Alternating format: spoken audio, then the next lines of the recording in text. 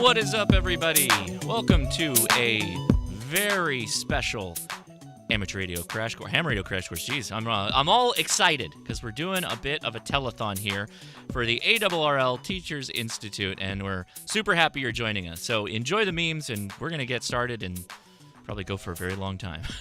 So get ready.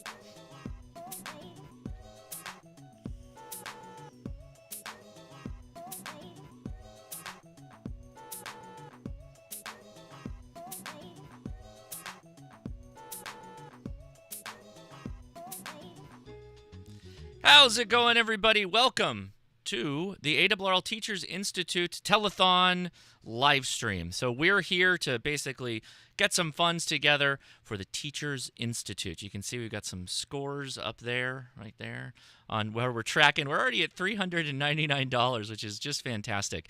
A couple of quick notes. In the video description, there is a lot of facts and information. This is a totally no cut is taken from me or YouTube. All the donations go directly to the ARRL, the Teachers Institute specifically. This is a tax-free donation, so you can actually use this on your taxes. And if you don't want to use the YouTube link to donate, that's fine. There's a website link as well to give directly to the ARRL, and it works the same because we've got some goals we're trying to hit here tonight.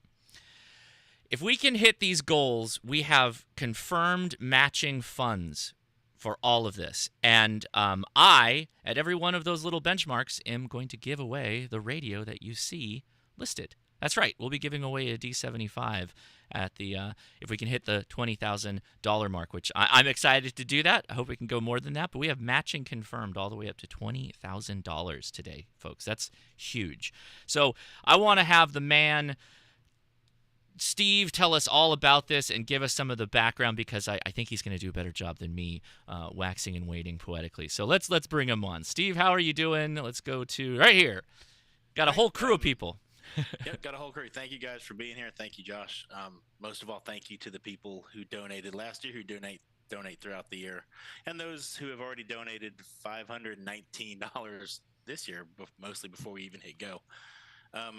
This is all about teachers and kids. So what this money goes to is the Teachers Institute on Wireless Technology. It is a completely donor-funded program where we fly teachers in to Connecticut from around the country. We train them for about a week, and they get about $1,300 in equipment to take back to their classroom and use with their kids. So we're expanding it significantly this year. Last year we had 7 Teachers Institutes. This year we're going for 16. So we are taking some of those on the road because obviously there aren't 16 weeks in the summer for us to try to make this happen. So we're trying to secure some venues around the country. Looks like we're going to have Teachers Institutes in Dallas, Teachers Institutes in Miami, maybe New Orleans, and then in kind of Western Louisiana over that way as well. So we are growing, and we're making an impact on kids. I say we, but it's really the teachers that are making that impact with their kids. And you'll get to hear from some of those people tonight. We have a few of those teachers and one of our instructors who will be on the call with us tonight. So, wow, $739. Like Josh was saying, we have got matching donations. A group of donors approached Kevin Beal, our development director, to kind of throw down a challenge and say, hey, if you can raise $20,000, we'll match it. Wow. Which, that was impressive. Last year with Mike and Josh on Ham Radio Tube, we raised right at 20 grand, a hair under there. And so we're confident we can beat that this year. So that money essentially doubles. And, thank you to Josh for the great prizes that you're going to kind of hand out as we go. So let's get this show on the road. Yeah, indeed. And again, another huge thank you to Mike for coming up with this idea. He did a fantastic job on his live streams for this effort, and just happy to help in any way we can. So we've got some folks who are not necessarily actively involved in Teachers Institute. We got Kyle, we got Gray Mampoto, we got Adam, a number of other folks, because we're going to do this a bit different. We're not just all going to hang out here. This is actually going to be some tech talks that we go through. So stick around, because we're going to be going through a bunch of different different fun stuff that you're probably interested in anyway. So it's not just going to be us, hanging out and talking. We're going to do that too, but there'll be some knowledge transfer as well. So thank you, everybody. God, we already hit $1,000. That's crazy. So, wow, really appreciate that. So I guess we could take a quick moment then and say, again, thank you to everybody on the Zoom. For those that I didn't mention, we have Ed N2XDD. I have that right, Ed? Yep. And we have, let's see, who else is on? Robbie W1RCP. How you doing? I'm good. Thank you so much for the invite. Looking forward to it. Thank you. So we're going to have people hopping in and out throughout the show because we're going to try to go as long as we can, even past the $20,000 level because, why not? We're here. We're going to have some fun. I think we should probably run the video, or do you want to do anything else? Let's run it. So okay, go ahead. I'll do that. I have to share for that to work, so hold on one second. We're going to be doing a lot of share screening, so we're going to have fun with the live, so everybody just hang out. Don't worry about it. And I will mute myself here.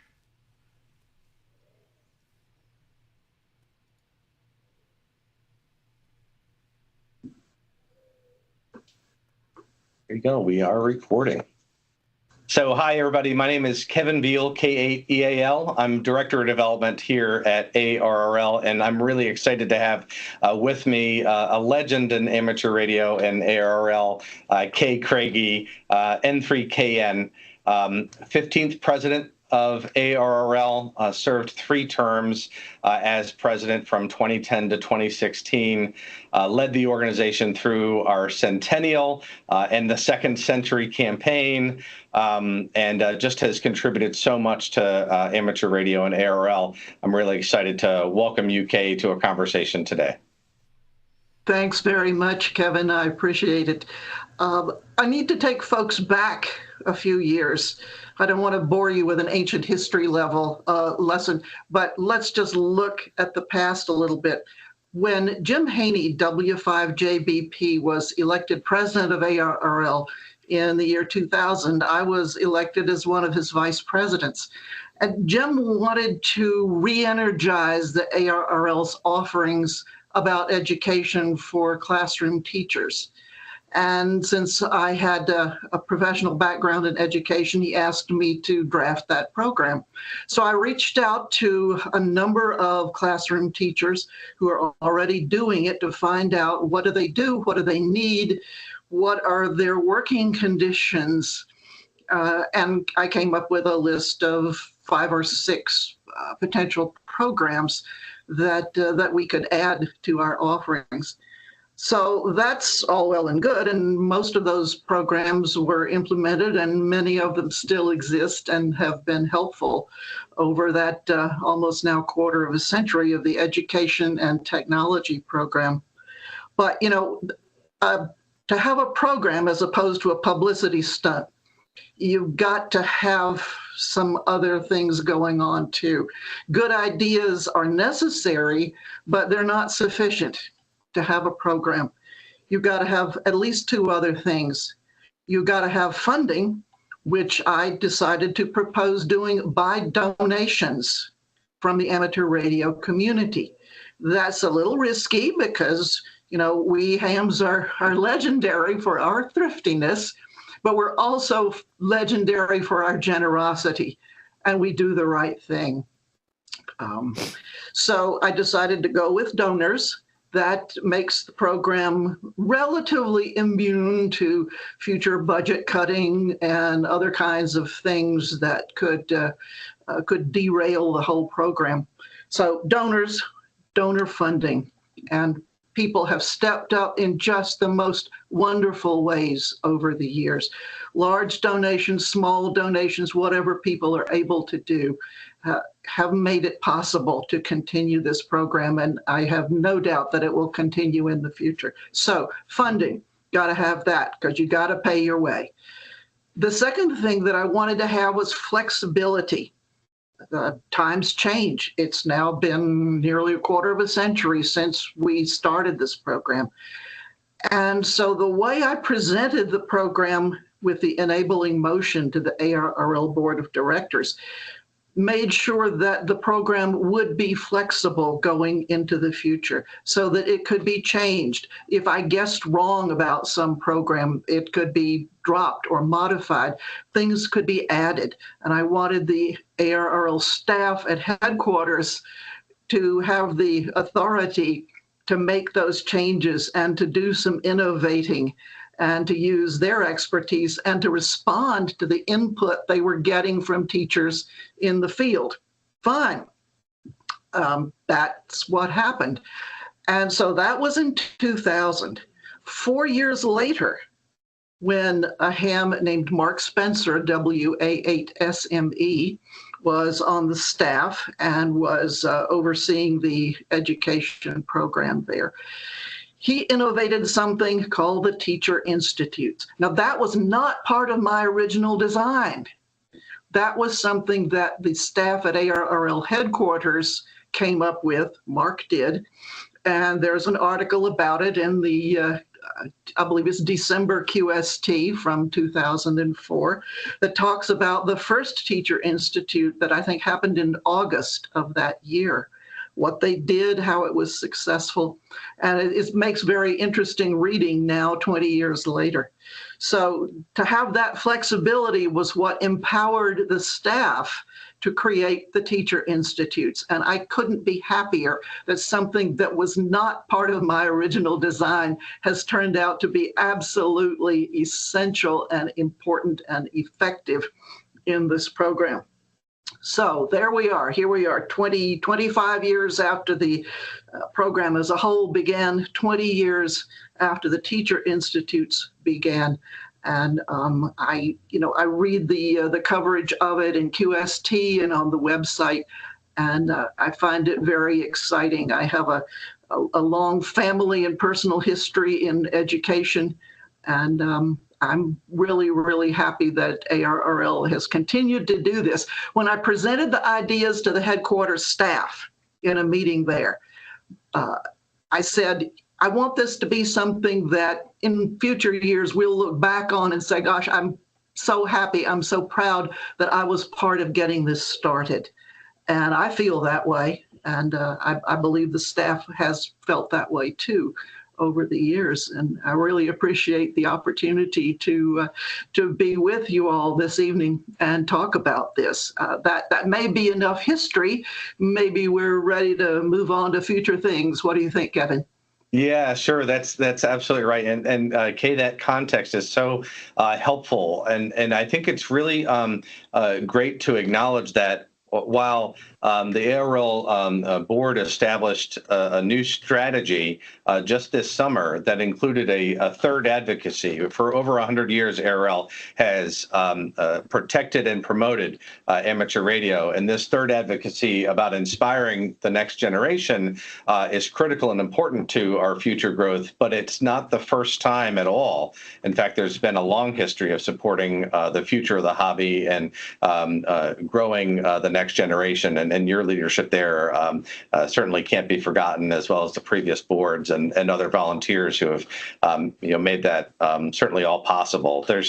There have been some changes, like you mentioned, Steve Goodgame, K5ATA, our education manager, and his vision for the growth of the program, and including additional levels for Teachers Institute, and what new tracks could be created for teachers to go through if they have an interest in a certain area after they've done that first TI1 level. The TI2, they could pick a track that's interesting to them that they think that their students might be interested in, or they, as an individual, have passion and interest in, because certainly their interest, if they bring those back into the classroom, will show off to the students too. And so I am encouraged to see what that future holds, and that we don't stick to only just a certain program because that's always what we've had, but that will grow with the students and with the time and where the need is. There's been a lot of opportunity for growth there, and because of your vision too, like you said, Kay, and making it flexible from the very outset has allowed us to be flexible now and into the future. So thank you for that. Well, I'll say another thing that I think is something I don't want to forget the ability to say thank you to. You and I had a conversation earlier this year, and unfortunately, Carter, your late husband, Carter Craigie, N3AO, passed away recently, and a huge loss, obviously, to you personally, but to the amateur radio community at large. And many members may remember seeing you and him at a Hamfest, over the years during your tenure as president. And we talked a little bit about legacy and what that might mean. And we've created together the ability to endow a seat at Teachers Institute in perpetuity. So there'll always be a seat at the Teachers Institute that will be the Carter Craigie N3AO Memorial Educator of the Year. Kay, talk a little bit about what amateur radio has meant to you and Carter in that time, and when we started talking, what your thoughts and reactions were about supporting a Teachers Institute like this in Carter's memory. Well, that was a good idea that you brought to me, Kevin, because when I contacted you, I was originally thinking in terms of a scholarship.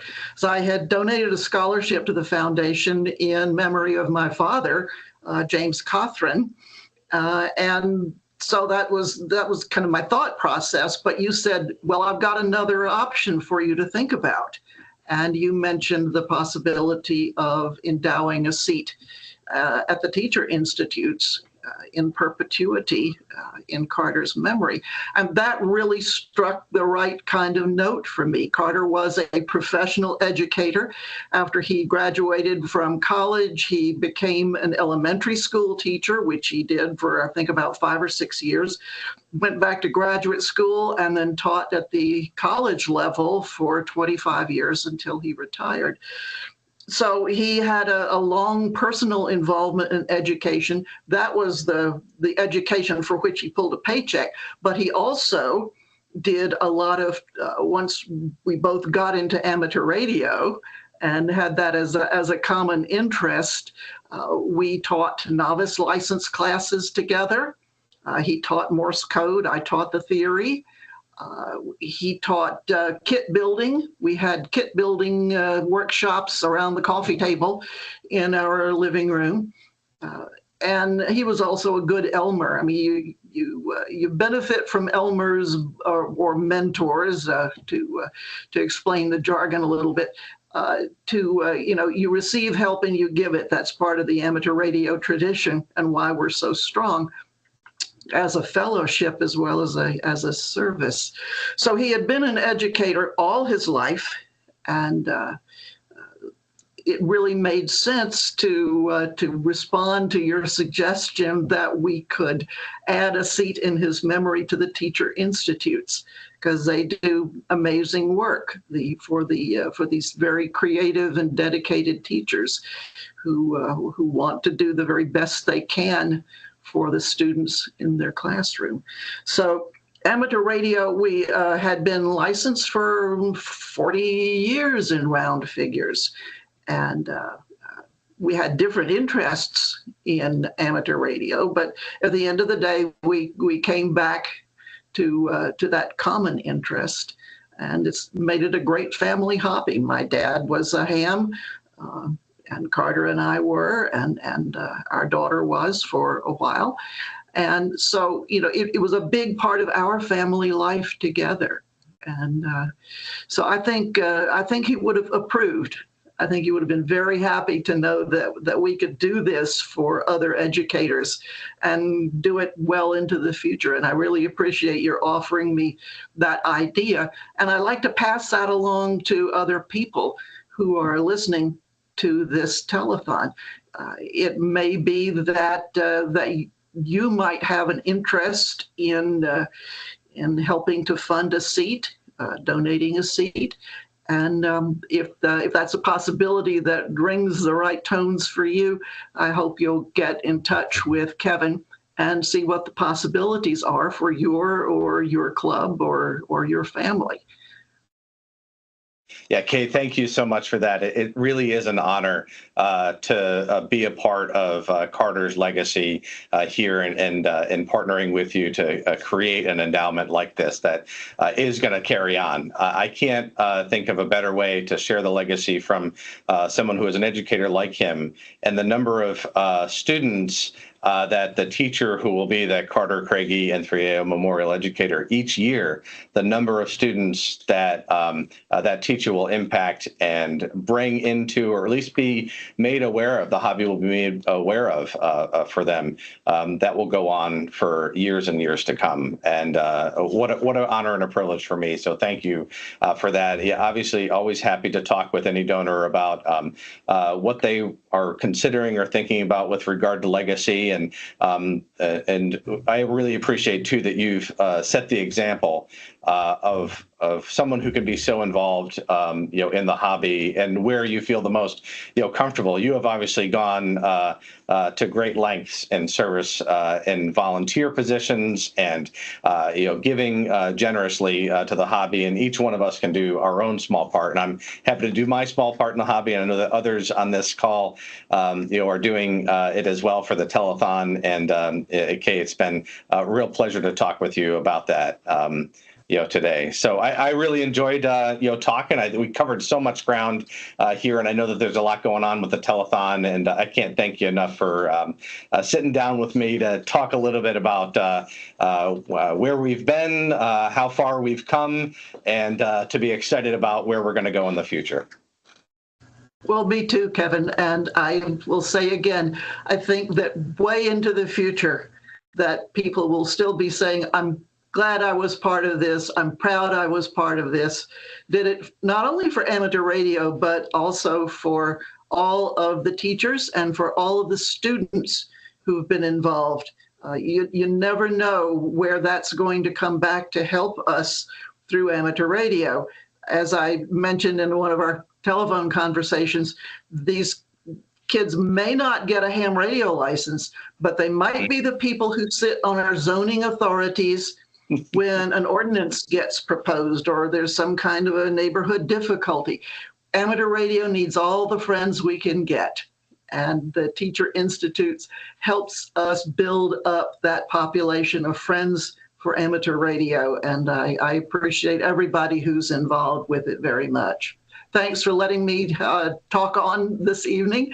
And I wish you all well. Thanks so much, Kay.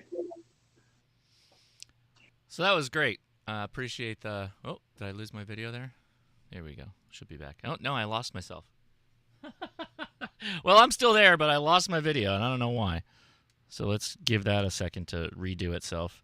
But that's great. Why don't you tell us a little bit, Steve, how many teachers you've gotten through the program since you've kind of taken things over there? Yeah, so like I said, the first year I was there, we had 3 sessions. I think I got 30-ish teachers that first year. The next year we went up to 5. I got 50 or 60 teachers. This current year we almost hit 100 teachers. Wow. Next year we're going to be between 250 and 300. Wow. So if we get all 16 sessions, the TI1s can be a slightly larger class. It's kind of a basic overview. And then as we get deeper into the weeds of some of those, you heard Kay talk about the different fields or areas of study that teachers go into. So instead of just having like a sequential TI1, TI2, TI3, we're going to do TI1, and that's kind of like the gatekeeper. Mm-hmm. And then once they go through TI1, they can select. And if they want to do APRS with remote sensing, they can go into that track. They can go into amateur radio and space communications. They can go into amateur radio and ballooning. We're actually developing one. Working title is kind of wireless Teachers Institute wireless security. That's not final yet, but we're working on the coursework for there. And each one of those, they can, delve into further, I guess, get deeper into the weeds each time. And there's nothing stopping them from kind of hopping out and going into another one too. They go to TI ballooning, they want to explore space, they can do that. So, like I said, next year, 250 to 300, and then the year after that, I want to hit 500 teachers. So. Yeah, that's amazing, and we've got some interesting questions. So I guess the first is from W1RCP. Got to figure out how if my school might send me for professional development. I'd love to go to see what happens IRL. So I dropped the link in the video description and in the comments, so you can go check out the Teachers Institute over at the ARRL. But I guess quickly, how does the process work for that, Steve? So we're actually changing some of the application process, but it's basically you apply, we hopefully accept you, we pay for everything. We pay travel, we pay lodging, we pay food, we pay the whole kit and caboodle for you to be here. And I say we, the donors pay it. So, right. I kind of channel that. And then, we've got some of the vendors and manufacturers who kind of help us out on equipment to get us equipment at a better price. So you go back with, $1,300 worth of equipment to take with you, Yeah, we're building a network. Not the coolest, but the newest cool thing we're doing is we're building a network where we're using a Fusion to create classrooms where they can actually communicate classroom to classroom. So a kid in one classroom can pick it up, and ZoomSpot has been very generous with us to help us get Zoom spots in each of these classrooms. And so we're slowly building a network of classrooms across the country where they all have Zoom spots and handheld radios. Mm-hmm. And we're starting to hear traffic on this. It's a designated reflector that we just give to these teachers, kind of thing. I mean, it's not private by any means, but you know how that works. Yeah, I saw somebody said ARRL KidNet. It kind of is. Yeah. Yeah, and some of these kids are talking about starting their own net and stuff like that. And that's what we're after, is these kids, when they pick up a radio, they can actually talk to another kid. Right. So this is and this is perfect. This is happening right in the beginning of the live stream. So appreciate Antonio Flores asking this. When people say teachers, are these the people doing the testing and study sessions, or are these teachers somewhere else? So I guess what's the 101 explanation of what these teachers are doing and when they go back home? So when we say teachers, we're referring to the actual classroom teacher that comes in. They generally work with a group of students. Most of them, like I said, are classroom teachers, but that doesn't have to be. We also have a thriving homeschool community where if they teach in a homeschool co-op, that's not necessarily a formal, classroom per se, but they're eligible to come. We can work with different groups of people to see if they meet that eligibility. So these are people that are actually working with students that generally, though, they are employed by the school. So like I've even got like a bus shop guy. He manages the bus shop or something, but he also runs the school club. And so he meets with kids, twice a week after school or whatever. He's eligible. So he came, the school signs off saying, yes, this person is doing this with these kids, kind of thing. Oh, that's awesome. Well, we got a special guest joining us. I'll admit him right now, and we'll let him get his video and audio sorted out. So we'll give him a second as he clues in here. But for Tract 1, what are, like, at a high level, some of the topics that are covered as far as what they're getting educated on? So they learn basic electronics. Mm-hmm. They learn how radio works, waves and radio waves and whatnot.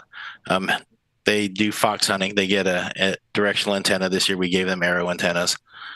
They get a Fox, Bionics Fox is what we gave away this year. Mm-hmm. And we do that so they can go back and basically immediately engage kids with it. There's zero learning curve to get a kid to go hunt a fox. It's like, point until you hear the noise and go try to find it and get the kids playing with radio. We're changing a little bit of the program. Historically, we've given microcontrollers and Arduino kits during TI1. We're actually going to slide that completely into the Teachers Institute with the remote sensors unit, because we can just do a much better job in that avenue there. That can be a deep area, yeah. So, and then, they learn about how, like I said, how to actually program their radios. In fact, we had one young teacher that came through that was impacted by Helene. And she came through, she went back with her radios, and she's like, I learned how to do all this cool stuff, but I didn't learn how to actually use this in an emergency kind of situation. So we're building a little bit of just basic communication skills and stuff like that get over some of the mic fright into there as well. Oh, that's very cool. So our special guest, Gordon, are you able to hear us? Can you unmute and turn on your camera if you've got that connected? Otherwise, set that up in Zoom and we can have you hop in and say hi. It'll be in the lower left-hand corner. Okay, so total right now is 27, 26, and just to remind people, we are filling up that thermometer. That's all the way up to 20,000. We have direct matching funds. The ARRL donors have, some of them have decided to match everything we make today, and as we hit some of those goals, I'm calling them, I'll be giving away a radio to do that. We got a, was my mic is cracking. Of course, all the bugs are going to happen right now, and then we'll fix them, and then it'll be smooth sailing. So 1 second.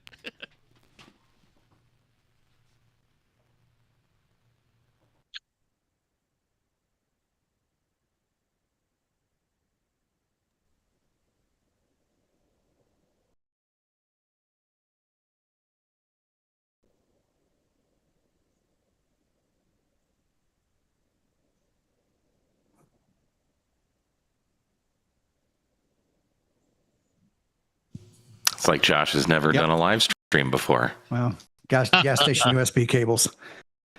Gordo, how are you doing tonight, sir? Oh, we are doing fine, and Awesome. glad to see all of you.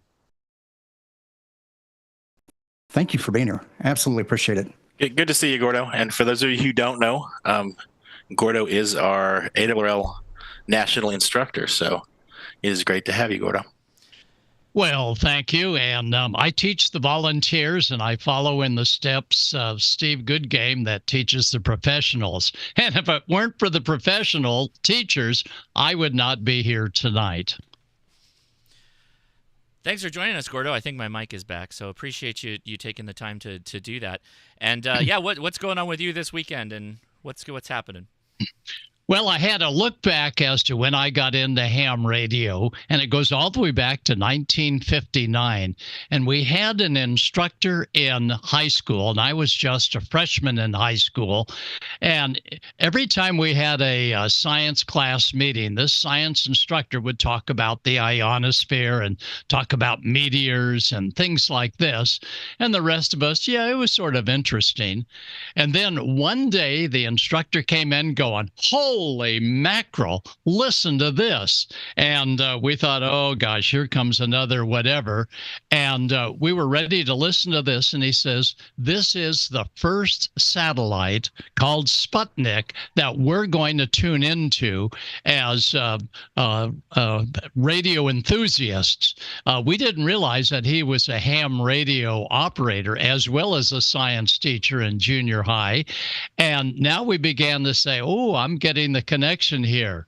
And so he played a little bit of sound, and he said, well, we'll come back tomorrow at about an hour and a half later, and we're going to play the sound again. And tomorrow we might even be able to get a clear shot at hearing the first Russian satellite, Sputnik 1, in space. And this is pretty exciting because coming from our instructor that was just pretty much talking about science and the solar system and things like this is something that we could really identify with. Well, that next day he came in with a Hallicrafter's S30AD, and he explained that this is the year, the International Geophysical Year of space exploration. And by golly, the Russians beat us on this one. And their satellite was Sputnik 22 inches in diameter, weighed 184 pounds, and was zooming at 18,000 miles per hour in space. No one had ever been in space before, so they were the first. Every hour and 36 minutes, Sputnik would zoom around, and he said, we're going to actually tune it in live.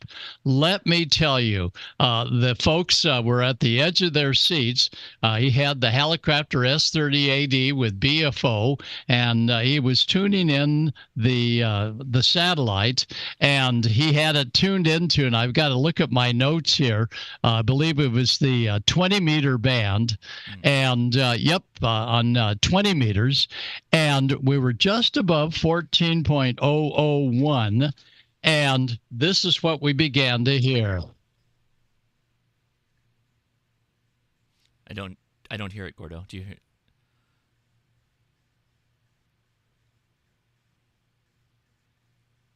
No.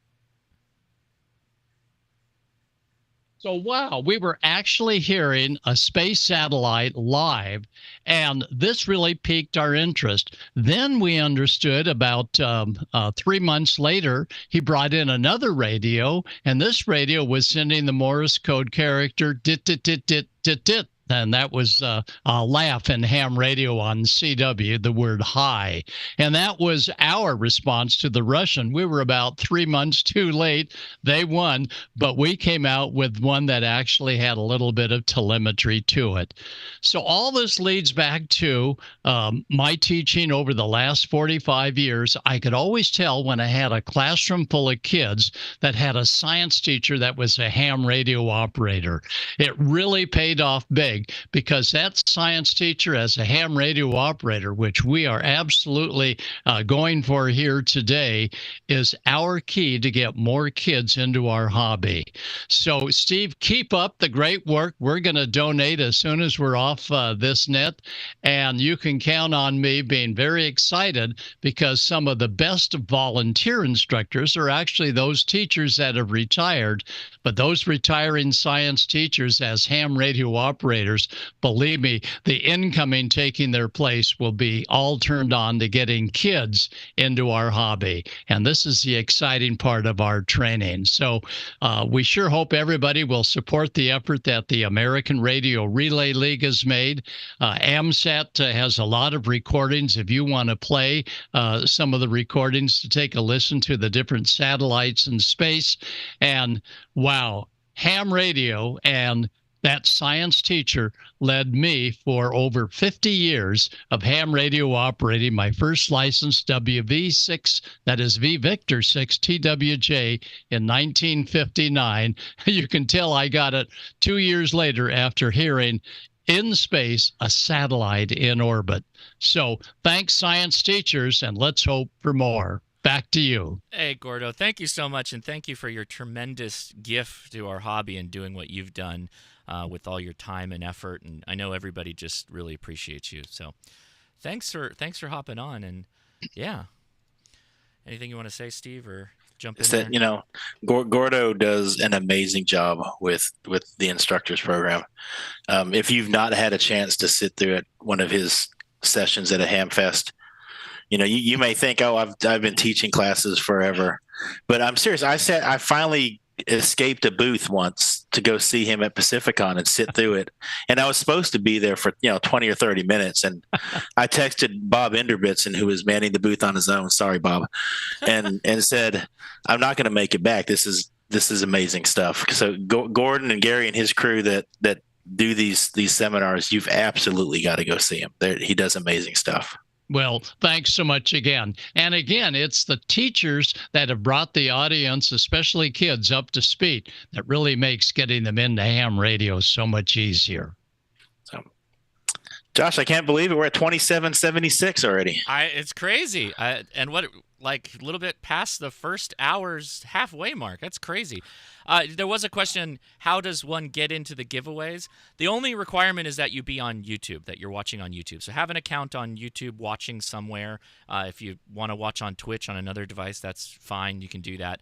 But be on the YouTube chat. And there is no donation required. That would not be legal to do that. A giveaway that would require some kind of quid pro quo. So just you being here and having some fun with us is all you need to do. But you do have to be here. That is the exception. You have to be on the air. So on YouTube with us. But yeah, wow, thanks so much for 2796. That's amazing. Yeah. And if I can point out real quick, when you donate, you should get an email receipt from Google. Mm-hmm. That is sufficient to serve for your tax purposes. But if you're an ARRL donor and you're keeping track of your lifetime giving, you can just forward that to the development at ARRL.org, and it's down in the description of the video. And Kevin will make sure that gets credited for you as well. So, Yeah, that's a good point. There is a little bit of more information in the video description just below the first caption that gives you a little bit more information.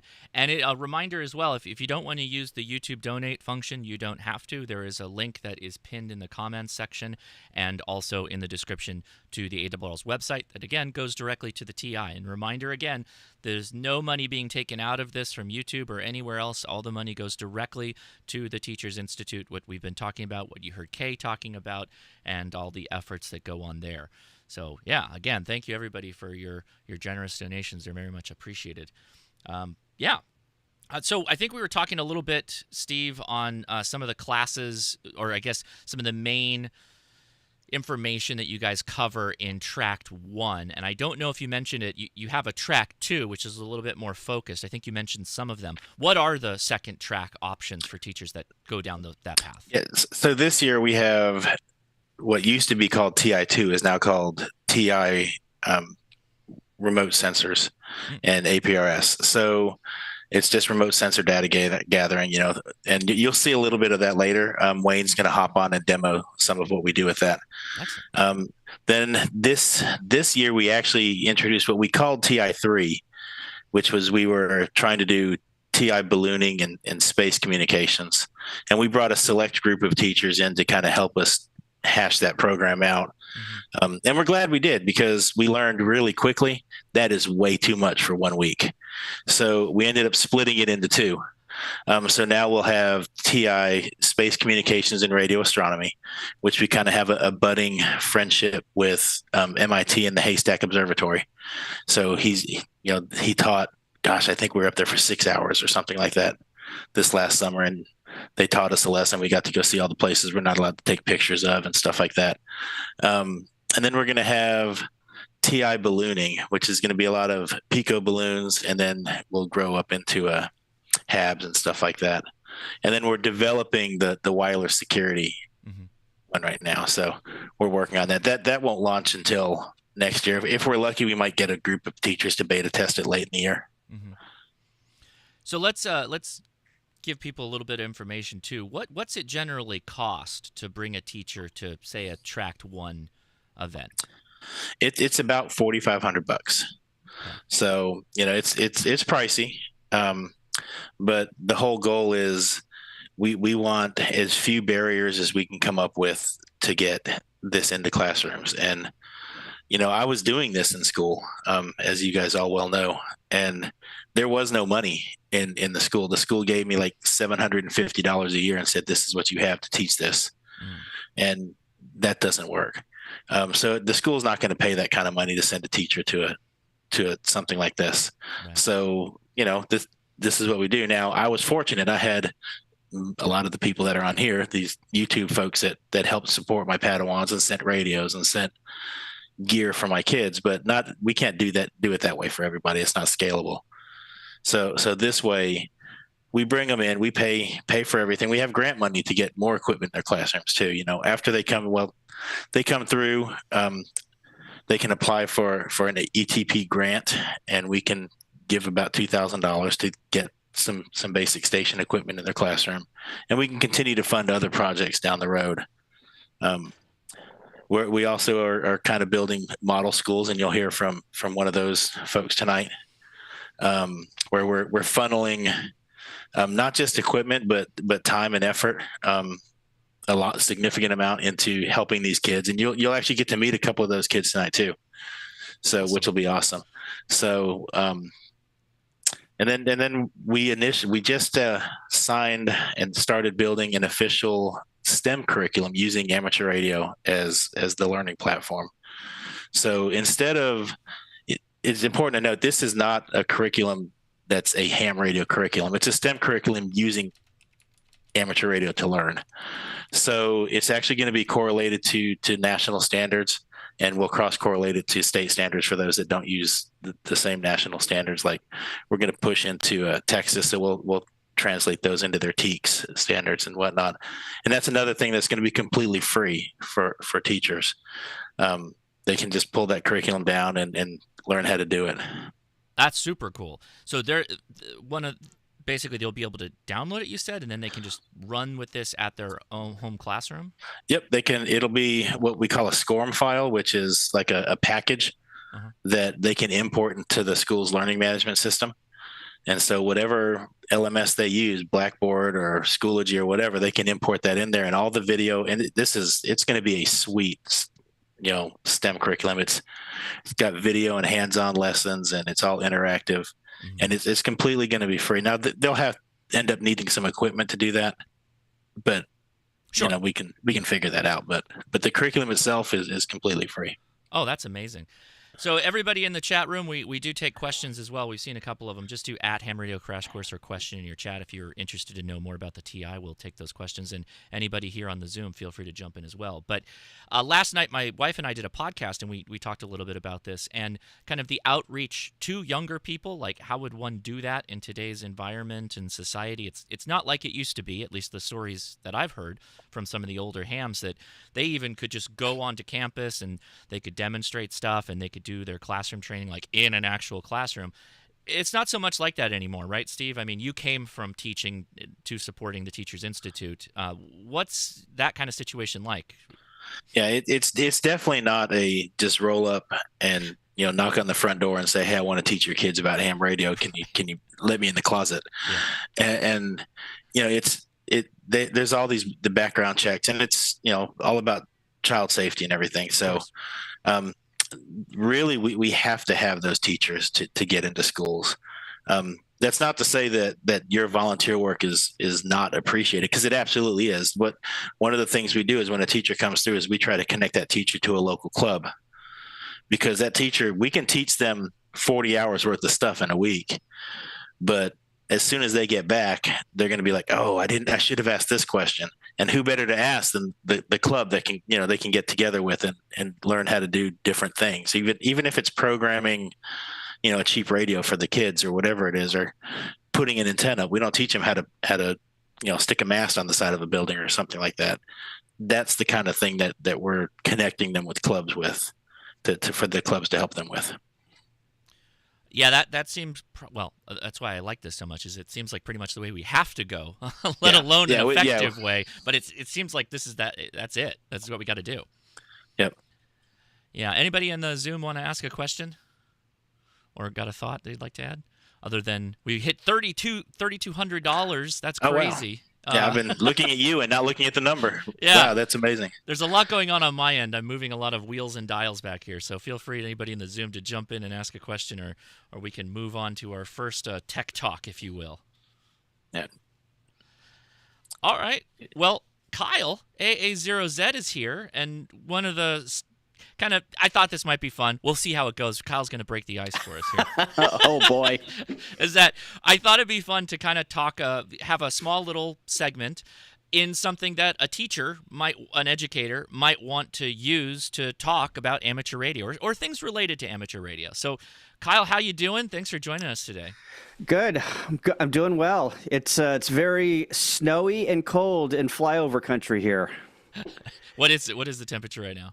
I think it's about 30 degrees, and it is. There is about 3 inches of snow on the ground. It has been snowing all day, so we're kind of hunkered down. Whenever it snows in St. Louis, the town shuts down, so there's not a lot of activity and things going on today. Well, then it's a good time to play radio, I guess. Yep, had the radio on all day and was hunting some POTA, so yeah, it's a good day to stay in and do some housework and get on the radio. Well, what do you have for us today, Kyle, that you'd like to talk about? So we're going to talk about 3D printing, and I'm going to lead a discussion. It's really not going to be, I'm going to do a presentation, but I want this to be a discussion with the chat. By means, I am not the expert on 3D printing. I dabble with it and know enough to be dangerous. But one of the things that I can see a teacher putting in their classroom, and I'm looking at Robbie right there in the corner for me, that one of the things that you could really inspire kids and youth to get involved in is this 3D printing. And it is really cool on the technology and all of the advancements that have happened in the last 5 years and how cheap you can get a 3D printer. If you can put one of those in your classroom and 3D print something and teach the process of modeling, and I know that I can't see him right now, but Adam is in there, and I'm sure that he's got some thoughts on 3D printing. He's got a lot of things that we're going to showcase today. But if you can harness that type of energy and that technology and captivate those kids, I think that you could really, inspire somebody to be like, hey, this is really cool. And so we're going to go over some 3D printing. I'm sure that, like I said, there's going to be a ton of people in the chat and watching this later that are going to probably be yelling at the screen and saying, wow, why didn't you do this? And talk about that. But we're going to just do a high-level overview of 3D printing, and we're going to, just have a discussion. So let me share my screen here. Got a little presentation. Let's see. Yeah, one of my favorite things about 3D printing is it kind of gives you the iterative nature of engineering, that you kind of start out with a proof of concept, right? And you build upon that in a trial and error kind of process. So I'm excited for this. Thank you, Kyle. Yeah. And I went up to the ARRL, Steve, I don't know when I was up there, 2 years ago, year and a half ago. And yeah, about a year and a half.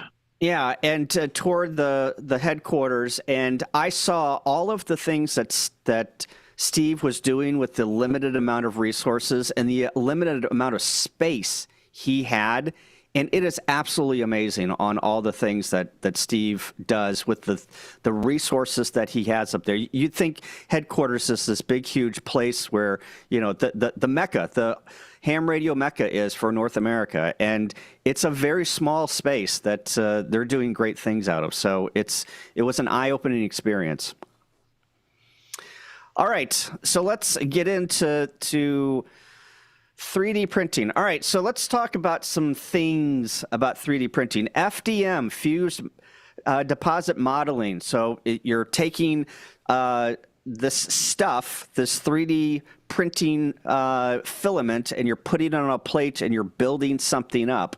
So 3D printing is the construction of an object from a digital model. And we're going to get into what you need to do to create a digital model, which then you send to your printer, and your printer actually prints it.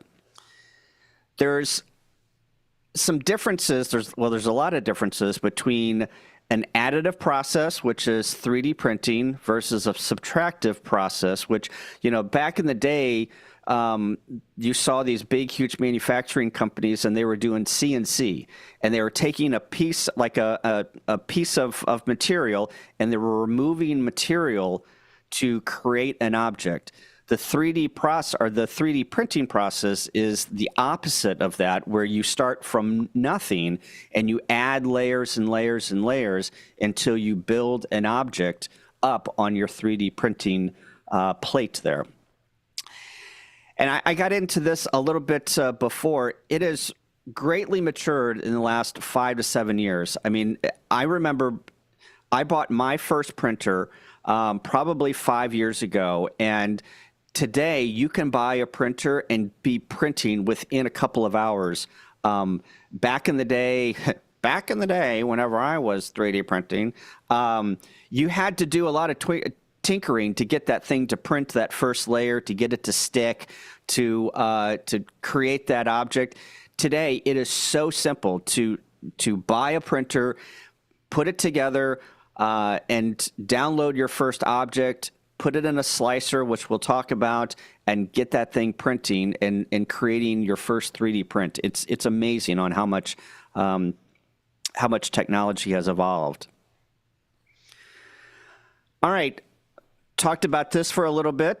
CNC, so you've got a piece of material here, and then you do subtractive manufacturing, so you whittle things out of the piece of the wood or the plastic. I know that my makerspace here in St. Louis has got this big, huge CNC machine, and I've seen people make literally cabinets out of them, where they take a big piece of wood, and they model a cabinet or a drawer out of it, and then you've got all of this waste here that you've got to deal with on a CNC. On a 3D printer, you take that material, which is filament, and we'll get into what the different kinds of filament is, and then you put it through a 3D printer, which then adds those layers that I was talking about, and it builds those layers up, layer by layer, and then you create your 3D project, and then you hopefully have little waste. Back before printers were hard to work on, you'd often I'm looking at Robbie here. You'd often print something, and it would take, let's say, 12 hours to print, and you'd go to bed, and you wake up the next morning, and then you wake up to just a bunch of spaghetti. That's what the printer just spaghettied all over the print bed, and it's just there's nothing. It has gone haywire and just put spaghetti all over the print bed. So what are some 3D printers that you can get? And here's where I need some help from the chat. If you guys know about some 3D printers that you have purchased that are cheap, that are easily put together, or you can get up and running with very little effort, I want to hear about them in the chat. But here are some of, whenever I polled my friends that are really into 3D printer, here are some of the printers that they use, that they suggested. So this Ender 3 version 2, it's a $200 printer that you can literally go down to your local micro center if you got one available. I've got one here in my hometown. And you can pick this thing up. It has very little parts that you have to put together, and you can literally be printing in 30 minutes. It is crazy on how good these printers are, and very little effort to get them put together. This FlashForge Adventure 5M, this is a relatively new printer that has just kind of hit the market. If anybody has any experience with these, I'd like to hear about it. One of my friends had one of these and bought this online for $300, and he said it was great. So I had never heard of FlashForge before, but if somebody in the chat had heard about it, I'd like to hear about it. I used to have a FlashForge. Before I bought my Bamboo. Yeah, this FlashForge Adventure is similar to the open chassis Bamboo printer that's out there.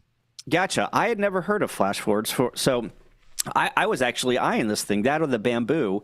So this Bamboo Lab A1, I know that there has been some negative things about Bamboo, about you need to connect it to the network for it to print. I don't think that is the case anymore. I think that you can set this thing up and not connect it to your network and use a USB stick to print stuff. If I am incorrect, please let me know in the chat. I believe that's true. Yeah. But yeah. So these are some good printers that you could stick in, if you're a teacher out there listening, that you could buy for, relatively little money. I know that, you're probably thinking $300. Where am I going to get $300? But, that's the going price for, some of these lower end printers. I know that you could probably print, or you could probably buy a printer for less dollars.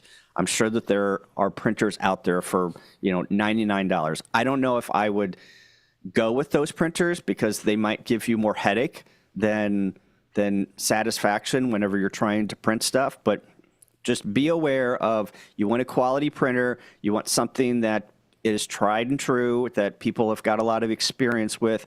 And also, the community out there with 3D printing, if you have an issue with your 3D printer, make sure that it has a good community. Make sure that you can find a place to go out on the internet, forums, Groups.io, Discord, that people have got experience with that printer, and they can help you quickly to get that printer up and running quickly.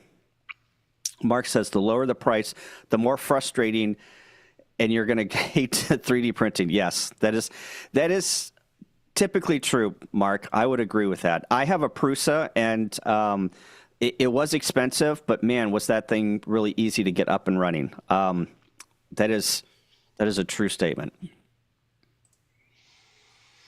So some things about filament. PLA, PETG, and ABS are probably going to be the 3 filaments you're probably going to gravitate to the most. I have had good experiences with PLA. I've had the best experiences with PETG, and I have very little experience with ABS. The reason why I gravitate towards PETG is, one, you can print, let's say, like a dipole center or some insulators or something that is going to go outside, and it's going to stand the test of time. So if you're going to print something that you know that is going to be out in the sun or exposed to the elements, you might want to go with PETG for your first couple of prints. PLA, I've had some things warp in my car, so it's good for prototyping. If you want to do some rapid stuff, it's good for that. But if you really want strong 3D prints, you can go PETG. The ABS, guys, keep me honest here in the chat. It really needs to have a lot of ventilation because it stinks. So I'm not really sure how much it stinks, but if you put this in the corner of your classroom and print with ABS, you're going to have a bunch of kids saying, "What's stinking over there? The thing stinks. I don't want to smell it anymore." So it stinks, and then also you really have to have it in like a closed cabinet enclosure most of the time to be effective, or you have to have a lot of temperature control because it's very susceptible to warping.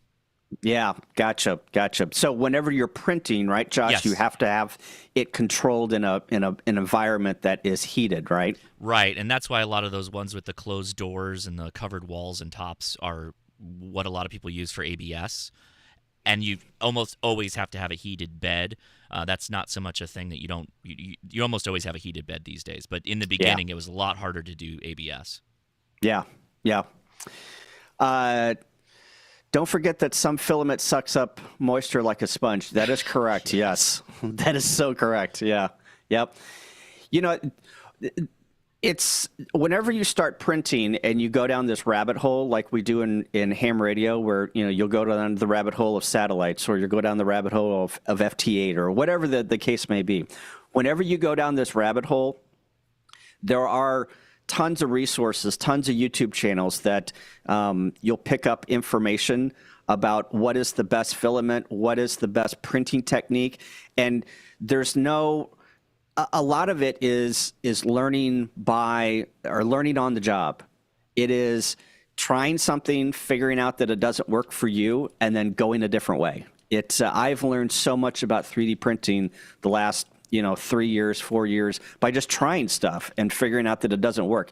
And that is one of the great things about putting a 3D printer in the corner of your classroom is you can teach those kids some skills about, hey, this didn't work. Let's troubleshoot it. Let's go a different path, and teach those skills of trying to figure out what is next. And you might have your next great engineer in your classroom because of the skills that you taught them. This simplify3d.com is an awesome website. It has like all of the filaments that you can print and some general stats about the filament. I come back to this all the time to figure out what is great, what is not great. It's just a good matrix of just information on things, all things filament. So if you want to check that out, it's a good thing to put in your arsenal. So then whenever you buy the printer, the next thing you have to do is you download, and we're going to talk about downloading an STL file. The STL file is what you want to download, and you're going to put that into your slicer. What you're seeing here is my slicer from Prusa, and they make a slicer, and your 3D printer might have its own dedicated slicer that is dedicated to your printer. There are other open source slicers out there that have presets that you can slice for your printer. But basically all this does is it takes that STL file and it figures out what all the layers should be and how your printer is going to print all of the layers for your printer. And it puts it into a code, which then you take that file with all the codes and all the information, and you send that to your printer, and then your printer takes that information and actually prints the object that you sliced. So, like I said, I've got a Prusa, and it has all of the presets for my Prusa printer, and I just tell it what type of filament that I am going to print with. So let's say PETG, and I just say slice, and it slices it. It spits it out on the plate here, and then I can export that file and send it to my printer and say print this file, and it prints it. So if your printer does not come with a dedicated slicer, and typically they are Windows-based and Mac-based and Linux, some of them are even Linux-based, you probably need to go out and figure out what slicer people are using for your printer. I'm not really sure. Here's some more help from the chat. The creator, or the Enders and the Bamboos of the world, do they have their own dedicated slicers, or are they just open source slicers that have presets for those printers? They're both. They're both? Yeah, they're both. There's a couple of good just universal slicers, but like the Bamboo has its own operating environment, if you will, that you can use. Gotcha. So there are search engines. There are the Googles of 3D printing, and you're like, where do we go and print out? I don't want to design anything. Where do we go out and search for stuff?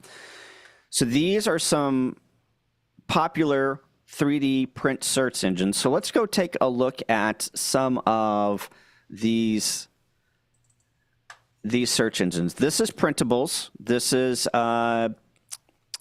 made by Prusa, or their back end is on the Prusa servers. And let's just, for giggles here, let's type in ham radio into the search area, and it's going to give you a whole myriad of things that you can print. Okay? That's cool. So let's just take this ham radio wire coil body. This is a coil that you can print and wrap your own wire. It's got the cutouts for a PL259. You can see the wires here. You've got the taps. Let's bring this up a little bit easier to see. You can print these taps, and you can print your own Wolf River coils or your own buddy pole. So there's things like this that you can print on your printer for ham radio. Let's go to our buddy Adam, K6ARK. And this guy, I don't know if you know Adam, but he's gone hog wild with his little printing here. He has got all kinds of really cool gadgets that you can print. Let's say you want to teach some kids CW, and you don't have enough money to buy CW paddles for everyone. You can print CW paddles. Adam gives you all of the info here on what to buy. If you come down here to the description, there's all of the information that you need to put this thing together in your classroom. If you want to do this as a classroom type project, it's awesome. All of the instructions are here. And if you go back, he's got some wire winders. Those are always cool to print. Everyone needs a wire winder whenever you're taking a dipole out to the field. What else do you have in here, Adam? What else is cool in here? Well, if you scroll back to the top there, the one of the latest additions is the Pico paddle imitator right there. Oh yes. Oh, I got to print this. Now posted. So. Oh my gosh, look at this. So a Pico paddle, if you're not in the CW world, is this paddle that is designed over in Europe by, probably, somebody that has a retractable arms and basically folds into nothing, and it's this very cool design that has stood the test of time, and is a lot of soda operators use the Pico paddle because it was very compact, and it was a really cool design, and it had really good feel to it, right, Adam? It was a very, very cool, easy paddle to operate. Yeah, absolutely. And this one isn't as adjustable, but it is pretty much the same size, functions very similarly, and costs you almost nothing to build. Yep. So there's things like this. Let's just real quick. Let's just search for dipole. Let's say you want to make a dipole center. Here, there's one right here. There's a dipole center. You can see that it's got the wings to attach your elements or your dipole ends to, and then you've got your PL259, and then you can see that it's got, I don't know if it's got insulators, but you could probably search for insulators, and you can print those. So those are just some of the really cool things that you can print for ham radio. Obviously, you can print other stuff too, but anything. Let's hear in the chat the coolest thing that you guys have printed on your 3D printer. That coil. I printed that ham radio coil and put it together, and it was absolutely stellar. It was great. I did a couple of POTUS with it, and then it fell out of my truck and it broke. And I didn't print another one. I need to make another one. But this coil was really cool. I made a bunch of contacts on it, and I was like, wow, this is amazing that you can put this together and make something like this. Print it at your house, make something like this, and put it together and make a bunch of contacts on it. Did you print it out of PETG? I did. And it still broke? Wow. Yeah, okay. Yeah. I put it on the top, and this piece, Josh, over here broke. Oh. It cracked right here. Oh, I see. And then and then this thing just fell out. It busted from this bolt over here and this bolt over there, and this thing just totally fell out. Oh no. Yep. The coolest thing I made was I was doing that years ago. I was doing a video for that NOAA satellite image downloading, and I was looking for just an antenna to get started, and the first link that showed up was a V dipole mount, and it takes a real small copper tubing, the bendable type, and it lines it all up, and you just cut the elements to size and wire up an SO239, and that's it. It was easy, simple. Yeah. Another cool thing you can do is print these nameplates. Mm-hmm. I think it's really cool that you can customize them and put them in your slicer and print a nameplate. I think that's really cool. So yeah, some 3D print search engines we got there. A couple more slides, and I think we'll be done. I think you guys get the gist of it. If you have this ability to think outside the box and you want to design your own stuff, there is a program on the web called Thinkercad. It's made by the same people that make AutoCAD. You've probably heard about AutoCAD. It's a CAD program that architects and engineers use to design stuff. And Thinkercad is a web-based program. It's over here on the left-hand side. And it takes basic shapes. You can see the shapes. This is your palette over here. It takes basic shapes, and it basically, you can manipulate those shapes to any other shape that you want, but you start with these base shapes, and you start to build your object based on these base shapes. What you're looking at here is an upside-down handle that I made for a CW paddle. So I put some dual lock, some 3M dual lock on a very little, let's say you print out Adam's Pico paddle and you have trouble holding it because it's so small. What you can do is, what I did was I put 3M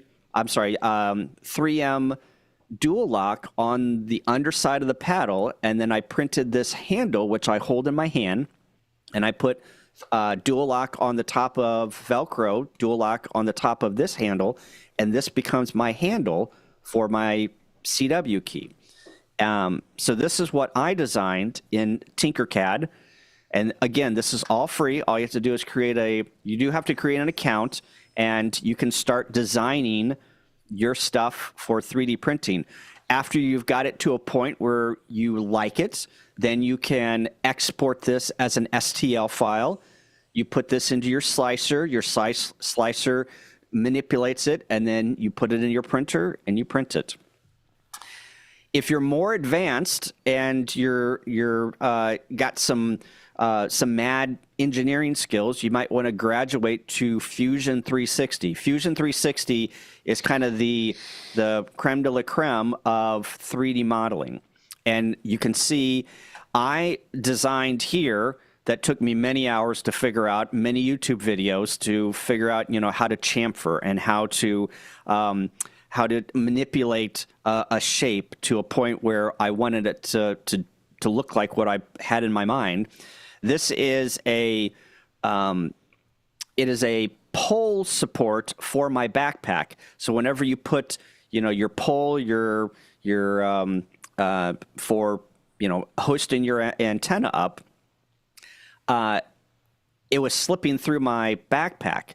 So I I designed this so I could weave this into the mesh on my backpack, and then my pole would set down into this and wouldn't fall through my backpack. So that's what I did in Fusion 360. If you want to have a master class in patience, you should put together a design in Fusion 360. It's not the most easiest thing to design in, but you are able to do so much more, obviously, in Fusion 360 than you are in Tinkercad. Obviously, you can see the differences, but keep in mind there is a pretty steep learning curve with Fusion 360. Yeah, a note on Fusion 360, if you do dive into that, there are some really good online tutorials, but really I think the key is to learn how to optimize as much as you can in the two-dimensional sketch and then extrude after. The more you mess with the extruded 3D model portion of it, the more off the rails things can get. Yeah, that is so true, Adam, because I keep forgetting you have to sketch everything in 2D and then extract that into the 3D space, and then remove or figure out how you're going to manipulate that 3D object in that space. And it's like you have to take the other side of your brain and figure out how you're going to manipulate that in the 2D, and then figure out, then use the other side of your brain for the 3D. So it is a very cool program. You can sign up again. Fusion 360 is made by AutoCAD. You can get a hobbyist license for Fusion 360. They might send you a bunch of email and say, hey, just a reminder, you have a hobbyist license. You can't do X, Y, and Z with it. But if you're just tinkering around and you are exporting STL files to print on your printer for you and only you, it's a great program to model in and to design in. The last slide here that I've got is, what would 3D printing be without a Raspberry Pi interface and a very cool program that you can run on a Raspberry Pi? If you've got a 3D printer and you have a USB port, I bet you anything you can hook your 3D printer up to a Raspberry Pi and put it online if it doesn't already have an Ethernet port on it. Octoprint is your thing.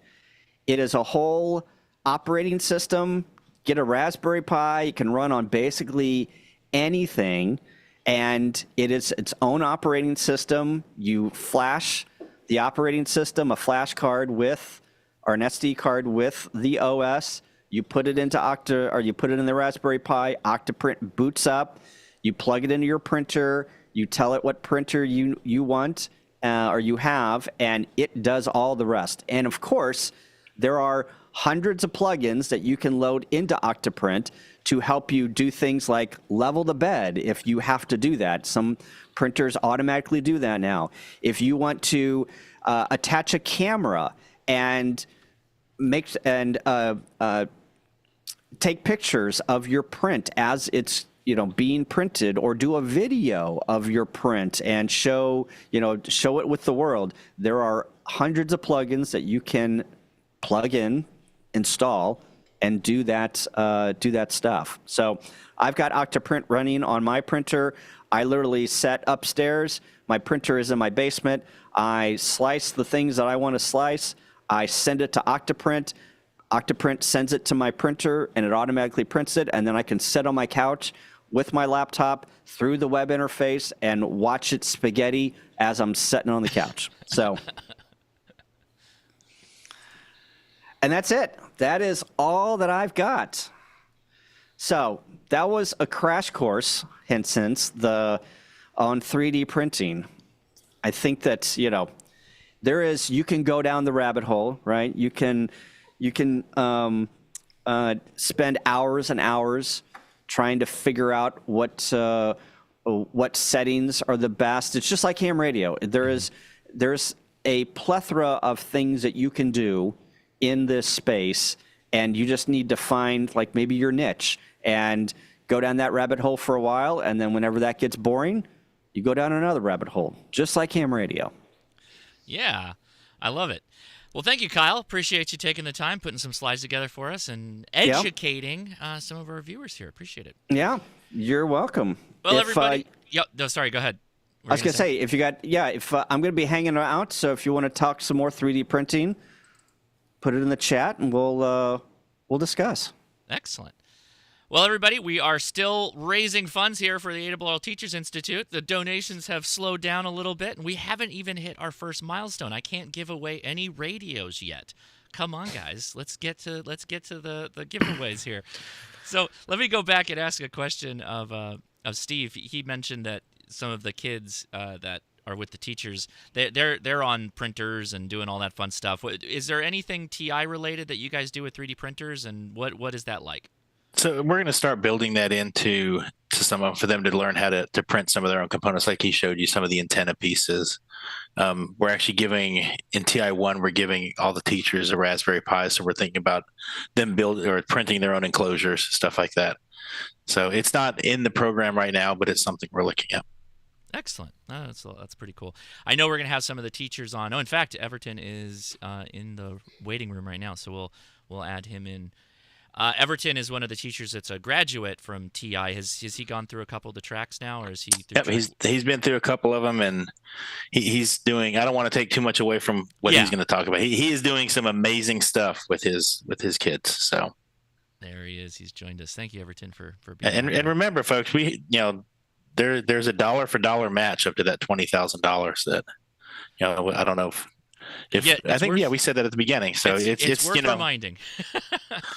Up to $20,000 right now. We have a 1-to-1 match from some very generous donors at the ARRL, which is frankly amazing.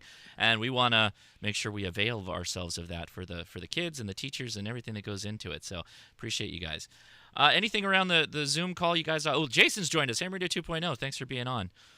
Hey, appreciate you. Thanks. How you guys doing? So far, so good. Anything you guys want to add to the Zoom before we maybe jump to Everton here? Or I just want to mention, while we do appreciate the kind of money that jingles, we prefer the kind of money that folds. Coming to America. Boom. Got it. So Everton is here. Everton, we're a little ahead of schedule on the talks, but if you want to go ahead and go for it, we're happy to have you. Sure. Can you hear me okay? I hear you great, and yeah, you can share screen. You can do whatever you need to do. Cool. Are your two students in the hooked up? There may be two that you know the names of. Josh, Oh, Okay. okay. So we can wait a little bit. That's fine. We don't have to. Well, jump forward. everything can start talking. The kids can hop on. Oh, So. great. Okay. Yeah, they'll be somewhere hiding out there. So, hey, everybody. Well, thanks for having me on. It's pretty humbling to see all this talent out there. But I do appreciate the chance to be with you guys. So, heard Steve talking earlier about the importance of having teachers, involved and with Teachers Institute, and I agree because my superpower is not content knowledge. You guys are way better and way more advanced than me in any of that. But my superpower is access to the kids. And because I have that access, we've been able to get about 114 kids licensed in the last couple of years with what appears to be another 160 tests that we hope to have passed next week. So that is my superpower there, is being able to hopefully dumb down some of these concepts, which I find fascinating and relating to everything that we do in our STEM fields. So one of the things that I really took from TI in particular was just that kick in the butt to get me moving forward with things. So, for example, fox hunting, right? That was one that was a little bit intimidating for me. It's like, well, you can watch a YouTube video, but can you really show me how to get involved and what are, some of those subtleties that we're going to need to overcome in order to get this thing to work right, especially with kids who are going to, be a little distracted in what they're doing. Unfortunately, I can't share my screen where I am right now. But if somebody could help me do that, I would love to share some QRZ pages just to kind of show a little background of some of the things that we're doing. Yeah, I can help you with that. Where are we? Should you be able to do that? Yep. Where am I? Hold on. Let me go to the main site. It's probably easier. What's the first call sign? Thanks. So we're looking at WS1THS, Whiskey Sierra 1, Tango Hotel Sierra. Okay, give me 1 second here. Okay. And while he pulls that up, I want to go ahead and point out Everton, like I said, is doing amazing stuff. He's not, there are a lot of places that create these little license factories and whatnot, but his kids are actually doing cool stuff. It's all about the kids, and you'll get to hear from some of those here in a minute. But cool. So this is our main page here for our club, which was founded in 2024. A few years ago, I didn't know anything about, the power of radio. And as I started learning about it, I started seeing some of the applications through an organization called the Solar Car Challenge with telemetry. I was like, man, this is really neat. And a good buddy of mine was like, we really need to get involved with this. And we think it's going to be good for the kids. So then I took my test, and it was like, oh, a lot of this stuff relates to what we do, in the mechatronic world. This is pretty cool. Like, we need to get some kids involved.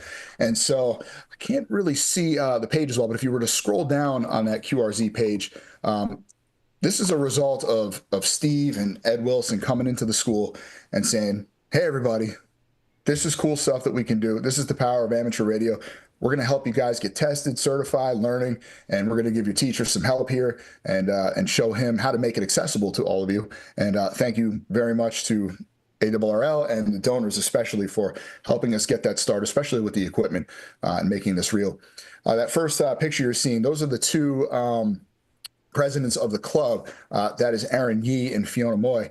And just from hearing Steve talk, and Steve talked a bit about his daughter and her involvement with amateur radio and the cool stuff that she was doing, they were like, hey, we need to form a club. And so they started the SITHS ARRL, which stands for the Staten Island Technical High School Amateur Radio League, and that's our school. And that picture there is just them working on one of the custom Yagi antennas that we made for fox hunting. And it was really neat to be able to bring the applications of soldering to the forefront and actually getting these things to work. And as we go forward, we'll just see some of those basic, even vocational skills that the kids need to have. We're looking at a picture right there of a whole bunch of kids that were tested in our last cohort. And you'll see Ed there to the left. Yep, there's Ed. Yep, he's hiding in there. Steve's in there as well. Always awesome when they come visit. Looking forward to having them coming this week, actually, to test some students. So It's pretty awesome. Be there Thursday. Yep, looking forward to that, man. And picture you're looking at right there, that's just a shot of my classroom and some of the controlled chaos that's going on in there. we wanted to build some, just simple tape measure Yagi antennas. With some students turn it into a competition where it's like, well, my Yagi's bigger than your Yagi and that kind of thing.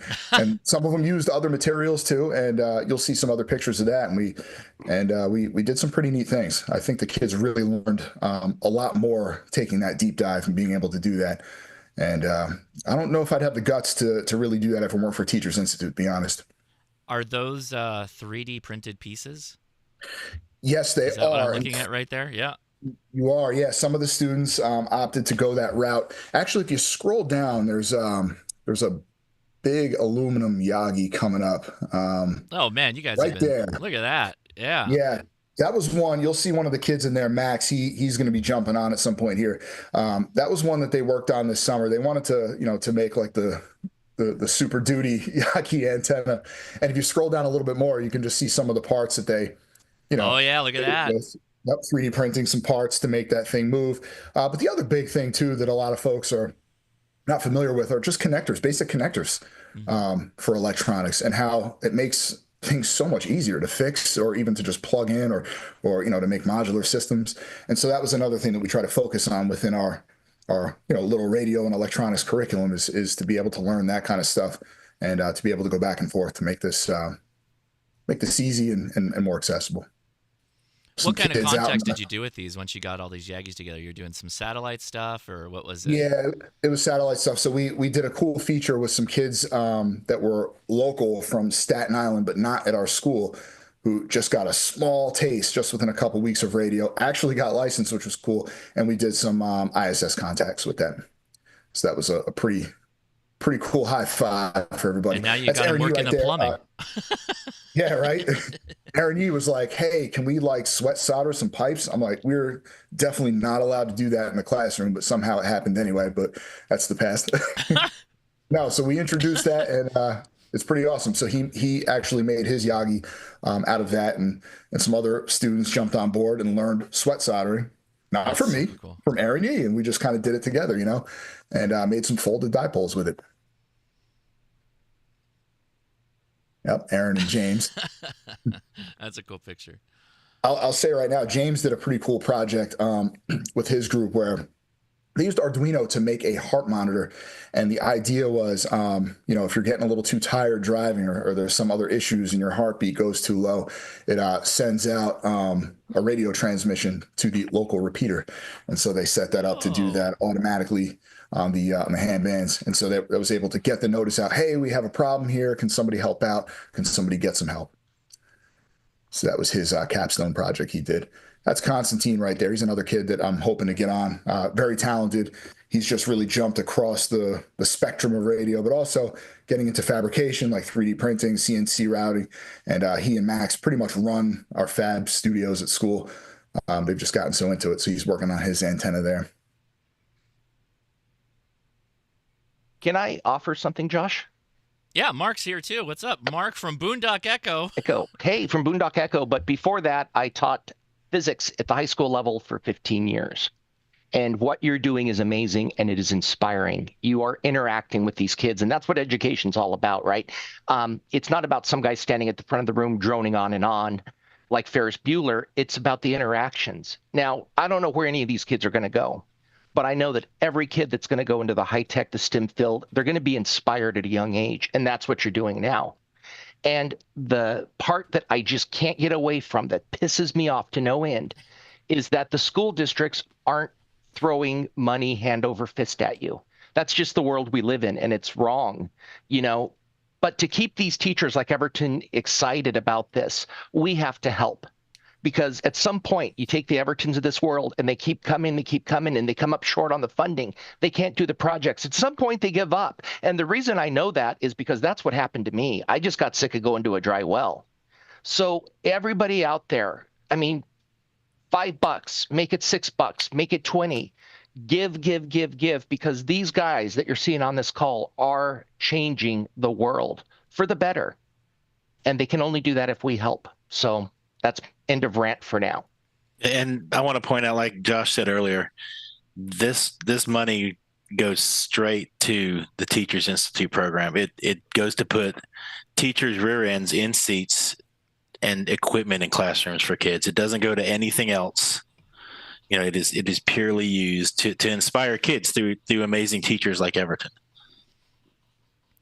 Yeah, interesting point that Mark makes, and I'll just put it up there. Somebody in the Scanner Zero says schools don't want to support this. Now, I don't think that's true. I think Steve already kind of hit upon it, that they've got pretty tight budgets. You always hear the news stories about how teachers are already spread so thin, but things like STEM and other areas like this are a huge draw. I mean, correct me if I'm wrong. What do you guys think? That this is just something they wish they could do, but they don't have the budget, and here's the ARRL trying to make that happen? Yeah, it's absolutely something that, I mean, schools and districts across the country are looking for viable STEM curriculums, and places like Texas, and they're actively shopping for this stuff, and they don't know what the heck they're doing with it. Mm-hmm. They're still building programs to try to make this happen. But they all want to make it happen. And there is money that can, once they get a program in place, that they can start doing it. I don't agree at all that schools don't want to support it. Schools just don't understand what it can do to have that desire to support it, if that makes sense.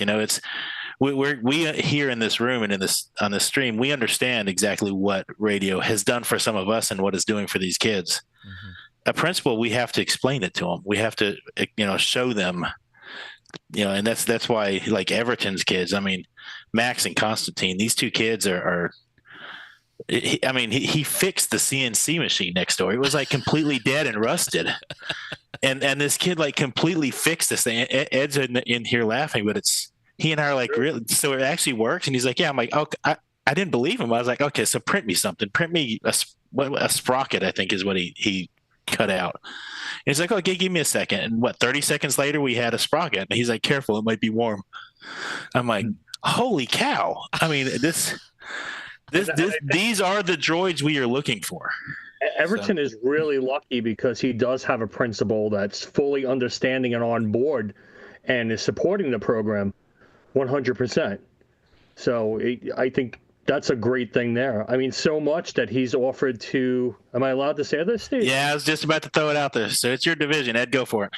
So I'm the Hudson Division Director, and Staten Island Technical High School falls within my division, and I am honored to go there all the time and hang out with these kids, because every time I go there, they teach me something, and I've been licensed over 30 years.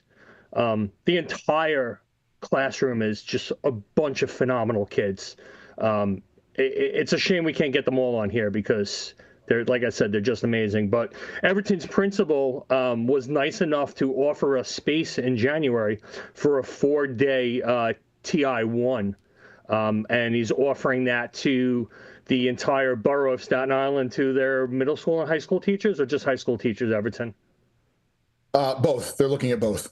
And it's actually expanded to also the Math for America network. So there's some very interested teachers I've worked closely with out of borough that are just super pumped to try to get in. So there's I mentioned earlier that, we were going to start doing things on the road, and, Everton School, Staten Island Tech, is the first road show that we're going to have. So, and, New York City, how many kids are in schools in New York City? 1 million?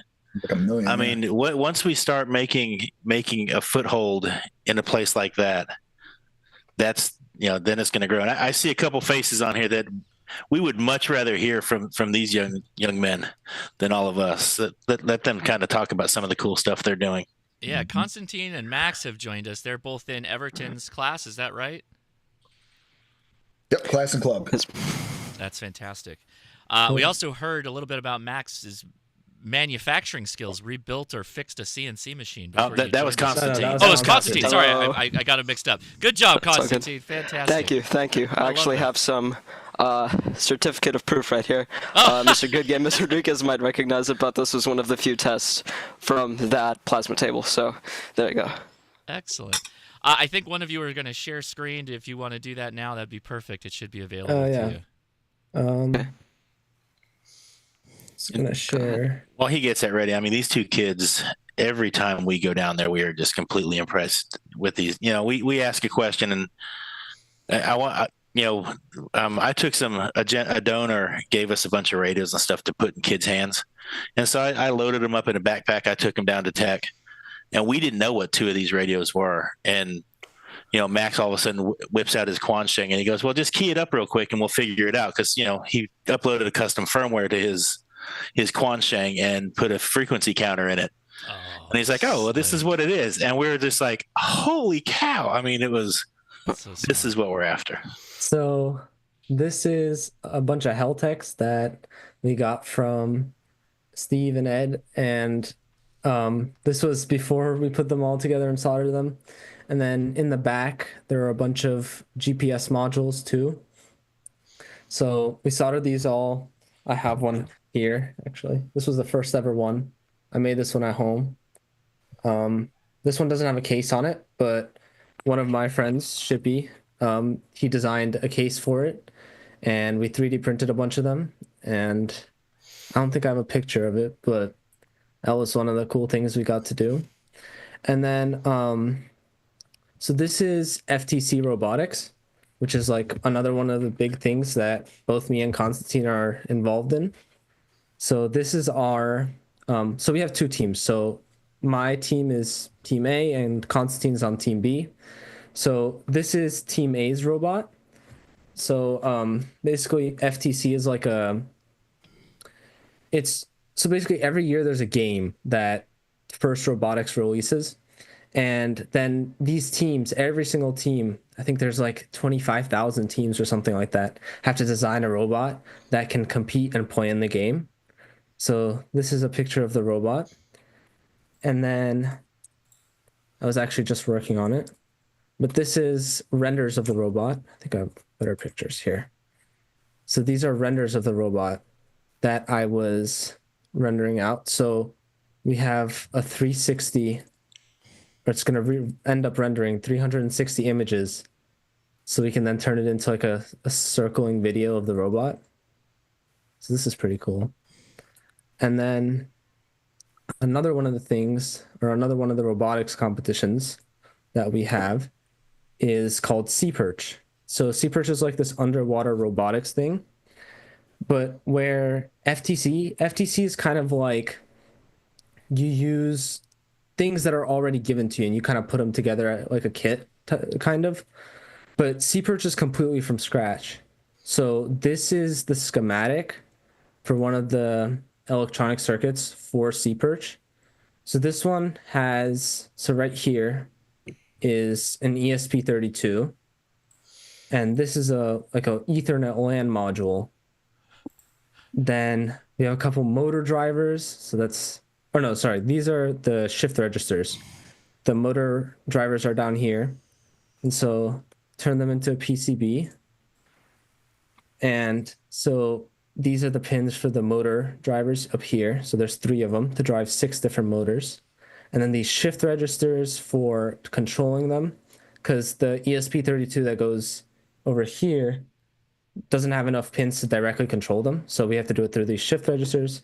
And then here is where the LAN module goes. So like the Ethernet thing. That's so cool. Yeah. So I actually have, so this is from, I ordered like a little mini PCB just to test it. But so there's the ESP32. And then on this side is the Ethernet cable. So you can actually control every single one of these pins through the Ethernet. And so even though the ESP32s have Wi-Fi in them already, it's an underwater robot. So like radio waves don't go through water. So it has to be wired through Ethernet. So that's kind of the idea with this. So that's one of the things we've been doing. And then another electronics project that I wanted to share. Can I ask you a question before you go off of the robot picture? I noticed the tape measure. What is the tape measure for? Okay, so this was a recent addition actually, but it's really funny. So the robot, the slides on this robot, it goes up. I can see if I can find a video, but basically the slides go up, so it can extend about 5 feet in the air. Oh, okay. And so this jumble of wires here kept getting stuck underneath the slides when it came back down. So what I did was I just kind of took a tape measure and zip tied it onto the bot, and then zip tied the wire onto the tape measure right there. Yeah, exactly. So when it goes up, the tape measure goes up with it, and then when it comes back down, the tape measure keeps it off to the side. Yeah, so the wires don't get caught in anything. That's a slick problem solution right there. Yeah. And, nice job. It's even in the hold on. It's even in the render. Oh wait, where did it go? Oh no. Oh, yeah, that's okay. But it's even in the CAD model. You can see it right there. Yeah, I saw it when it rotated. I saw that's what maybe I'm like I gotta ask about this tape measure. It's doing something, but yeah, you got a W1RCP in chat says, "Holy cow, brilliant idea with the tape measure. We used a bunch of rubber bands to solve that problem." So you got a pretty refined solution there. I like it. Yeah, my physics teacher, he was like, he bought like a toy lightsaber from like Target or whatever, and he was like, oh, this will solve the problem because you could just route the wire through the middle. And I was like, this is just a tape measure but more difficult. So I just grabbed the tape measure and zip tied it on. Plus you get the positive retention, right? Because it's going to pull back in. Yeah, that's slick. Nicely done. Hey, Max, could you do us a favor real quick? You had mentioned Shippy before and, some of the stuff he was designing with 3D printing. I don't know if he had that case uploaded yet, but could you just go to QRZ and just go to his page? Oh, yeah. Just share that. He's Alpha. Well, you know his call sign. Oops. And I just want to say a couple words about Shippy. This kid is awesome. He works closely with Max and Constantine, and he's definitely like our little 3D printing guru. And so he does a lot of cool stuff, from an engineering perspective. So look at it right there. That's the picture I want. That's a rendering that he's got for a fox hunt case, basically, for the offset attenuator. Yeah. And, it took some experience, with fox hunting, and he had to actually do it. And he was carrying around all these little electronics, and he was like, this isn't cool, man. Like, I need to come up with a better solution. And so he did, and he created a bunch of these. He's still going to give me an invoice for it. Oh, boy. But he created a bunch of these because he felt this would be a lot easier for the incoming students to be able to, to use and to be able to effectively fox hunt and appreciate the experience more than having wires get yanked out. So he's got a whole magnetic system to hold this, and it's pretty awesome. So I just wanted to feature that. And since Max had mentioned, the work that he did with 3D printing for. Yeah, and this CAD model, even though I originally designed it in Inventor, Shippy was the one that put it into Blender and set up the scene and everything else. So that's also Shippy's work. And then, like I said, there's a bunch of amazing kids. Unfortunately, we can't have all of them on the stream at once. I wish we could. Oh, this was interesting too. This was Coney Island Maker Faire. We showed off our robot. It is Ed. Yeah. And then one more thing I wanted to talk about was this one's a ham radio project. So with the new solar car team that Mr. Henriques was talking about, we needed a way to collect and send telemetry. So unfortunately, I don't have any pictures of this, but I'll just talk about it. So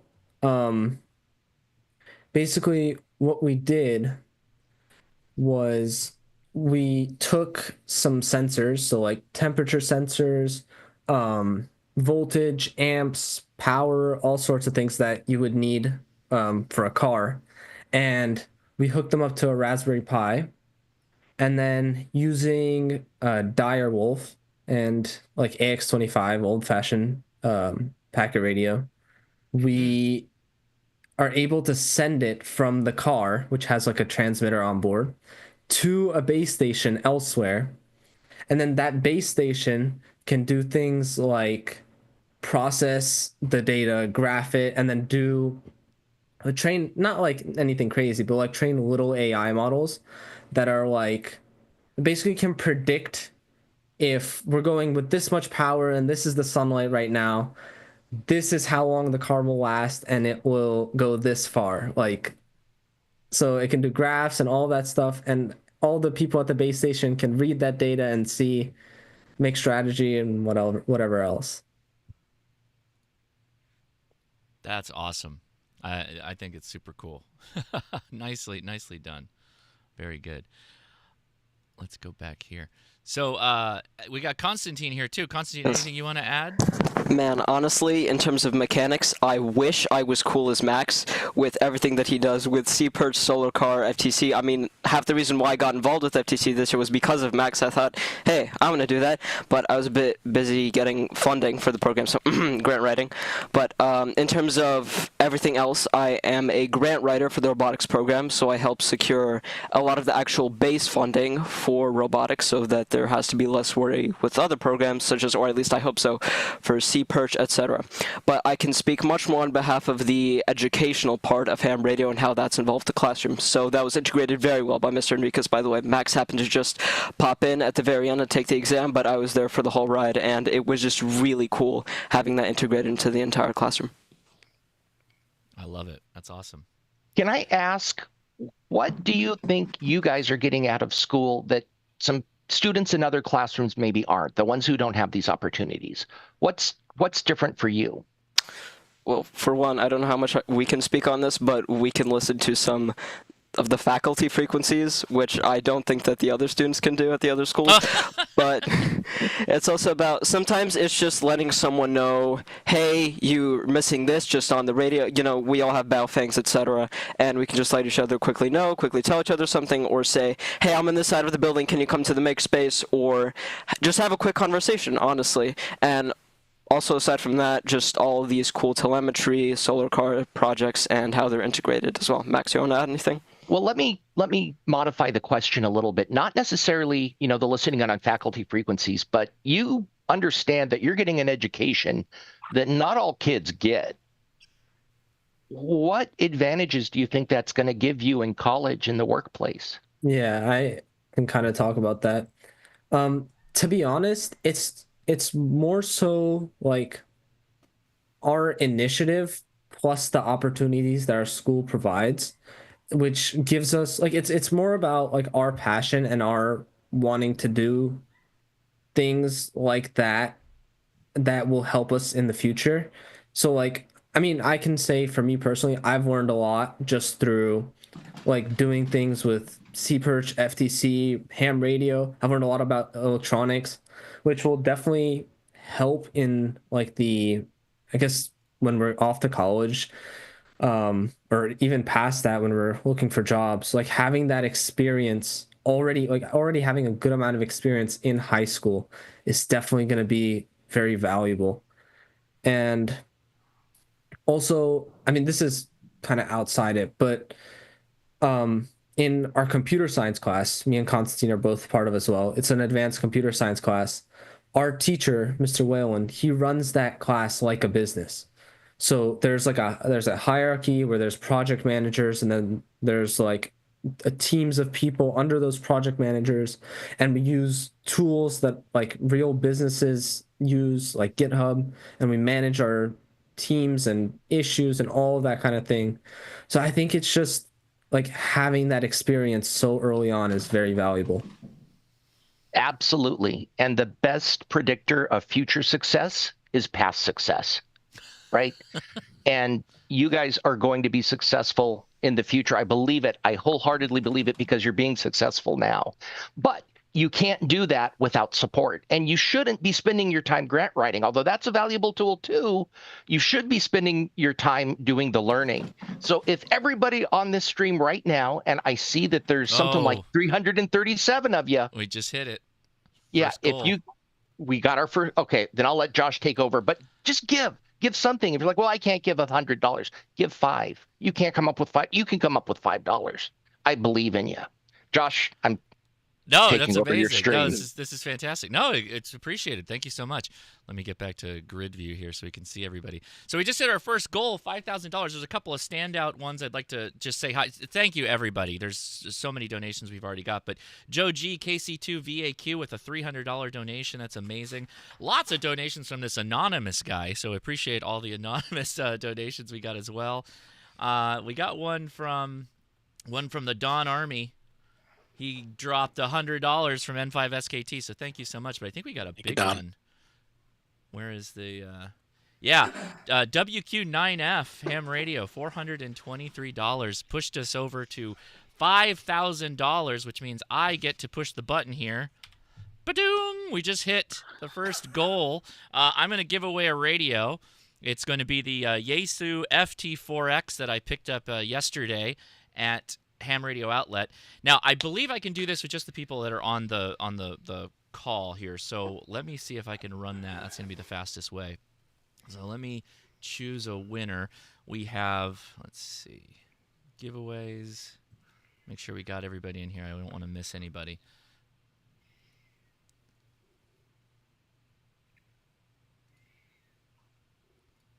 Now, I have a question for you, Josh. This $5,000 that we have just raised for the ARRL, is that more or less than what you spent at HRO yesterday?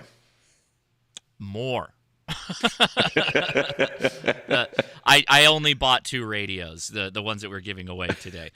So this is already just fantastic. We've done a great job. First goal is just really awesome to see. So let's see. I'm going to try and make this so everybody is in. How do I bump this up? Well, while he's doing that, I'm going to continue to encourage people to give because, $5,000 is great. We can send 1 teacher to the Institute. Right? $4,500 is the cost. That is, yeah. We need more. If everybody on this stream, and again, there's like 360 of you, if everybody gave $5 means nothing to you, but it means the world to them. And $5 times 360, smart kids, help me out. How many thousands of dollars is that? Sorry, I think we were discussing some things regarding robotics. May you please repeat the question, Max? And I will get out of on that one. 360 times 5. Max, you got that one? $1,800. $18,000. 1,800. Wait. Is it 18,000? 18,000? Yeah. That's 1,800. 1,800, yeah. This is why we don't do math on live streams. This is it. And then remember, we have dollar for dollar matching funds that have already been guaranteed, so that turns into 3,600. So how? 1,000, Steve. Yeah. 1,000.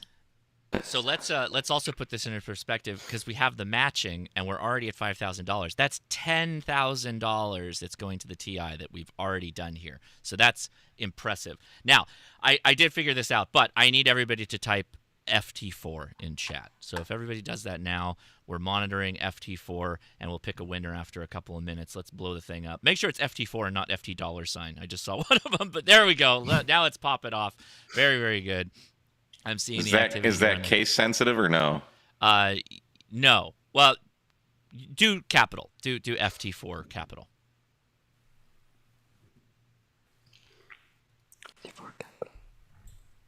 If I could tell another story for now. I don't know. I think Mr. Henriques might have told this one already.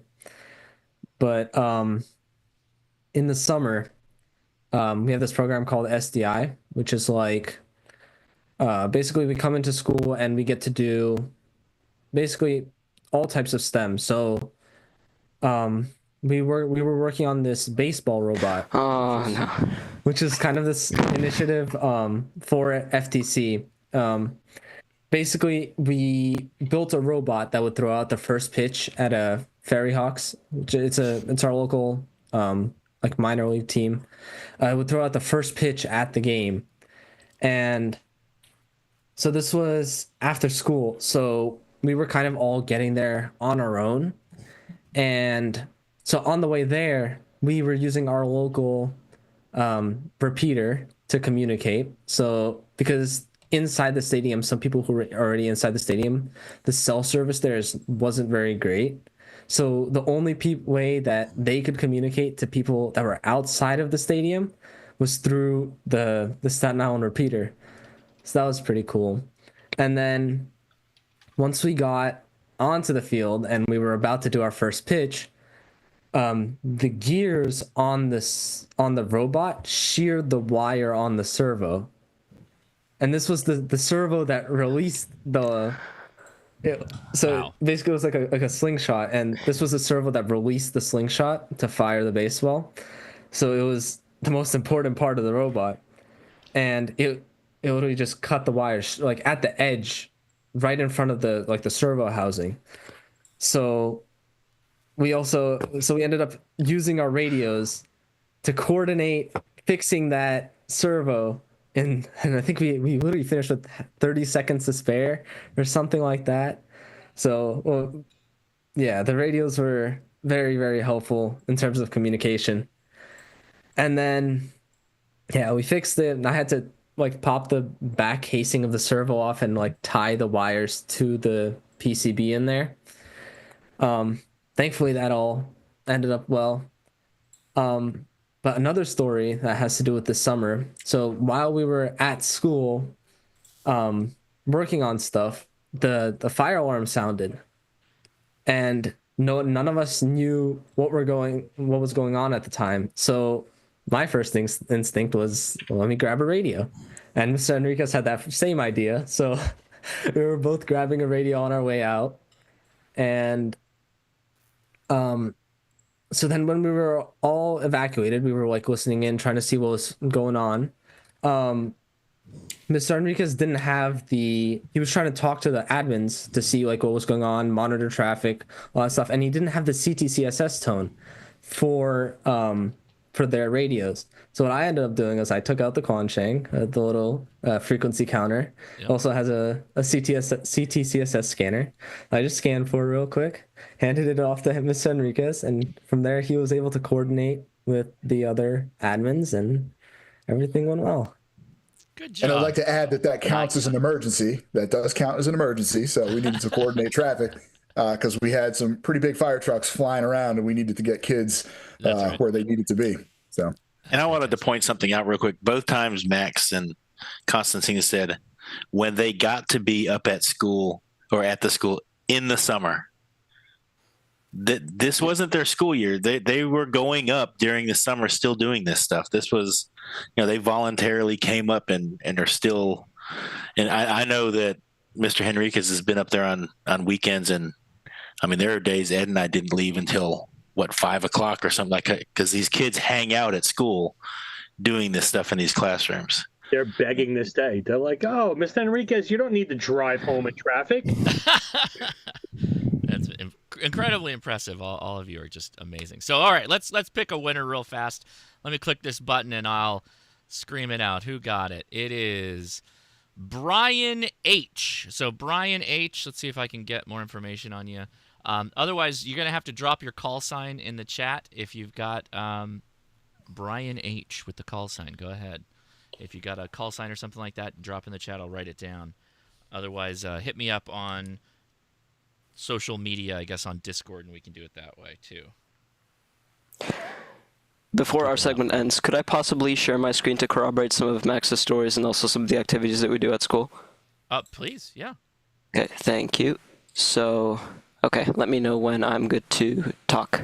Go for it. About what is on the screen. Okay, so here's the servo motor Max was talking about. I don't have the official pictures from the baseball game, but as you could see, we had to fix everything up, and in the end, that's where the wire snapped. That's where we had to put electrical tape at one point. The gears inside of that servo motor fell out, so we were on that grass field picking all of that up, and eventually we were able to get everything in order, and we were just using these small Baofeng UV5Rs. Just these. We were communicating with the stands, the bleachers, everyone who was in there, etc. So that's the first little picture. The second one, and I actually have both right here. Oh, no, I don't have the Baofeng, but here's this DMR transceiver gifted to me by the ARRL, Mr. Goody and Mr. Wilson. Thank you very much. That was a crossband repeater test. Max was on the other end, and that was just a quick test to see if it worked and how it could use that in our classroom purposes.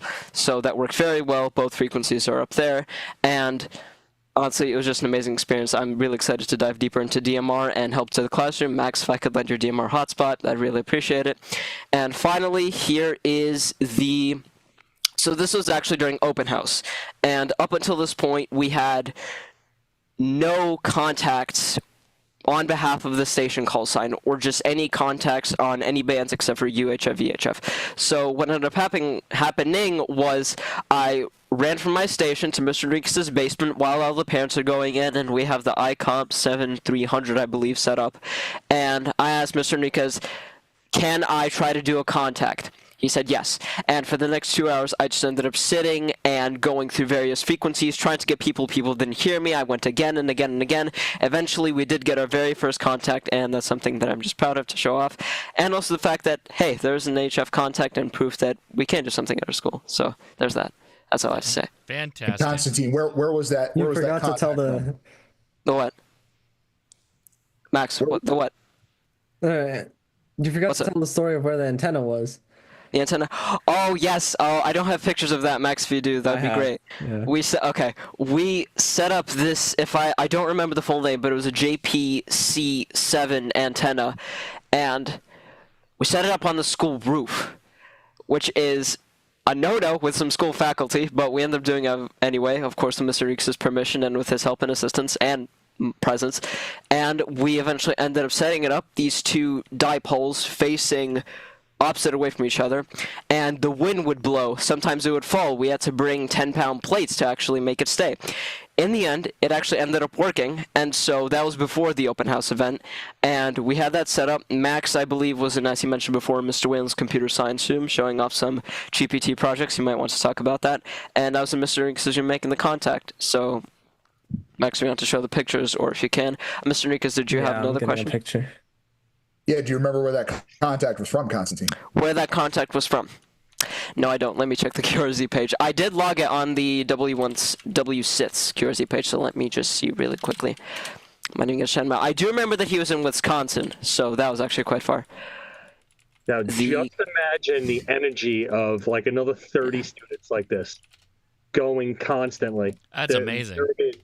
And that's all day, every day in that classroom. And they all always have an HT on them of some sorts, too. It's amazing. Like, was it Nicole? I was busting her chops. I'm like, oh, where's your HT?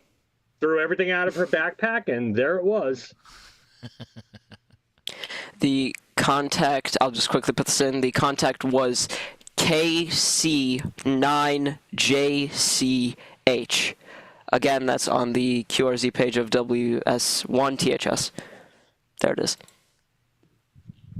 Yeah, so this is the antenna that we set up. It was, I think, I forgot how many feet it was, but right there, I don't know if you can see. Oh, yeah. There's like this little 3D printed thing that Mr. Henriques had me design like the night before, and we had it like off, and that's holding up the entire antenna.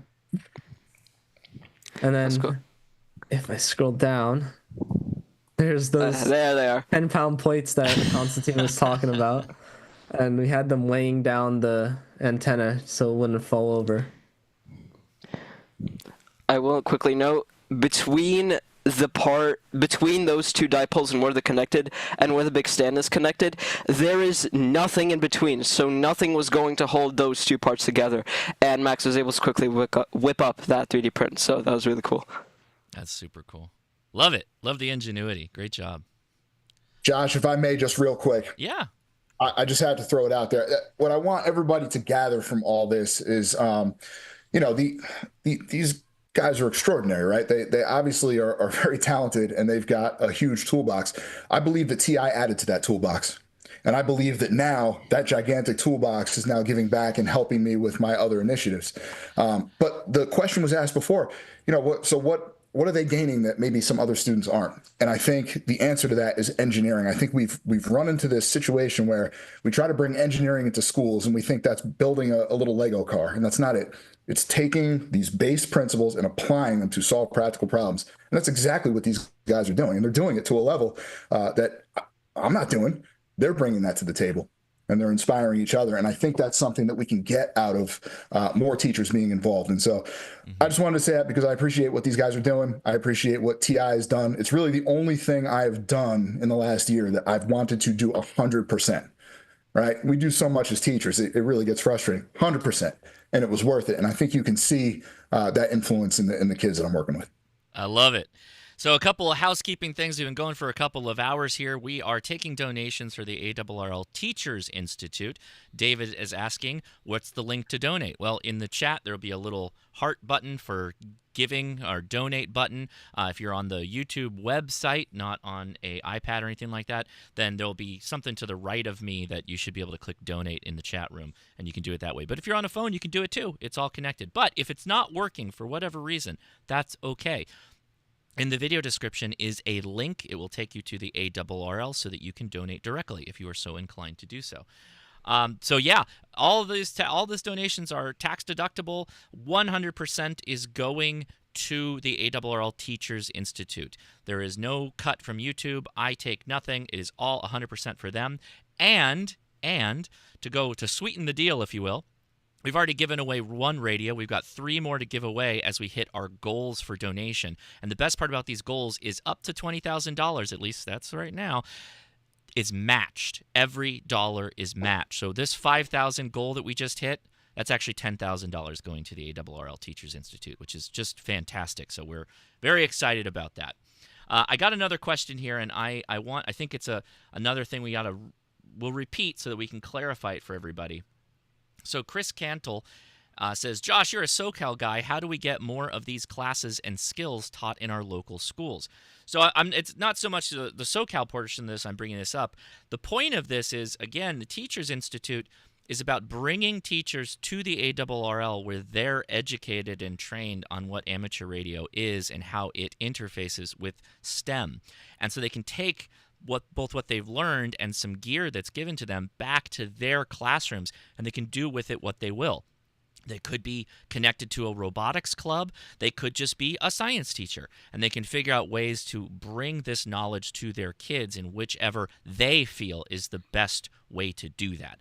Steve, is there anything you'd add to that as well to help clarify? And, if I want to point out, like if you're a part of a larger school district in SoCal, and they're willing to work with us on a venue for a space, we can bring it to you. If you can provide us teachers from several schools, that we actually get more mileage out of these donation dollars if all I have to do is fly an instructor and ship some gear than flying everybody to HQ. So if you've got a densely enough populated area where we can get a full class, absolutely, we can come there.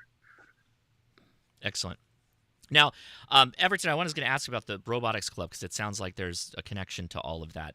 Is that something that was just kind of always at the school? Is that something that started recently? How did that all come about? Our school's a little bit weird because we tend to take on a little bit too much, and the kids are very, very involved. So we had a larger scale robotics program years and years ago before I arrived at the school, and then it disappeared in favor of a makerspace platform where students just kind of take on whatever they want. Well, it was Max and a bunch of these other guys that were like, hey, I want to do this. Like, I want to bring this in. So they brought in the FTC, the First Tech Challenge Club, which is the robot that he saw. And then C-Perch was another one that they brought in. And in fact, the ones that really convinced Max, as much as I love him, he wasn't the one that convinced me. It was a couple ladies that are also hams that were like, we want to do this. And I trusted them. I was like, you're reasonable.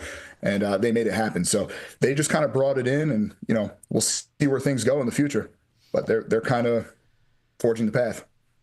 Absolutely. And again, we already mentioned teachers, right? So this program, to reiterate again for people who are joining us new, there is an application process. I've linked to the Teachers Institute in the video description and just dropped it in the chat. So if you know a teacher or someone that's connected to a school and is involved in educating the youth, you can apply to this. And I believe there is $100, right? Is that the cost out of pocket, Steve? Yeah, how does that work? It's $100 and that's it. We pay for everything else. And then so that's airfare, lodging, food, the training, the gear, all that goes into it, right? That's everything. Yeah, so this money is going directly to help that process to get more teachers educated in amateur radio. So fantastic job, guys. Appreciate you being on the chat with us. Thanks so much. Yeah, indeed. So it looks like... See you guys Thursday, guys. Yeah, that's right, because you're going to be out there. We'll be down there to test 160 kids. 160 kids is fantastic. That's it. Yeah, that's awesome. I love that. It looks like we've caught back up to my schedule, so oddly enough, it still worked out, which is kind of funny. Do we have Wayne? Is he in the... Let me see. Did I? Oh, I may be missing him. Yeah, I think so. Hold on. Thank you. I got it. All right, I think they're joining us as well as Jason's coming back in, too. We got a full house here. Everybody make room. Slide your seats over. If I can add while he's figuring that out, Everton, there's something else that you're giving these kids too, whether you know it or not, and that is self-confidence.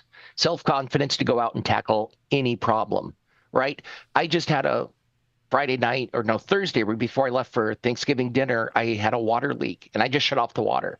Now, I had experiences like these kids. So when I came home, I spent, Friday and part of today fixing that myself instead of hiring some plumber at $200 an hour at Thanksgiving rates. You're doing for these kids a heck of a lot more than radio. And the least of all that we can do is give to you. So if you're out there in the lurking and you haven't given yet, why not? What's stopping you? $5, $20, you can $2. You can afford something. And if you're not doing anything to help this guy, help these kids, you got to ask yourself, why not? So I'm going to shut up before Josh kicks me off the stream. No, you're great. You're doing you're doing the things I should be saying, but I'm running around trying to do too many live streamy things at once. Oh, then I'll keep it up. Yeah, you're doing great. Did Josh go over how the giveaway is going to work this evening? I missed some of the stream. So I already did one. Basically, I'm having everybody say something in chat, and then it picks a winner randomly. And we take that name. Likely, hopefully, they have a call sign associated to it, so I can just pull the address from that. But we'll work out the contact info. So we already gave away our first radio, and we'll continue to do the rest. Real quick, Josh, on the giveaways, do they have to be in the YouTube chat specifically to get that picked up? Because that question came out of Discord. I did answer that earlier. So you need to be on the YouTube chat and type with your username for YouTube. That's how we find you. Okay. All right. So I think is that Wayne there we've got? That's Wayne. All right, Wayne. Perfect timing. We're ready to hear from you. How you doing? I'm well. How are all of y'all? Very good. Thanks for joining us tonight. Oh, and I'm very happy to be here, and very happy to. Well, maybe not so much. I'm having to follow these kids. That's just that's a tough place to be in right now. So. And so I see here. Let's see. Let's make sure I'm following my show schedule. What are you here? What are you going to talk about us today? What brings you by? So so I'm one of the instructors for the ARRL's Teachers Institute, obviously. So Everton was actually in 2 of my classes, and we just had an absolute great time. I love running the classes, and you see what comes out of them. You see these young men here who are just absolutely blowing us away. So very, very privileged to be able to teach. Help be with the teachers at the Teachers Institute. So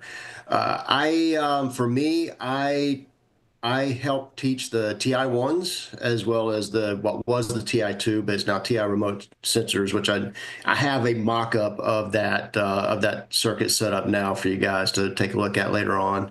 Cool. And then this past summer, I ran the TI, we called it TI-3. We had TI Space and TI ballooning, and I've been watching the live stream. I know that Steve said we found out really fast that was a lot of material to try to cover in a week, so we broke it up into 2. But we had a great time. Built with the teachers. We built a radio astronomy antenna array, who's really just 2, I believe it's 20 megahertz. I'm not really sure at this point. Dipoles for this Radio Jove program is able to look at some stuff happening with the sun. With that, you could also take a look at what's happening with Jupiter, depending on what the season is. And I got a great tour of the Haystack Observatory. That was absolutely awesome. And then the ballooning was a big hit, and just blew up or inflated, if you will, a Pico balloon. Built the platform. I did not know how long it would take to build the platform, but we built the platform. Had a 20-meter Whisper transmitter on it, and set that loose. So a lot of fun in that class. A lot of stuff to learn as well. So yeah. Let me ask you, what's been your favorite, I guess, demonstration to show or piece of information you've taught to some of these teachers? So on the TI-1, believe it or not, I'm sure you've all heard of the Lenz's law demonstration where you send a magnet down a copper tube or some sort of a metallic tube. And that one catches not only kids' attention, but it catches the teacher's attention as well. Once you see how slow that goes. With the kids, what I do is I kind of fool them a little bit whenever I'm teaching kids, and in that we're getting into there's two basic principles that we deal with, right? It's when electrons move, they're creating a magnetic field, and we have a moving or changing magnetic field that causes electrons to move. So that's what's happening with that tube. It's kind of a demonstration of that. What I do with the kids is I will take a magnet. I'll have one of the kids stand on a chair with the copper tube, but instead of the magnet, they'll get a stainless steel object that looks just like the magnet. So it'll either be a slug, or I learned the hard way in classrooms, you have to say sphere, not ball. You can't say that, and apparently that's bad. So anyway, so I'll have somebody drop that a couple times. So there, have somebody else try to count. And of course, it takes like a millisecond for it to go through. So they're don't understand the point, and I'll tell them I think they're doing something wrong. Swap them, and then I'll change out for the magnetic ball, but they don't see that. And then they drop that through, and as that thing drops through very slowly after they've seen the steel one go through really fast, and that then catches their attention, and now you've got their attention, and you've got a lesson to go through with that. I really enjoyed doing it. So simple, but I absolutely enjoyed doing that one. So. I love that demonstration too. I really messed with my kids using that one. Right. Yeah. Well, okay. So you brought some circuits or some kind of a demonstration. Let's take a look at it. Do you have? Sure. Yeah. Show? So, yeah.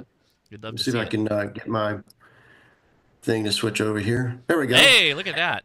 Yeah. So I don't know how well this video is looking. Hopefully, okay.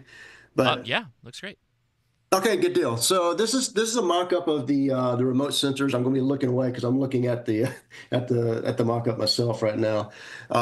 It's Arduino based, as you can see, or microcontroller based. So we use the Arduino. So this is for the remote sensors. On this board, we're basically mimicking a weather buoy. And we will set it up in some sort of a fashion to where it will collect water temperature, air temperature. There's two thermistors there, one for the water temperature, one for the air temperature. There's a BMP 280 on there where we can get the barometric pressure. It'll also capture temperature for us. So we'll grab that third temperature. It's a digital, instead of the thermistors was giving us analog data, which the big purpose of the class is to teach about or talk about analog to digital conversion. But with that digital thermometer, we'll use that to measure the temperature that's inside the box that this is being housed in, so we can see what's going on there. Get the barometric pressure and GPS data. Now this is not a complete mock-up. The one thing that's not on here is we power this with a 12 volt, like an AGM battery, right? We have a circuit. We'll build in a circuit divider. The idea there is we want to be able to measure what the battery life or the battery voltage is left in the battery. But the Arduino and most microcontrollers can only accept up to 5 volts in the pin, which we're using a 12 volt battery. So we use the voltage divider to bring the 12 volts down to 5 volts or 3.3 volts, however we want to work that, to go into the pin. And then we're getting the ADC value, the analog to digital conversion value. And with that, then we can calculate how much voltage is left in that battery. So that's the piece you're not seeing there. I'm just powering it right now off of a phone charger thing. So we can take a look at the data. I know you guys were running into some problems during the first part of your thing. I ran this thing today. It was running flawlessly, and now it's not, but at least it's running some. So I'll get some data up and running for us. So you can capture it on APRS.fi. But so eventually what happens is all of this data gets packaged into a serial stream, goes into a TNC. So that's that little green looking circuit board that you see there. That's from Argent Data. That's the T3 Mini TNC. And gets run over to the FT70 there, and then it gets transmitted out, and if it hits a digipeater, which I'm actually gating it from inside of my own shack here. And then it goes out to APRS.fi. we show the teachers how to go out to APRS.fi, harvest their data, kind of manipulate a little bit because we end up getting a lot of information that we don't want, but we end up being able to extract all of that weather data that we wanted, put that into a spreadsheet, and then, yeah, we can take a look at the data there. We can graph it. If a storm has been coming in, you can actually see the barometric pressure, drop through there and such. So the data, am I allowed to share a screen? Let me see. Maybe. You can share, please. Oh, wait a minute. Share. Okay, cool. You guys see, so you should be seeing APRS.fi? We do. All right, good deal. So my buoy,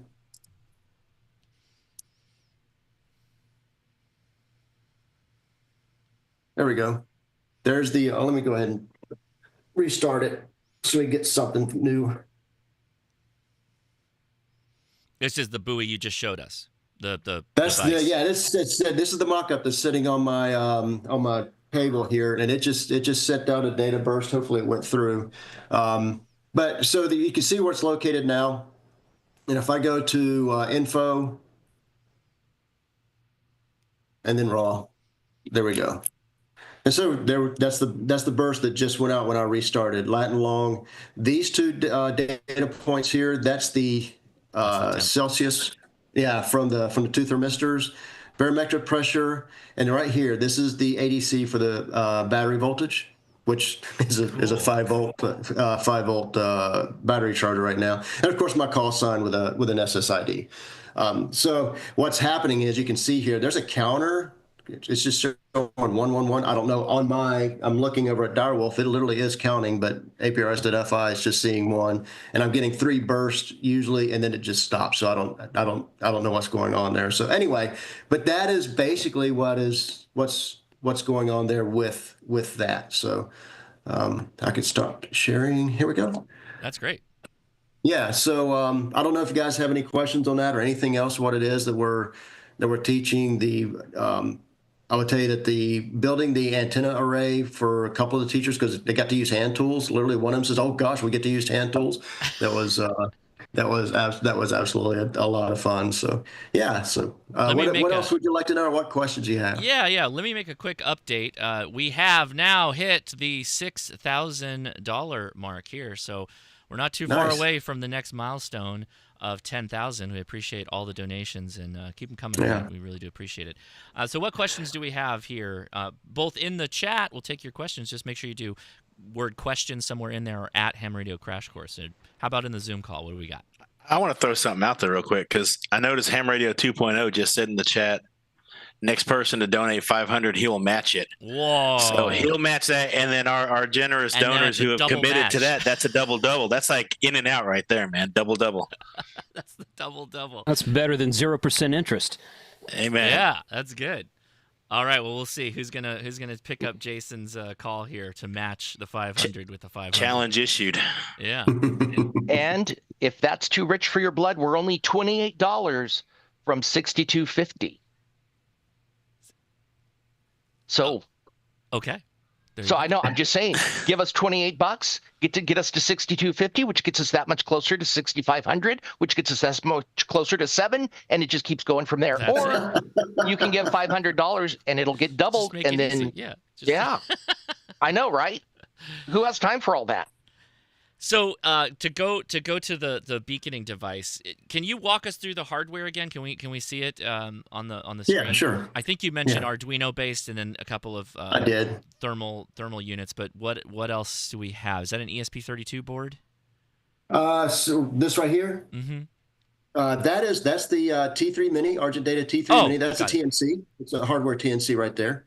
Mm-hmm. And then I've got these cables right here, are these pinouts. They are going over to the FT70. That's what puts the FT70 into PTT and then sends out the data whenever that command happens. GPS module kind of might be, obviously, I'm not sure, but GPS module. This is the BMP 280. Okay. That has temperature on it, but also has barometric pressure, which is the most important thing for us on here. And then the thermistors. It's out of the view. This is one of the thermistors right here. Mm-hmm. And of course, there's a say they're waterproof.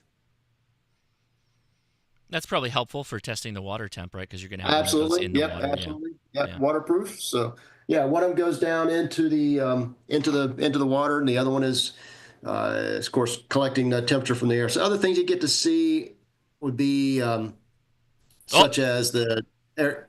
What's that? There it is. Double 500. Double. Wow. It looks like Anonymous beat me to it, so I don't have to do it now, right? WQ9F donated 500, and Anonymous donated 500. Donated 500 as well. All right. Wow. All right. Thank you. True to my word. Here we go. Oh, here we go. Jason's going to drop it. Yeah, we're now even closer to our $10,000 goal. Wow. Thank you, guys. That's amazing. Good job. Oh, good news. So there's a number of people watching that are in countries that they can't use the donor button on YouTube, but the ARRL link that we have in the description for the video, where you can just use your credit card or whatever, that works fine, and it works the same. It goes directly to, hey, there's Jason's. It goes directly to the Teachers Institute as well, so that's a great way of doing that. Wow, $7,772. Boom, that is huge. Just amazing. So we're close. We're close to 10K. We're gonna. Is that where the next radio is at 10K? That's right. We're gonna give away the VR N76, one of my favorite radios of 2024. Oh yeah, that's a good one. Yeah, yeah, that's a cool. Yeah, you have the UB Pro, the B Tech. It's the same thing. Yep. I mean, somebody put in the chat the other day that they thought there was something different about the memory banks. I got to go research that. And the B Tech only comes in black. Other than that, it's the same radio. Yeah, VGC, I believe, makes them all, but B-Tech specifically licensed to sell them. And so, right. Yeah, they're both great radios. Excellent. All right. So, go ahead. I was just going to say that particular radio is very, very hackable. It's an excellent hacking target for anybody out there who wants to intercept the Bluetooth and do whatever it is that you want to do with it. Huh. Yes, there's an idea. No, there goes Wayne. So Wayne, what's your APRS performance like? You're just running a 70 on its side, and you seem to get out pretty well. You're the jealous of one Mike KMRD right now. About your abilities. Right. Yeah. So yeah, it's right behind me, over to the other side of me. That's where my VHF radio is. It's connected up to pinpoint APRS, and I'm gating that way. But we have actually a really good digipeater here in Towns, and then another one up at Midway, which is literally, it's called that because it's midway between us and Savannah. But we've got a pretty good APRS network here. I enjoy working with APRS. I try to do a number of experimental things with it and such. But yeah. So the other thing I was going to mention is that, you mentioned that it is on an Arduino, so it's all being controlled from there. So we work with the teachers to teach them how to program it, how to do some basic programming. And we start off with such things as making LEDs light, come on and off and flash, which honestly is one of my favorite things. And I tell the teachers that I just like to see LEDs flash. So, and then count and all that. And then we work our way up into being able to read the sensors and then put that into a sketch. I keep saying program. I understand with Arduino it's called a sketch. I do tell the teachers once we get to the point to where they're ready to do the actual buoy, I have that pre-programmed. All they have to do is change some things like their call signs. I do tell them to be aware of the comedy that is my code. So I am 100% self-taught, not the best coder in the world, but I can make it work. So, good. Yeah. And you mentioned buoy. So yes. What are your goals with this buoy? Is it some kind of thing you're just going to throw out there and hope it traverses the world, or what's the plan? For the Teachers Institute, the plan is to be able to get into a waterproof container, sit on top of a bucket, so it doesn't fall in overnight, and collect data. Okay. So I was a little extreme with where I was going with that. Okay. I would tell you what I've done with the kids that I work with, and if you're not familiar, I'm actually out of the homeschool community. So cool. I teach at our homeschool. It's now a homeschool association rather than co-op, and I really don't know what the difference is except for spelling. But I also run an after-school program for the homeschool kids. And really, I'm not closed to homeschool. I actually have kids that are in public school and private school in my program as well. But it's mostly homeschool. That's my target audience. So we have actually built this into a dry box. Had some PVC tubing. And I actually did this when I went through TI2 as well. But we built a flotation device with PVC tubing and pool noodles and just bungee cords, literally to hold it on there. No, it's not quite. It's not quite weather or sea proof, if you will. Probably you saw where I live. I'm right on the Atlantic Ocean. We did not launch it on the Atlantic Ocean, but I do have several friends who have docks on the some of the coastal rivers. So we actually tied it to one of those and let it run. So yeah. So if we can get that far, that's awesome. So I love it as kind of like a demonstrator too. That's a lot of fun. I make the kids that I make. Well, I just sent another burst. I make everything to where I'm making up a word here, breadboardable, if you will. They can solder it later on, but the idea is the kids have to think through. It's kind of like what Everton is doing with his kids. They have to think through how to wire it, how to program it. Of course, I get them started, but then I'm very good at just making them struggle through it. And for me, it is, and I'm sure for teachers as well. I'm sure Everton would probably relate to this. If you have a kid who's working through a difficult problem and they solve it, that look that's on their face is priceless. And you know that they have learned something that is a growing moment, and that is absolutely 100% amazing to watch. So.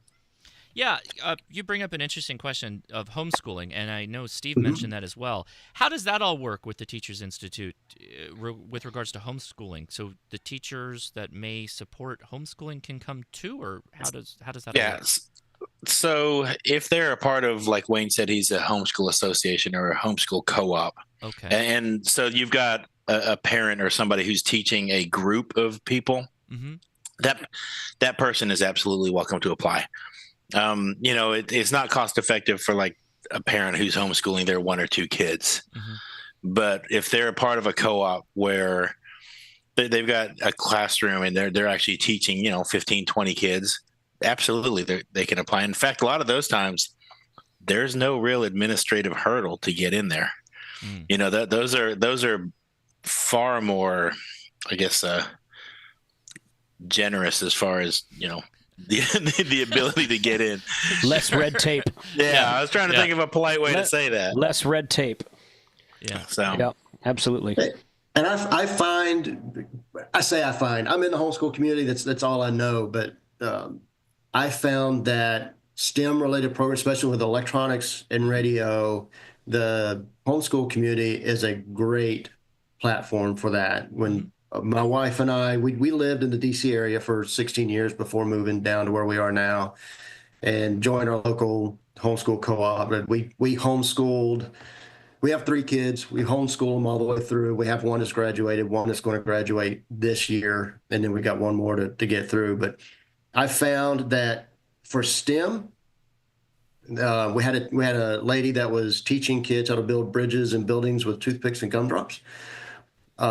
And I just felt like I could do something a little bit better. So I put out there that I could put out, and it was going to be a one-time shot, though. I was going to put out an electronics class, basic electronics class, and what do you think? Do you think that'll be a hit? And it ended up being a huge hit. I actually ended up having parents call me up and ask me if they can be in the class even if their kids aren't. My first class, I ended up with around 30 kids. And it literally was just a basic electronics class, 10 weeks, one night a week. And every time we met, we had a project to build, and, how does it work? And we just started with the basics. This is a resistor and this is an LED. And then went from there. About 8th or 9th week, I had one of the kids come up and ask me, said, "Mr. Wayne, what are we doing next?" I'm like, "Oh, don't you worry. I got something set up for you."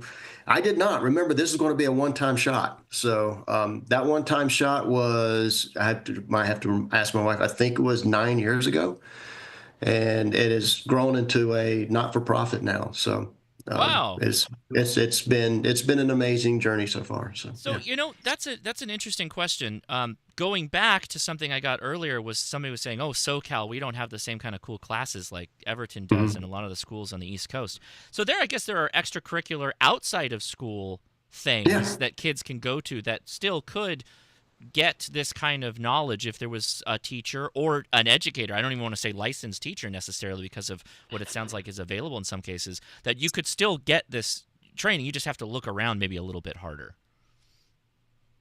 Yeah, I try to get the word out, let people know that I'm doing this. I've got 5 different Facebook pages I can post to and let people know that, what we're going to be doing next, when we're going to start and such. But yeah, after school, I think that ends up working out really, really well. You're not constrained to like a 50-minute class period, which is how we handle the association. The kids, they come into the classroom once a week. They have 3 periods they go through. It's each of 50 minutes, and then they go home for the rest of the day. I'll run a program I usually shoot for an hour and a half. But I'll get kids, they're like, we're not ready to be done yet. So parents are waiting to pick up their kids, and we're going a half an hour over. So anyway. I love that. That's kind of what my wife does with our robotics club out here, Vex IQ Robotics, for my younger sons. And nice. we're getting at the point where the radio aspect of the control is going to be more important, and they've got a little bit more understanding there. So it's exciting to kind of see what shapes up. But I love it. Thank you, Wayne, for sharing that. Yeah, thank you. Yeah. Was there anything else, or was that the demo? No. That's great. Thank you. Demo. I love it. Remember everybody, again, this is obviously we're trying to make money for the Teachers Institute. Over $8,000 now. We're almost at $10,000 the next radio giveaway, which is amazing. But this is also still to get the word out about the Teachers Institute. We want you all watching, if you know a teacher, an educator, let them know about the Teachers Institute. Give them the website URL. Encourage them to get involved with it, specifically or especially if they're related to STEM at all. And we already heard from Steve earlier that you don't necessarily have to be a teacher to go to the Teachers Institute, right? You've had principals go, and I think you even said somebody that kind of supports the facilities at one of the schools. We had Aaron, I think he manages the bus shop or something. Yeah, I mean, if they're working with kids at the school and they're a part of the school, then they can absolutely come. That's fantastic. I love it. So everybody, this isn't just, we appreciate the donations and keep them coming. We want to hit all those goals because we got the matching going on, right? Every dollar is going to the Teachers Institute. But please encourage teachers to check this out. If they're at all, you think not yet a ham radio operator, or they're, secretly could be one, maybe give them a little nudge, point them out and what they're doing out there, because it's amazing. So we really appreciate it. Wayne, thanks for taking the time to be a part of the show, and feel free to hang out as long as you'd like. We're going to be here. I'm going to try and be here until we hit that 20,000 mark, so everybody buckle in. I'm going to have to stand up. Thanks for having me. Yeah, Thank you. I appreciate it. Thanks for having me, and I want to wish everybody a Merry Christmas, by the way. So. Oh, yes. Thank you. I am going to have to stand up here to use the facilities myself, and also to fight off any deep vein thrombosis that may be setting in from sitting in the chair all night here as we try to hit these goals. But I think Ed is up next. Ed, you've been there for a little while. You're still with us, right? I haven't heard from you in a bit. Hey, there you are. How you doing? I'm doing good. Good. I'm just sitting back and enjoying this all and taking in the kids there. Max and Constantine are amazing. Looking forward. Steve and I were going back on Thursday, and like Everton said, we're going to be testing another 160 kids. So it's really an amazing program. I really wish everybody can, like they said earlier, just donate $5. Donate something in there, and if you can't donate money, when you hear these kids on the radio, your local repeater, don't be a sad ham. Don't make fun of their radios. Absolutely not. Dial fangs, they're using the Quashangs, and they're doing their best. Oddly enough, the fact that they took this very inexpensive Chinese radio, put the unlocked firmware on it, got the frequency counter working, used that to determine how a radio device what frequency it was operating on, probably is more than most hams do in kind of the deep diving of what the radio is actually doing and knowledge of radios, even with their little inexpensive Chinese radios. So you can't knock the knowledge and the application of it, that's for sure. Absolutely. I reached out to Max during the week because I needed to figure out how to get the CTCSS reader on the Quashang radio. That's awesome. That's awesome. Yeah. So I'm gonna throw it to you. I'm gonna give the Zoom the full screen here. You guys chat for a little bit. I'm gonna go stretch and use the restroom, and I'll be right back. So you take it away, guys. Ed, the show is yours. You tell us what you want to talk about. The show is fine. Oh boy.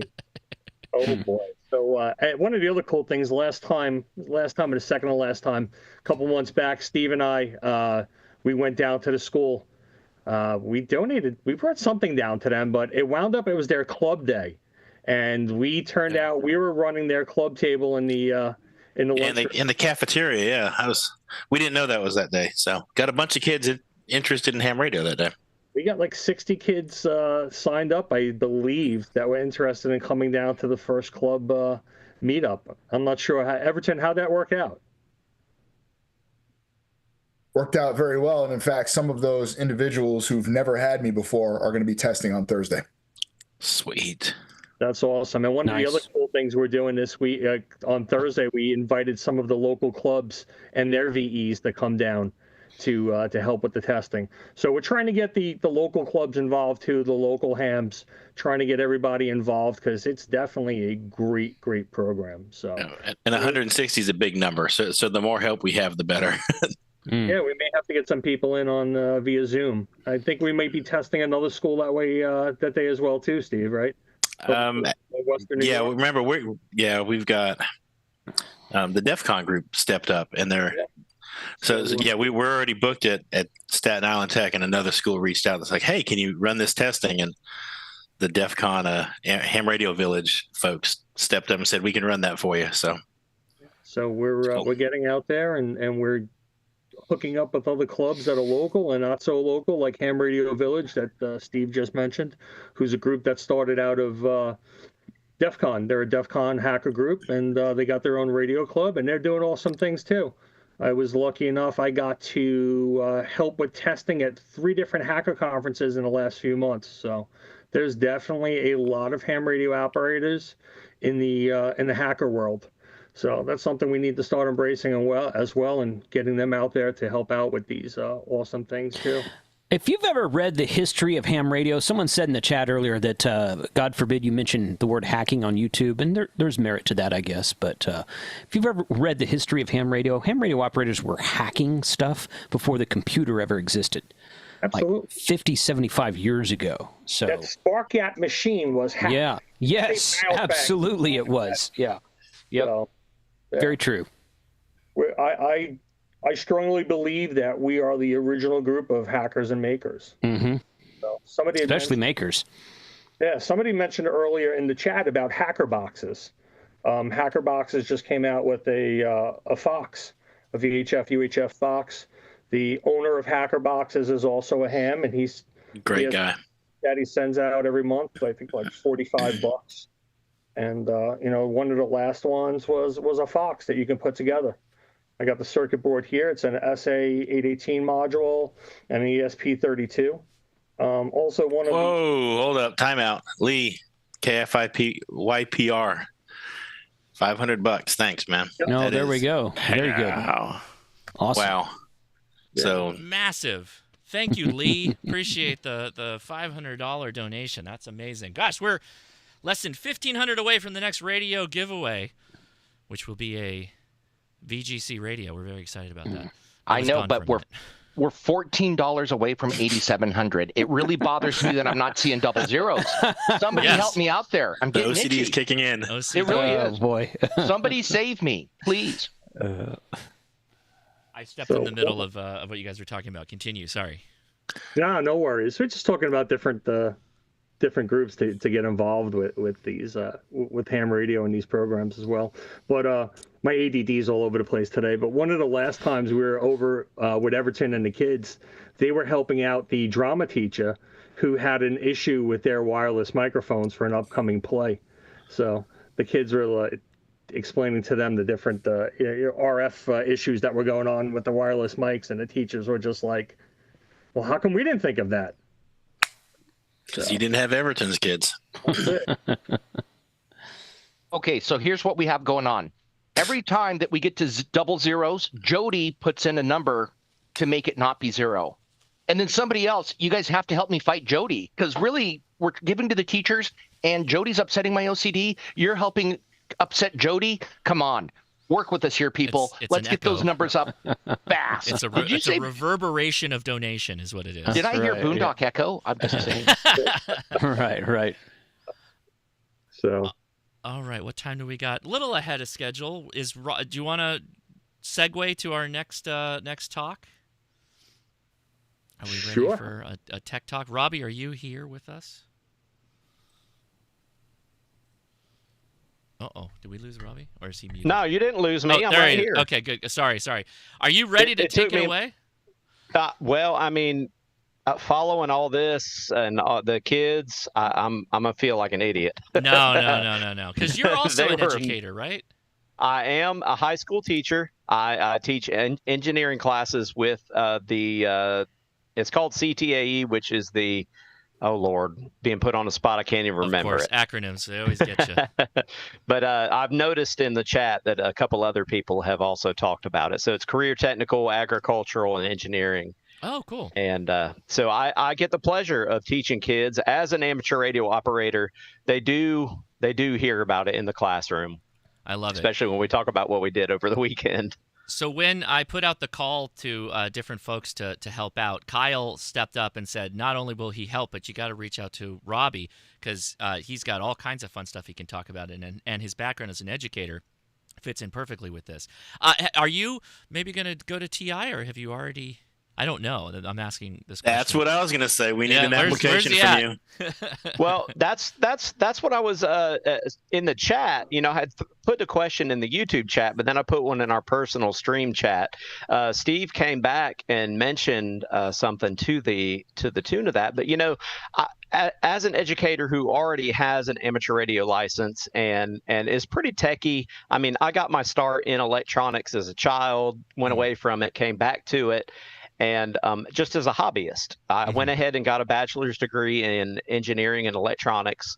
I would feel like if I were to go on ARRL TI's dime, it would be like a suck on the system, and kind of wouldn't be fair to take away from somebody else whose school system may not pay for it.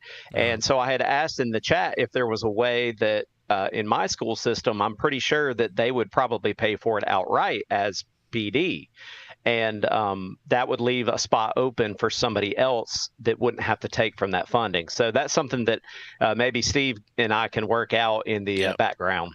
I love it. Well, and don't feel like you, just because you're already licensed and stuff, you shouldn't come. About half of each class is already licensed when they get there, and every single one of them leaves thinking, "Holy cow, this is the best thing I've ever done." And plus, not to mention, I'm going to have 30 or so of these sessions in 26. I'm going to need more instructors. So, if you're already on it and you come through the programs, maybe we can work some on it. I notice you have the right haircut, so. I know, we all fit in. It's crazy. Yeah, I was putting together the thumbnail for this video, and I'm like, boy, we certainly have a look for all the folks related to TI, don't we? The National Institute of Bald Guys, yes. But so, yes, I'm ready to go, and when you're ready, you just set me free. Oh, no, this is a beautiful timing. So Wayne just showed off a Arduino project, and I know that there's a ton of hams that don't really know much about Arduino, but you're here to actually educate us a little bit on that, right? Yes, I picked Arduino. I was panicking because earlier today I hadn't heard anything back from Josh, and I was like, is this live? Is this pre-recorded? So I already did it. Buddy. Yeah. I already did a pre-run this morning, and it's going to be right at 25 minutes if I can keep myself together. Now it's later in the day. The ADHD meds are worn off. Uh-oh. Well, you got plenty of time, because we're here until we get to 20K. At least we're gonna do our best to do that. So the floor is yours. We need folks to definitely donate, because I mean, if you are just tuning in, of course you need to go back and see some of the product of this program already. I mean, I knew it existed. I've been emailed by somebody at the TI, and I gave them some code for a Fox for the Arduino that I had already done previously. and they said they wanted to try to incorporate it into the class. And then I was like, that would be great to kind of show on the live stream. So I gave it a run this morning. I'm ready to go and hopefully show everybody that's in amateur radio how to get started for free. Oh, okay. Well, go ahead and share screen, whatever you'd like to do. It's all you. All right, well, let me fuss through that. I know they told me before we started how to share the screen, and I am clicking the button. All right, so let's see. Are we there? Yeah. All right, good deal. Well, Alpha Zero Zucchini had already talked about Tinkercad earlier. He called it Thinkercad, but I'll forgive him. Tinkercad is one of those things that I use in my classroom because I don't have to get anything out of the cabinet. So it's a great way to make mistakes. And what's great about Tinkercad is it has a electronics circuit simulator built in. And if I can get this out of the way, I will go to this is the circuit that I built earlier on my on the video, which I figured this would be something cool to put on my own YouTube channel. Start with the basics and then work our way up to being able to make an electronic circuit for ham radio. Most of the time, I just put out a brief description of what I've done. So in Tinkercad, I don't know if I showed that very well. Let me start back over. Once you get an account, which is free to have an account, it is through Autodesk, and they also do Fusion. They have AutoCAD. They have all kinds of stuff. But this is great for any age if you want to get somebody started with 3D designs, or if you want to get somebody started with basic electronics, and they do have tutorials. But once you get into the actual front end here, for Tinkercad, your home, you can go over here to create, and you can create 3D design circuits or code blocks. I've never messed with code blocks. I don't know what that is, but you click on circuits and it will create a brand new circuit with a random name. So we'll call this the ARRLTI Fundraiser. And so you can name it, and then you have all of this stuff over here that you can choose from if you just want to mess around with electronics and see what is a battery, a resistor, and an LED. And quickly, I'll just throw this together really quick so you can see that you can simulate circuits on here. So you can throw you a 1K resistor is the default, connect your anode, which is the positive, and the cathode to negative, and then you can simulate. Whoa. And you can see that it lights up. And I gotta be sure, because there's something hovering right over here. I can't find the minimize button to make it go away. All right, there we go. All right, so the other cool thing that I like to show my kids, and I say the reason, and I say kids, they're teenagers. I teach right now 10th through 12th grade. 9th graders are coming on board soon. But if you start simulation, and there are some things that it takes into account when things blow up. Oh, and wow. So I try to teach my kids. I was like, hey, this is not good. It's going to pump all of the current it can through this LED, which for a typical 9-volt, I tell them is about 450 milliamps. And that is going to exceed the 120 to 170 milliwatt rating of an LED really fast. So that's a lot of fun to teach. But the reason that I came here tonight was to show you guys, or today, I forget, the Californians, it's very early out there, is that if you want to learn some basic Arduino programming, if you go down to starters, I'll click off and do this again. Right here under components, you can go down to starters, and this has, with code already there, circuits for the Arduino already built. And the one that I'm going to start with is just the basic hello world of electronics and programming when they get mashed together is to make an LED blink. Now, honestly, you don't have to do anything because the program is actually already there. So this is one of those things where you actually learn by taking something apart. And so I'm going to show you that now. You can change your circuits for all of this, and you have code.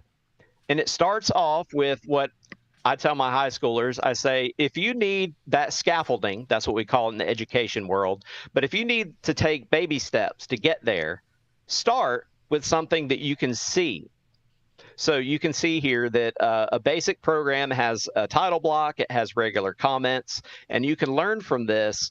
Set built-in LED, happens to be pin 13, to high.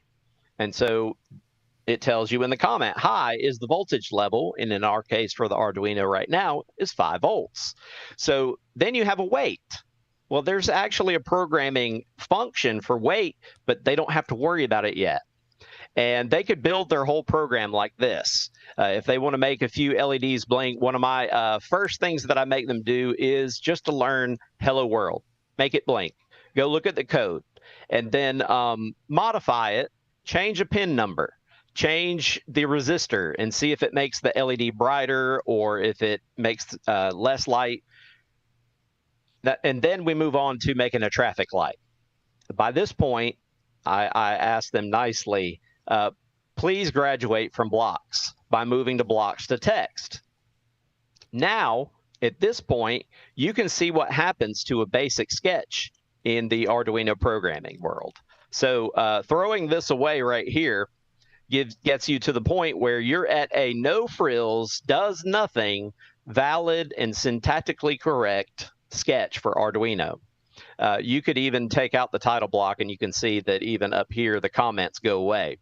So this is the basics that I teach my kids. Void setup and void loop is the basics for a sketch. And then as my students start to drag and drop, the first thing I tell them is you need a forever loop or else it'll only run once, but Arduino is always going to be in that forever loop. I don't want to mess around and find out what happens if we didn't have that there. So this is the while one loop of the Arduino. They call it loop. Let me backtrack just a minute. Arduino is amazing because they're one of the companies out there that made it where you don't need a college education to understand and get involved with microcontrollers. They have made it all available open source, even to the point that their board, the Arduino Uno and the Mega 2560 and all of the other variants out there or flavors, you can look at the schematics of these and you could make it yourself at home if you wanted to etch the board. And there are people that have made these and they sell them for a lot less on the Zon or some of those other places. Elegoo, and I've seen that name mentioned in the chat a few hours ago. Elegoo is definitely one of them that has lower cost knockoff boards. And that is okay because Arduino allows it as long as you don't use the Arduino name on it and their likeness. So you can't use their icons or anything. Right. Yep. So I teach my kids, getting back to this now, is go ahead and do a little experimentation. Drag and drop something in there. And normally I tell them get away from the built-in one because that is only pin 13. I say, why don't you go over there and drag set pin something to high and maybe pin 7. Watch over here what happens when you do it. So if you take it out of the forever loop, you notice it disappears. Drag it back in. There's two things that happen, and this is what I teach them, and then they get to do it. Is the first thing is it adds a function called pin mode. And so what I'll teach them and what I'm hopefully being able to teach to those of you in the stream tonight is that there are two parameters that pin mode needs to have in it. And that is first, the pin number that you want to activate. And since we are working on pin 7, we're going to move our wire to digital output 7. And it also changes in void loop, uses digital write. 7 is the pin number, so that's the first parameter. And then whether it's high or low. So high is, in our case, 5 volts. And a low would be 0 volts, or what a lot of us in the electronics world like to refer to as the common ground. And I did see somebody in the chat earlier mentioned basic, And there was some basic stamps back in the day, and I did grow up on some of that. But when I went through college, they made us go way deep into it. And you don't need that for the Arduino, which is great. And so the thing about Tinkercad is you don't have to spend any money up front to simulate it and learn the language. So Digital Write 7 High, there is a delay. This is Tinkercad. They put it there because the simulation will go absolutely crazy if you didn't have that in there. But then I say, go back to control. Drop you a weight in there. Go ahead and play around with that weight. What happens if you change it to 0.5 seconds? And they get to see it happen right here. Delay 500. And then I teach them 500 milliseconds. If you do 500 divided by 1,000 milliseconds, then you're going to be left with a half a second. So play around with that. And then another thing is, and this is what I do not like about Tinkercad's blocks, is the duplication and changing of things is kind of a pain. So that's why I also encourage them, if you want to copy and paste somebody else's code, don't reinvent the wheel. I tell them, go find out what somebody else did. Take it apart, see what it does, change something in it. If it breaks it, put it back.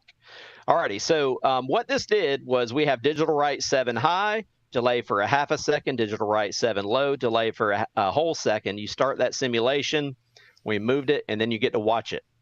And now it looks more like something that would sit on top of a buoy or our ham radio towers.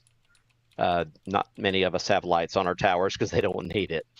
Okay, so the next thing, going to text, and text only is what I try to walk my students to get into, because there's so much more that you can do, because we get frustrated with having to look for it over here in the blocks. So you click continue and just accept the fact that blocks are gone now.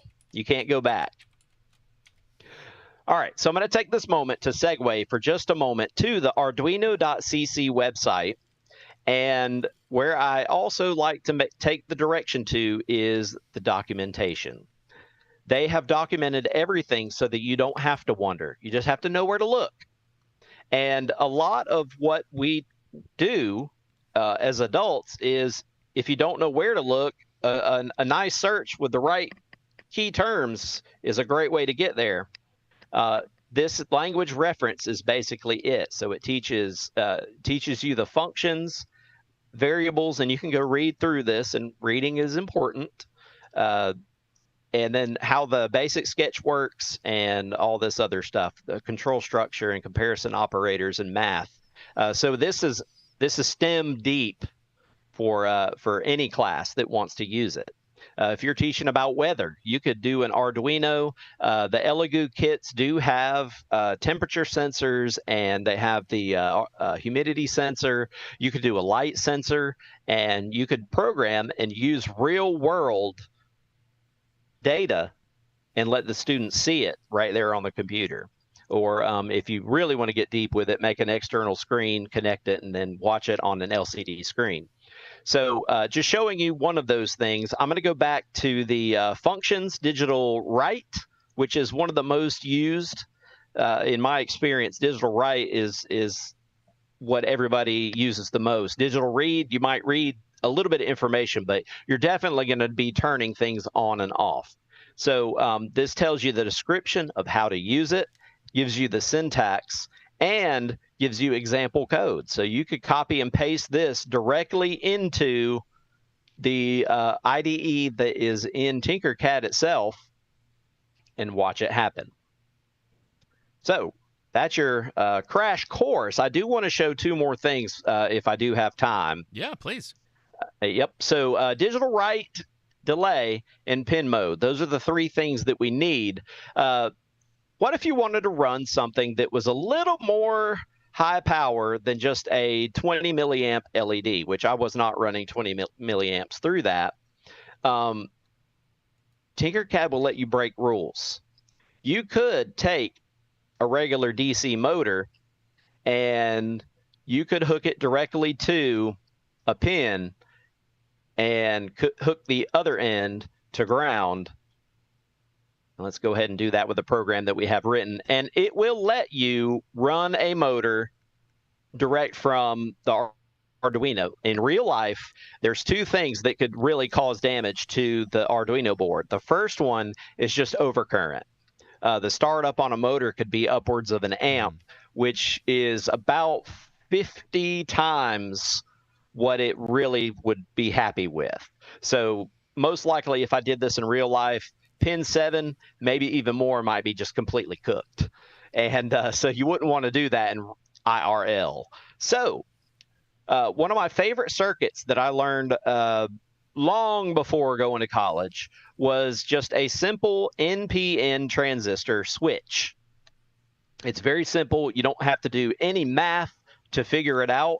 I am going to change this to a 1 kilo ohm resistor, just like that. And you can use a 1K, which is so abundant in our electronics kits. And you run it directly to the base of the transistor. And that is what is going to be used to turn the transistor on or off. Now, the second thing that you want to do is that you want to connect. I'm going to use 5 volts. You would not want to do this, but in Tinkercad, I have not figured out how to get a VN yet. I'm just trying to, this is off the cuff. So normally, if you would plug something into like a 7 to 12 volt power supply into this DC jack, the VN bypasses these voltage regulators right here. And so you could run your 7 to 12 volts directly from your power supply using VN. But for today and for learning purposes only, let's pretend I'm doing that. All right. So we're going to run 5 volts to the collector of the NPN transistor. And then just for fun, we can change the color of that wire so we know red is our hot wire. Then you run the emitter. This is what is going to allow the voltage to flow from the collector. When that base gets 5 volts, that voltage is going to run from collector to the emitter. And that is the simple non-collegiate description of how this works. Then we connect that to the motor. And then you can start simulation. And if I've done it correctly, you can see our motor spins again. Yay, life is good. So that's great if you want to run things, again, checking a data sheet on your NPN transistor, whether it's a 2N3904 or a 2N222, and I'm just spouting off part numbers of particular NPN transistors. They also have a power dissipation limit. So you might be able to run a tiny motor off this. That thing is going to get blazing hot, and you might let the magical blue smoke out. So the last one that I want to show you guys and gals that are in the stream tonight, and I have to go to probably all components to find this one. You can also search. Let's be awesome. Let's search. And I want to use a relay. So I'm going to use a single pole dual throw relay. Now, what's great about a relay is it takes the pressure off of both the transistor and off of the Arduino by using a magnet. And the magnet inside, or solenoid, is going to pull a switch from either a normally closed to the normally open position. And so we have a few connections that we need to make. So the first thing that we want to do is we want to make it where we can activate the normally open side of this relay. And so we're not going to use the one that is connected already, because you don't need any power just to run voltage through this because it is already connected. And you can see now with the rating of this particular part number, now we can go up to 3 amps at 24 volts DC. So this thing has almost 72 watts of handling power through the contacts of this switch. Okay, so getting back to what we were talking about. The first thing we need to do is to be able to activate the magnet inside of, or the coil inside of the Arduino. So we're going to line this red wire up with this side of the coil. And to make that circuit path complete, we're going to run the other side to ground. So I'm going to go behind this motor. And in real life, you wouldn't be able to smash 2 wires into your Arduino. That's also in real life, you can't make wires float in the middle of the air either. So you could get more realistic with the breadboard, but I figured I'd keep it simple so that anybody, if you have no experience, just drop your wires on it, and it's sort of like using some Scotch tape just to stick it on there. Okay, so prototyping at its best. Now, the next thing that we need to do is we need to get that 5 volts also to run to our motor. Now, this 5 volts is being run from our output pin to the NPN transistor, which now for the Arduino is using a very tiny amount of current, almost none. It's negligible as far as we're concerned. This is going to make our Arduino super happy. Now, the next thing, the motor made this transistor super hot, but now we're putting that load on the relay. So we need another 5 volts, and I'm going to run that directly from here. Now, for this, you could both use the VN for this, for the transistor and for the relay. And I'm pointing at my screen like y'all can see what I'm doing here. You could do the 5 volts for the transistor, and then you have even less power dissipation for that transistor to throw this. I gotta scoot in real close to see. We're gonna hook up our 5 volts to the common connector of the switch that is inside the relay. Then you can see on this diagram, the normally open is this connection right here. So we're going to run that over to our motor. Now, if I have not screwed up anything live here, we're going to hit start simulation, and now the relay should be doing all of the work.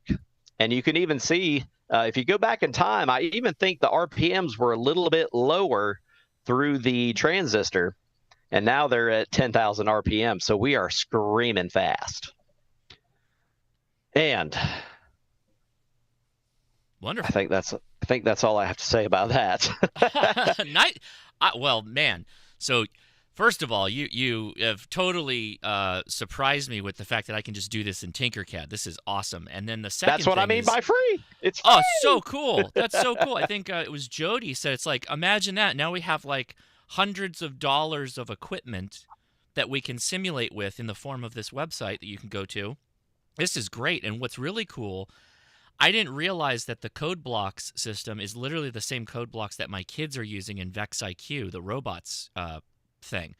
And both of my sons, and in Scratch as well. It's the same code blocks. And my sons are actually the ones that are doing some of the development for the robots. So this is perfect. I got to show them this. I think they already have Tinkercad on their iPads and stuff. I don't think they knew that they could do this. This is awesome. What a great tool. This is fantastic. Yep. The only thing that I have not been able to get to work is a 2-transistor oscillator. I don't think that their SPI simulation is that advanced, but for most stuff that kids are working with, this thing rocks. And I've gotten whole clocks to work on this. I made a digital clock, not using a real-time clock, but just using the internal oscillator of the Arduino, and actually showed my kids with the clock and everything using the serial device that they could program a whole clock very simply using this. And I don't have to clean up afterwards as a teacher. I mean, we have to teach bell to bell, spending 15 minutes to put parts back where they're supposed to go, which I'm awful at. I'm terrible at it. This takes a load off of me on the forefront. And then when they get good at this, then I can say, you're responsible for going to get this out of the closet and pick up a kit, drag it to your desk, and you can organize it and put it all away yourself. And then they get to do it IRL in real life. But hey, Josh, I thank you so much for reminding me. I'll stick around the rest of the time because this has been a blast, and I believe in what the ARRL TI does. And I'm glad that I think his name was Marvin who emailed me. He was probably one of the instructors, and he asked me for the code for a Fox controller that used DTMF codes and the Arduino. So I appreciate it, and Thank you so much. Thanks for being available to hop on and do a little educating for all of us out here on YouTube. That's really nice of you. It's what I do for a living. It took me till I was, I'm 42 now, and I've been teaching. This is my 8th year. So it took me about 34 years to figure out what I wanted to do with my life, or That's what I cool, wanted to man. do when I grew up. That's cool. Well, feel free to hang out, and that goes the same for everybody on the Zoom. If you've got anything to add, please do. Just find a moment and jump in. No problem with that. But I want to take a moment and catch everybody up, because I realized we picked up a number of viewers just from, I guess, hitting my 5 o'clock hour. This is my normal time I'd be live streaming.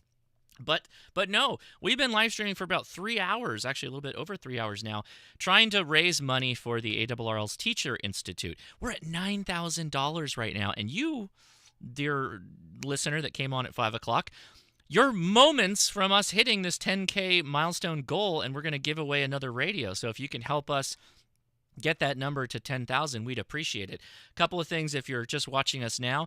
100% of donations goes to the ARRL Teachers Institute. There's a button for donations on the side. It looks like a little heart with 2 hands shaking. If you can't use that because you're in a country that doesn't allow it, there's a link in the video description. It will take you directly to the ARRL site for you to do that if that's how you'd like to give money that way. These are tax-deductible donations, and the best part about this is every dollar that we get up to 20K is matched. We have 100% matched thanks to some very wonderful donors at the ARRL. So there is, you can't lose. You're doubling your money every time you drop a bit of coin to help out the teachers. And we've already spoke to some of the teachers. We spoke to some of the kids who are learning with those teachers, who have taken what the teachers have learned from the Teachers Institute and brought it back to their home classrooms. If you're interested in the Teachers Institute, we'd love it if you would check out the link in the video description. It'll take you right to the ARRL. Please give this link to any teachers you know. We think it's a great program. It'll help not only just get the kids to learn about ham radio, which we view as a plus, but this is solid STEM education that they can use in a myriad of different things. Steve, anything you want to add to that? How you doing, buddy? How you hanging in there? We're still hanging in there, so we're making it. But yeah, I mean, for us to be over $9,000, we're so close to that 10 mark, and but yeah, I see he's over there going up. But yeah, thank you guys for this. Thanks to the donors. I've seen a few of the people. I don't know that I'm allowed to say who they were, but I've seen a few of the people who put up the match in the chat. So that's wonderful. Well, thank you. Yeah. So thank you guys for that as well. But this is awesome. I like the tech talk flow of things, to do this. This is cool. And I've used Tinkercad in my classroom, back when I was still in the classroom, and I still learned a bunch of stuff tonight from you, Robbie. So this is cool. Yeah. Well, sorry, Steve, correct me if I'm wrong, but all the funds that are donated to this go specifically to the Teachers Institute, right? Yes, None of this goes anywhere else. Correct. These are what's called restricted funds. So they come straight to the education technology program. Those of you who were here early, you heard Kay Craigie talk about that.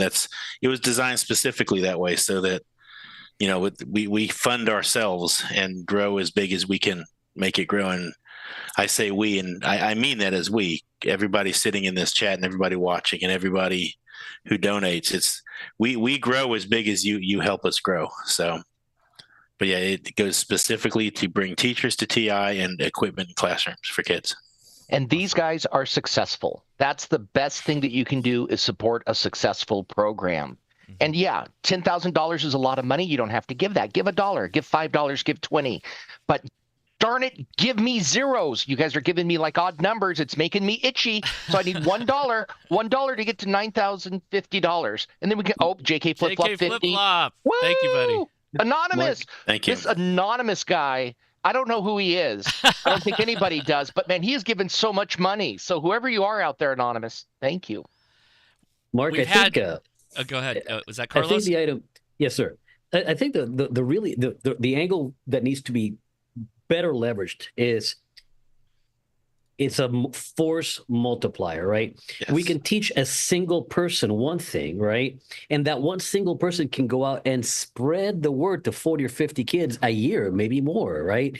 So you're leveraging the fact that the teachers have a captive audience, it is a fact, right, into a place where STEM can be developed and they can learn more things. And it's far more effective than bringing 50 kids to the program, right? Absolutely. Because now you have a teacher in every state and perhaps multiple teachers in every state, and you're able to get more kids into the idea that this is not only cool, but also useful in their life and useful in their futures and careers. Well said, sir. Well, that's a good way to also say Carlos is with us. Thanks, Carlos, for hopping on, as well as Ham Jazz. He's at the top of the squares, and we're going to have them talking a little bit in the future here. But thank you both for being on. I appreciate you taking the time out of your busy weekend schedule. You could be jumping out of planes, right, Carlos, right now? If I were further south, like say in Florida. In Florida, has Wayne made it in yet? Wait, Wayne's already come and gone. He is looking forward to your trip. So yeah, the weather in Indiana is absolutely frightful for skydiving right now. It's like 16 degrees on the ground, and that means it's like -40 up top. Not fun. Not trying hard enough. You are correct. I am not trying hard enough. I don't want to try hard enough. But heading to Florida, I don't know if Wayne talked about it or not, but I'm heading to Florida to do a jump for his kids. And, again, that's that force multiplier. You get the kids involved, you get them excited about something oddball or different. And what I do is definitely oddball and different. And, maybe we can get retention long term, right? Yeah. Well, I think it's working. I think everybody's doing we're all lifting a little bit in our own little way of what we find interesting and fun, right? But the thing is, if I lift a little and you lift a little and everybody else in here lifts a little, but before you know it, we've raised a skyscraper, right? I think so, and yeah. Well, just look at what we've done in the last 3 years with the support of last year's telethon and this telethon. We're going to 16 sessions of TI next year.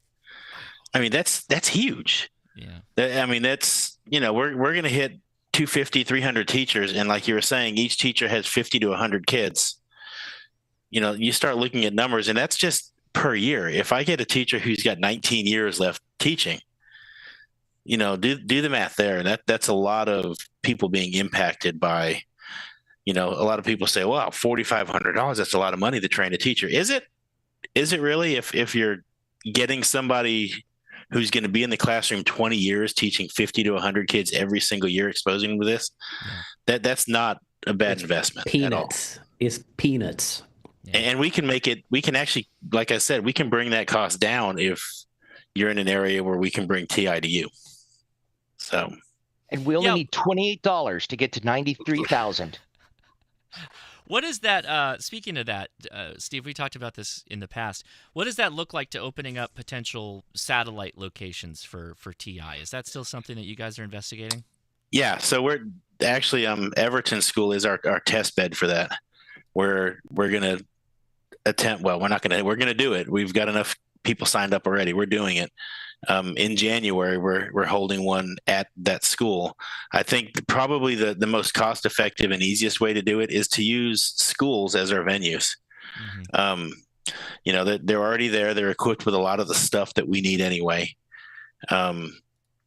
Generally, we can get into those for free and have a venue to go. So we're absolutely, you and I talked about trying to get a space in Southern California. Mm-hmm. I decided it's actually just easier to just find a school. Yeah, probably. That makes sense. What is that?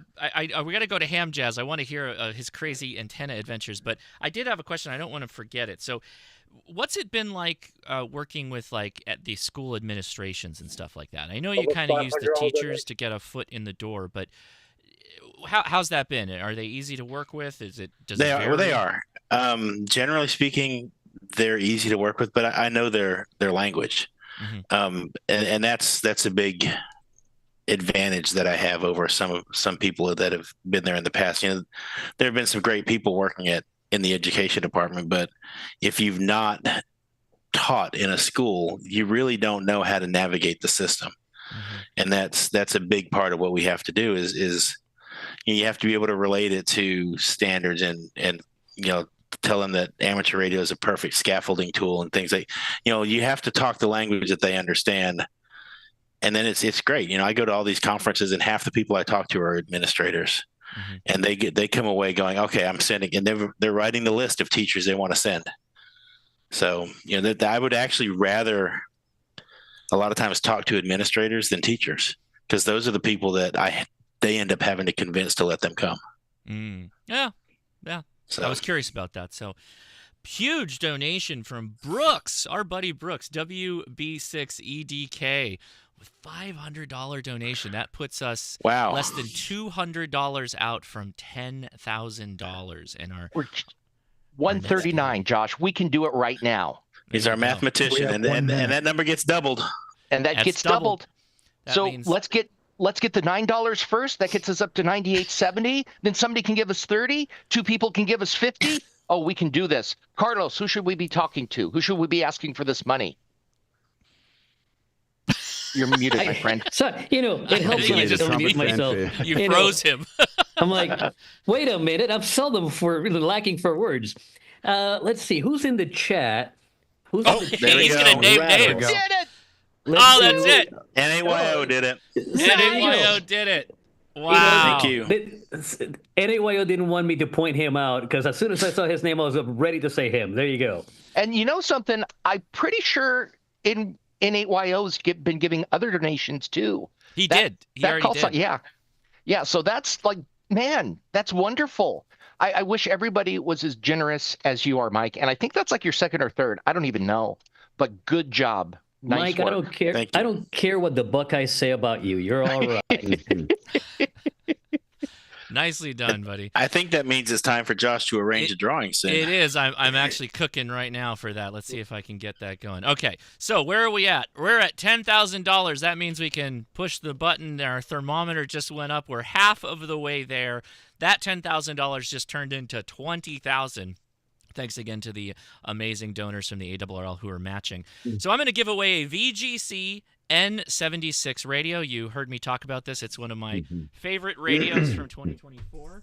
And this is just a really, really fun radio. And it's inexpensive, but does a whole lot of things, including APRS, and has a absolutely fantastic iPhone and Android application for using it. And now is KISS TNC that's just accessible via Bluetooth, which is great. They're very few radios do that, but I digress. So how we're going to do this, type N76 in the chat, capital N. Somebody already did it. James KY4 Truck, he was precogging me the whole time. N76, capital N76 in the chat. It's like, yep, the entries are coming in, so we're going to let that run. I think what we'll do is I want to hear from Ham Jazz. We're going to let the N76s run, and we're going to talk with Ham Jazz. He's joined us.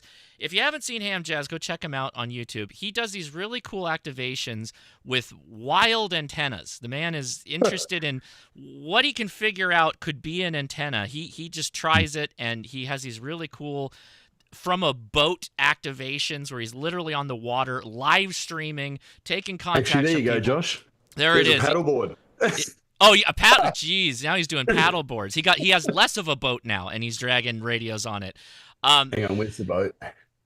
There it is. There's the dodgy, the unseaworthy canoe right there, buddy. Yeah. So I love catching your live streams because I can sometimes make a contact with you from home, and I can hear everybody and stuff. It's super fun. So why don't you talk a little bit about antennas or whatever you'd like to talk about? You're here to join us for a little bit of time, as long as you like. So what's been going on with you? G'day, Josh. How you going, mate? So remember this canoe activation, mate? That was when the K index or the solar, everything blew up. The world blew up, right? Quote unquote blew up. And I went out in the canoe and had the most massive pile up. I think I was the only signal on the band, and we had the QSO. Remember that? I do. Yeah, I do indeed. That was wild. All right, guys. Well, listen, I can't follow all of the absolute brilliance that's preceded me.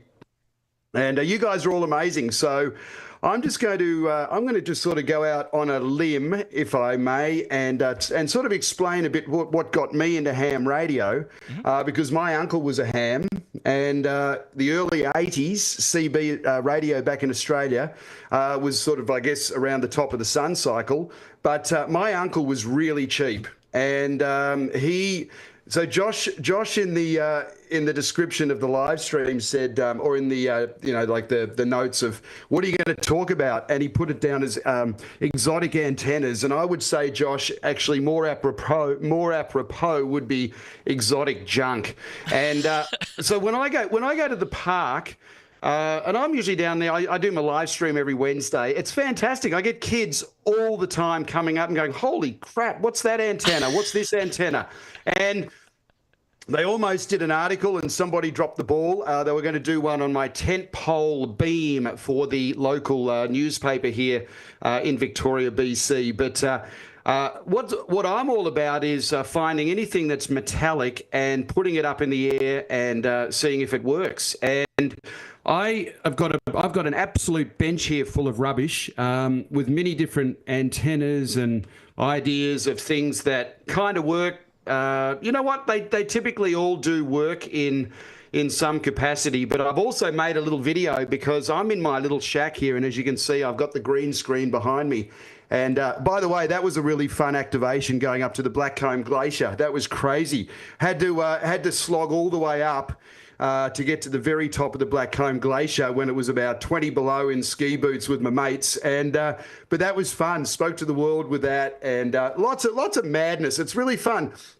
Now, I want to do a huge shout out to Prep Ham Paul, because he said to me, right, Simon, if you're on a deserted island, what's your antenna of choice? And let me just change things around here so you can actually see me. And if I was on a deserted island, I would just take one thing. I don't need a tuner, and I can make. This is it. This is the Cat 5 Ethernet cable. And I can make pretty much any antenna that I want out of this. I can get the 8 feet 9 inch radials out of this. I can elevate them.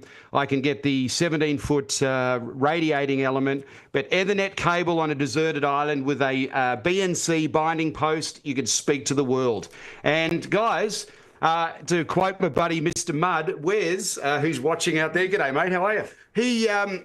He sees houses and hospitals and stuff like that in his line of work in Saskatchewan. They're pulling this sort of rubbish out of houses and hospitals all the time. So guys, just go and load up with Cat 5, because the great thing is, price per foot, you get 8 wires. And here's a little tip for you. You want to get the one that's kind of stiff, because the ones that are very bendy means that they've got the multiple strand and they're not as good. You want to get the solid core. I don't exactly know what gauge it is. I know Don in the chat probably will know exactly, or Hollywood if you're watching there, mate. But you want to get the stiff one, because it just gives you a lot more. It just gives it more, like a higher tensile strength, gives it more rigidity, and it's just easier to work with. I run 100 watts all day through this with resonant antennas, and I have no problem. So before I show you all the rubbish I've got on my my desk, how about this, Josh? Do you want to do the raffle right now, mate? And then I'll try to queue up, because this is all new to me. This thing with Stream. Sorry, I'm used to StreamYard, but being able to share, to screen share. You can screen share, but sure, I can do the giveaway now, because we've got okay, buddy. Why don't you do that? 200 people that have put their name in. So I'm gonna click the button here, and I'll tell you who the winner is. Now, Josh, before you tell them the winner, you've got all these people putting N76 in, asking for you to give them something. Are you folks also giving to the Teachers Institute? Are you reciprocating? Are you giving back? Or are you just looking out for number one? The thing about teaching is you're always trying to make a better world. And that's what we've got, people who know how to do that. We're trying to support them. So I see a lot of N76s. I don't see any donations. Let's go, guys. Let's go. And I want to throw this in there. If you guys want to get to 20,000 immediately, I'll play the trumpet. I've got it right here. I've got to practice. I've got 2 gigs tomorrow, and usually people throw money in for me to stop playing. So if you want to get money, I'll play, and then people will pay for me to stop. How about that? There you go. There you go. So that's a tactic. Yeah, I have to show this. Where is I gotta pull this up, because Boy, howdy, Mike won. N8YO won. They had 76. Well deserved. So there you go, Mike. Bravo, Mike. Congratulations, buddy. Fantastic. That's awesome. I'm going to write that down. That's fantastic. And boy, has he given. I don't even know how much at this point. So that's well deserved. Congratulations, Mike. So there we go. We gave away the where is he? He's not in the chat now? There he is. Okay, I saw the laugh out loud.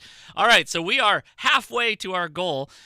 $10,000 in a little over 3 hours ain't bad at all. And then you double it with the matching. Is that a record? $20,000. $20,000 going to the teachers, going to the Teachers Institute. Bring it on. Absolutely fantastic. You guys are stellar. Thank you. Thank you for the support out here. Thank you to the thank you for everything the TI does, of course, but thank you guys for your donation. So that's just wonderful. Okay, where do you want to go next? You ready to show us your rubbage? Just before we do, so my point is, so this might be, I know that the Ape and the guys on Coffee and Ham Radios brought up an interesting point. Actually, I think it was one of Hayden's streams about where do you spend your money? If you got money, where do you spend it in ham radio? And I'm a bit of a...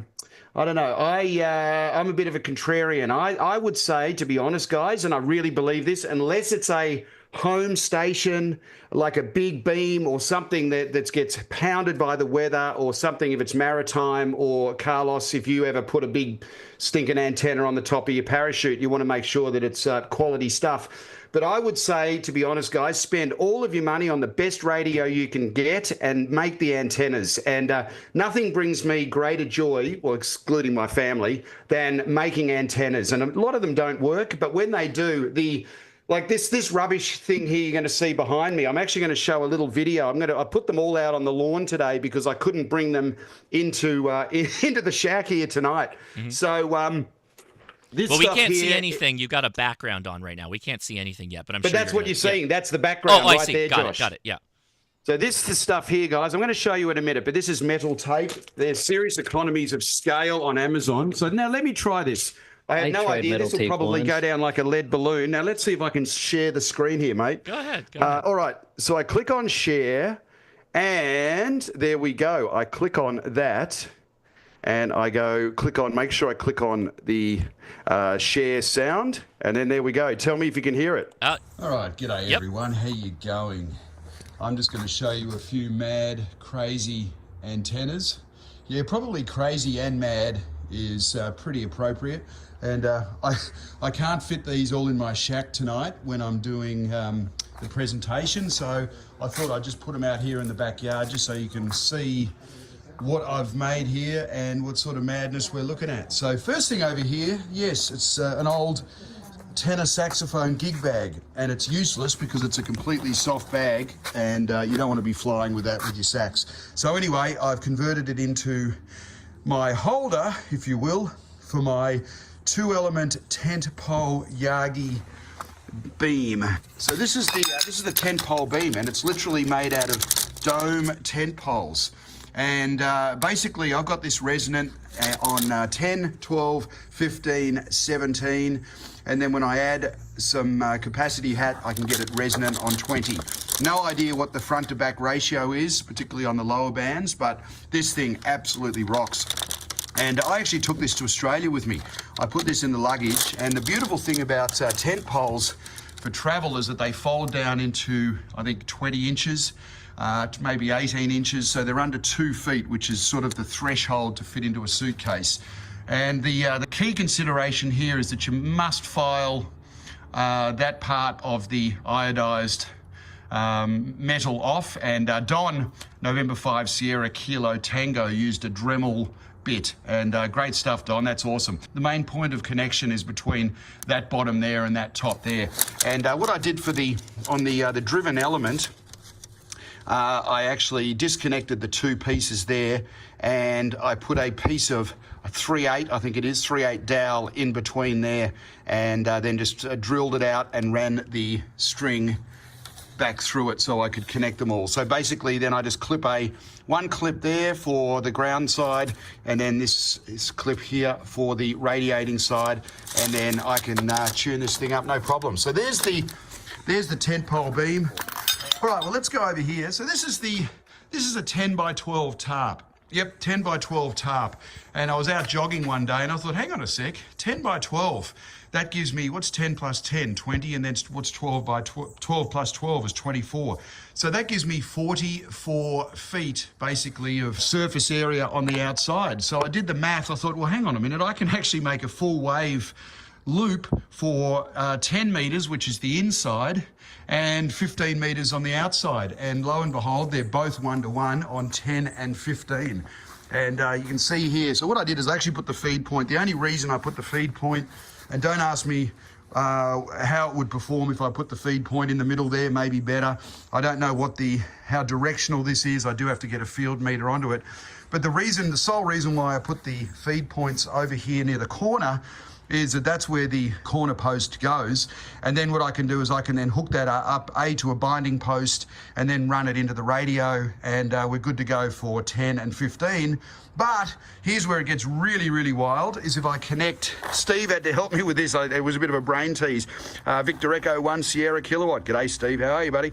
So connecting that to that would make a big continuous loop, and then with a tuner, which I would then fasten to the pole, I could get this thing resonant all the way from 10 through to 40 with a simple 20-foot counterpoise laid out on the ground as the ground radial. So this thing is really, in a true sense, it is a multi-bander. You can get 10 and 15, obviously 1-to-1 as a full-size loop. But then if you just short out these and make them as essentially one big long wire, you're looking at basically a long wire. So 35 plus 45 roughly is about 81 feet, and which is actually a fabulous number for random wire lengths. And I've just used the old magic Cat 5 Ethernet cable here, which goes into the binding post. So that's that antenna. That's a beauty, and I've done some videos on that, and it's a lot of fun. All right, now let's go over here to the second tarp, and this one's a 5 by 7. And you're going, well, what on earth is that? Yeah, well, if you look at it long enough, you sort of think, well, look, it looks really stupid, and that looks like a sword like a medieval sword in the middle. But no, it's actually a 3-element 2-meter Yagi. So it's actually resonant on 2 meters. So if you hang that up on a pole or a fence, it's very directional. You've got yourself a Yagi. And I'll come back to that. So this thing is really good. And there's the driven element there. I've just got it separated by the metal tape on each side. And then I just connect these two to a BNC connector into the radio. This thing's a ripper. It's fun having a little beam on a tarp. Now let's go over here. And this thing is one of my favourites. And I want to do a huge shout out to Callum, DX Commander. G'day, Callum. How you going, mate? So Callum gave me the big aha moment of using the formula of 4 times the wavelength of the band that you typically want to work. The simple math of this is it works out to be about 60 or 61 meters of total wavelength, which is basically 4 times a 15-meter band. But this thing, I can tune an antenna from, well, you guys laugh at me, I don't do 6 meters, but it will tune 6 right through to 40, absolutely no problem. 8 feet 9 inches, guys, that's the magic number. And I sent a video to Callum and he loved it. I used this with the DX Commander and I had these elevated. So I put these over a hedge and this thing just absolutely worked gangbusters with the DX Commander. That is my metal tape. And what I did basically, guys, is I just cut the 1-inch metal tape into half and just made strips of it. 8 feet 9 inches, there you go. And I'll show you in a little minute the cool thing about metal tape. And as Smoke and Ape found out the other day, there is serious economies of scale on Amazon when you buy 10 rolls. So that's what Ape did. So all right, now let's turn this over. And this is my piece de resistance. I love this. And my video on YouTube is going absolutely nuts. I've had the video up for months and it's got really, really good traction. So I thought, well, what can I do with a 5 by 7? Is there a way, sorry about the camera, guys. Is there a way that I can make a 20-meter antenna on the tarp that's a compromised size, like a mini tarp? that's only a 5x7. And lo and behold, by using the first degree or first series of fractals, I was able to make this resonant for 20 meters. So this ugly thing that is, it's really, really ugly. This thing is absolutely 1-to-1 on 20 meters. Unbelievable. And this is only a 5x7 tarp. Now, does it work? Well, of course, it's going to be a compromise, but you've got the RF to keep you warm if it's overhead on one of those cold, wintry days. So there you go. So there's my fractal tarp antenna for 20 meters. And as you can see here, guys, the other one has just come off. I haven't used it for a while. I've just got both of these going into a binding post. So there you go, guys. So go out and check my channel out if you want to see more crazy and wacky antennas. And that's it for now. So back to headquarters in the studio. Woohoo! All right, Josh. Well, that was for you, mate. And as Tim, Golf 5 Tango Mike was saying, so whether it's fractal per se or more linear loading, but it works really, really, really well. And I mean, let's face it, you can't get a tarp up. Ideally, with 20 meters, you want it up quarter wavelengths. But I run these things up at about 7 or 8 feet. And can you imagine camping? How cool will that be? Like off the side of your RV or as an awning, you just have this dirty great thing there, and you can be playing FT8. Oh, it's the bomb. I kid you not. So Josh, should I quickly do a show and tell, and then you can move on, because I'm just getting excited here. All right. Yeah, buddy.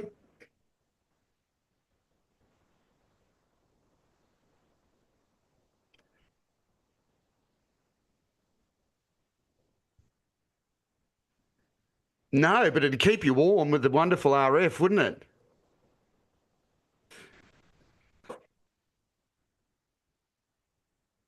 Absolutely. Absolutely, mate. No, that is a stupendous idea, buddy. Well, you know what? I'm going to come to Southern California. Let's go and do it. I'll bring the beer, and that'll be the most weight, and then we'll bring the tarp, and let's go camping. Woohoo! I fixed my audio, guys. Thank you for letting me know. I was muted. I have a question. Listen. Yeah, go ahead.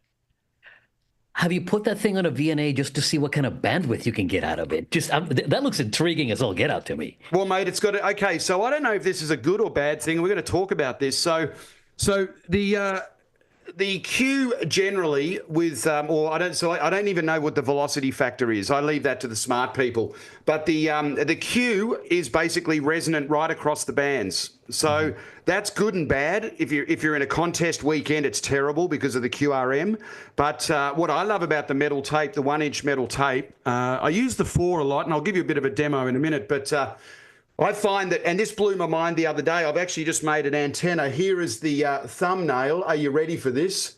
Hang on. No, where is it? It's the one with the, let me see. It's absolutely crazy. It's the, I've just done one with using an umbrella, and it's, I've got to find it anyway. But I was resonant right across the band, Carlos, on 10 meters, which absolutely blew my mind. So basically from the what do you call it? The CW portion all the way up to the top of the FM portion. Well, basically 1-to-1. It might have been 1.3-to-1. And this is on the umbrella. And I just put that video out yesterday, so I can't find the thumbnail. So sorry about that. But fascinating, sure. Good idea. I would have expected an umbrella to act like one big capacity had with making the Q tiny, man. Just like super narrow bandwidth, but I guess not. No, but I use metal tape. And the beautiful thing about the umbrella that I use, mate, is that it is fiberglass. I just didn't go near the stays, near the actual mechanism that locks in, because they're metallic, and I found that there was capacitive coupling with that.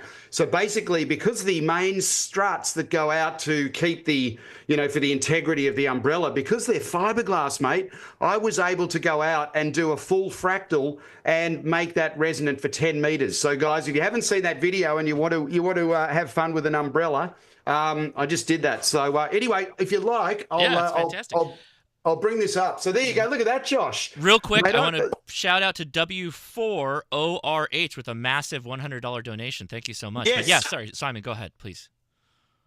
All right. So people that know Crazy Me, they know that this is my best friend in the world.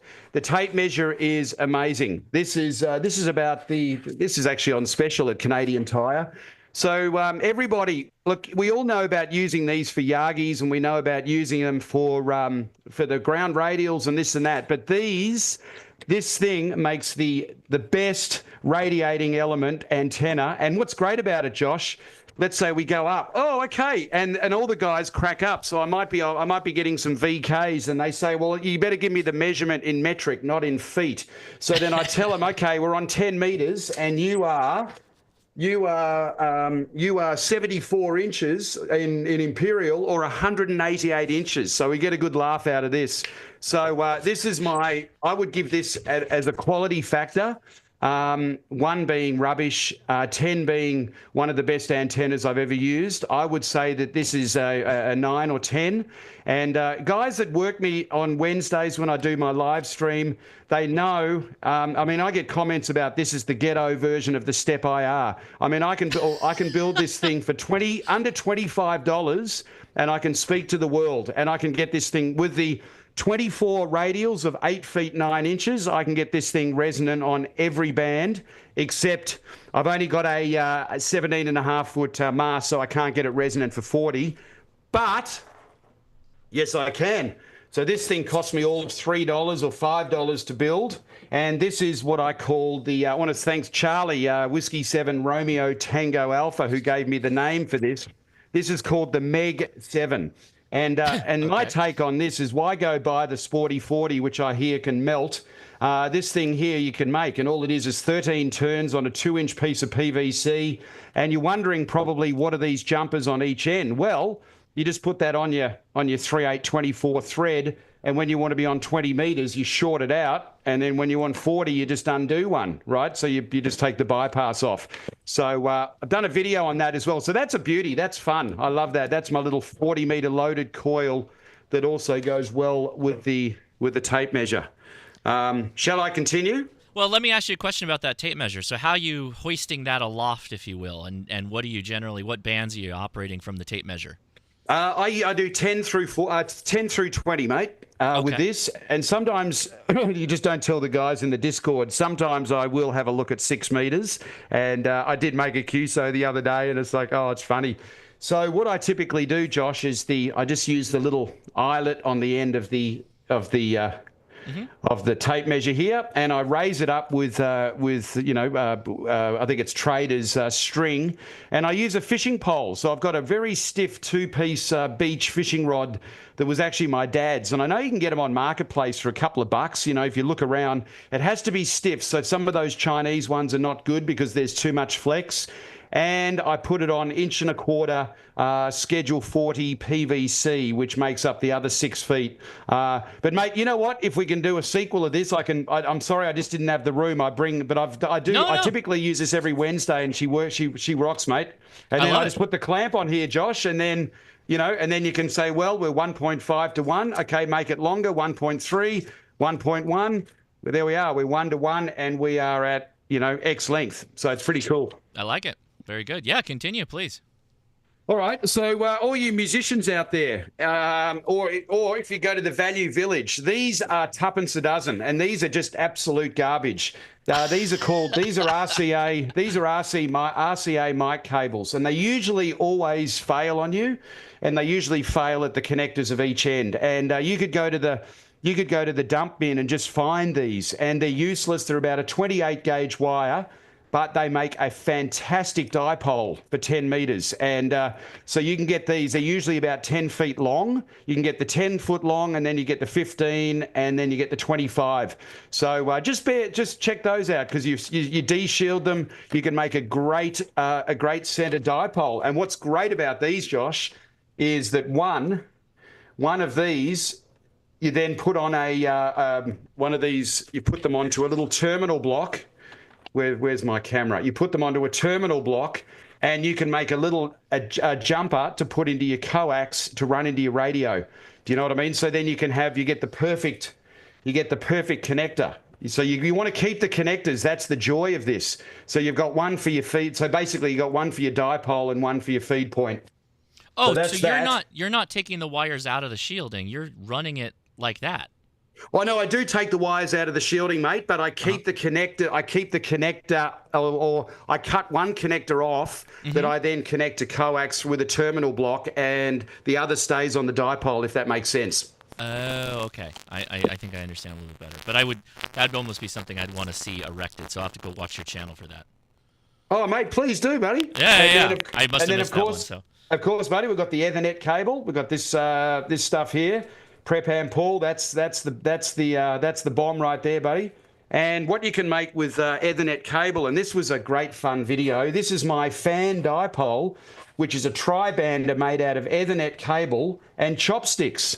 Everybody has a drawer full of, you go to Japanese restaurants, I love sushi, and they always give you chopsticks, and we typically bring the sushi home, and we keep the chopsticks.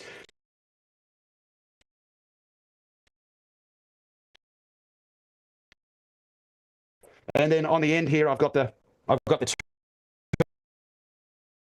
into one side and the other goes into the other, connecting all the wires. And on the male side of this, I've got it going into the coax, straight into the actual into the 50 ohm coax. And that thing's a bomb. That's a really fun. That'd be actually really good for you, Josh. You talk about lightweight, mate. You know what I mean? Yeah, I like it. Look at Adam. He's getting I can see him getting excited about lightweight antennas. Awesome. And then of course this was Greg's performer, KJ6ER. This is just using the Anderson poles as the quick disconnects for hooking that up for your elevated radials. I think that's pretty self-explanatory. I know there's probably a lot of guys that use this antenna system. I know Steve does over there in Halifax. And if you haven't, go and check out Greg's channel. He actually doesn't have a channel, but KJ6ER. He does great work for ham radio. He's really pioneered a fantastic antenna. And that was just sort of a quick disconnect to be able to go from 10 to 12 to 15 to 17 to 20, etc. All right, now we get on to the fun stuff. All right, Josh, you love this, mate. So right, this is an old bait caster. Yep. I used to love salmon fishing, and but what's even more important about this, mate, is this is your favorite stuff, mate. This is the jewelry wire.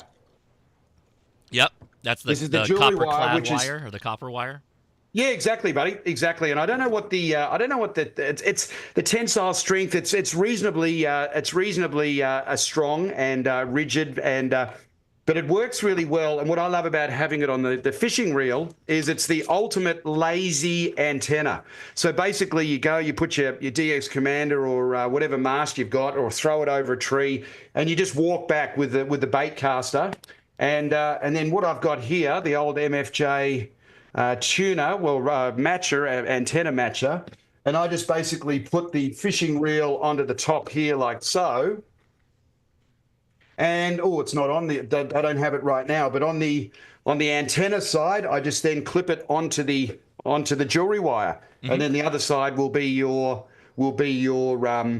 ground radial. So, and then I can just manually tune for every band. So that's just a quick, easy. You want to just go and play radio on every band, and you're looking for a tuner with jewelry wire. It's just, I find that's just very, very, very convenient, if you will. That's very cool. All right, I won't be long. And then the next one is metal tape. So guys, this metal tape is really, really good. It's what's special about it is it's fiberglass woven. And as Wes calls it, he uses it in his line of work in Saskatchewan for ducting, for cooling and heating. And it's very, very conductive. And it's fiberglass woven, so it's very, very strong. And then this is the 1 inch. And I haven't looked at the prices on Amazon, but it was ridiculous. Like one roll was about $7 or $8, and 10 rolls was $29.99. So there's serious economies of scale. I mean, you could just take that and you could make any antenna. I think one roll is like 50 meters, and this stuff is the absolute bomb. This with a BNC binding post, you can talk to the world, and if it doesn't work, you just throw it out and start again, and it's cheap. So that's metal tape. Couple more. I just made a I wrapped these up. I just made a couple of tri-banders. This is actually good, but it's a bit of a sail. So this is metal tape on the inside of ducting tape that I've just used as a inverted V. And then on the bottom here, I've written 15, 17, and 20. And then I just get the bulldog clip and just change it for whichever band I want. So that's my little tri-bander. And this one here, this is my 10-meter. Pretty, isn't it? Yeah, that's the lightning bolt antenna. Exactly, Josh. I think this is the one you saw. So this is my little 10-meter metal tape guy that I just love, and it's super lightweight. So, mate, that's basically it, and I will shut up now, Josh. This has been absolutely awesome. That was fantastic. I love the ingenuity. Do you ever watch? Do you remember that show Red Green? Do you remember Red Green? Did you guys? Yeah, absolutely. If women don't find you handsome, they should find you handy. Right. So Simon's got that red green energy, the ingenuity. Somebody mentioned, it was VE5SAR said, yeah, Simon is so creative. No, who was it? Oh no, it was KA2AUB said the red green dipole. Yeah, really kind of that just cool ingenuity of looking at something and going, I could make an antenna out of that, and then going through the wherewithal of that whole process. Somebody asked, what's his channel? Well, it's Ham Jazz. Ham Jazz. You can find him on the YouTubes. Just like we're on right now. You should. Everybody should go subscribe to Ham Jazz. He's great.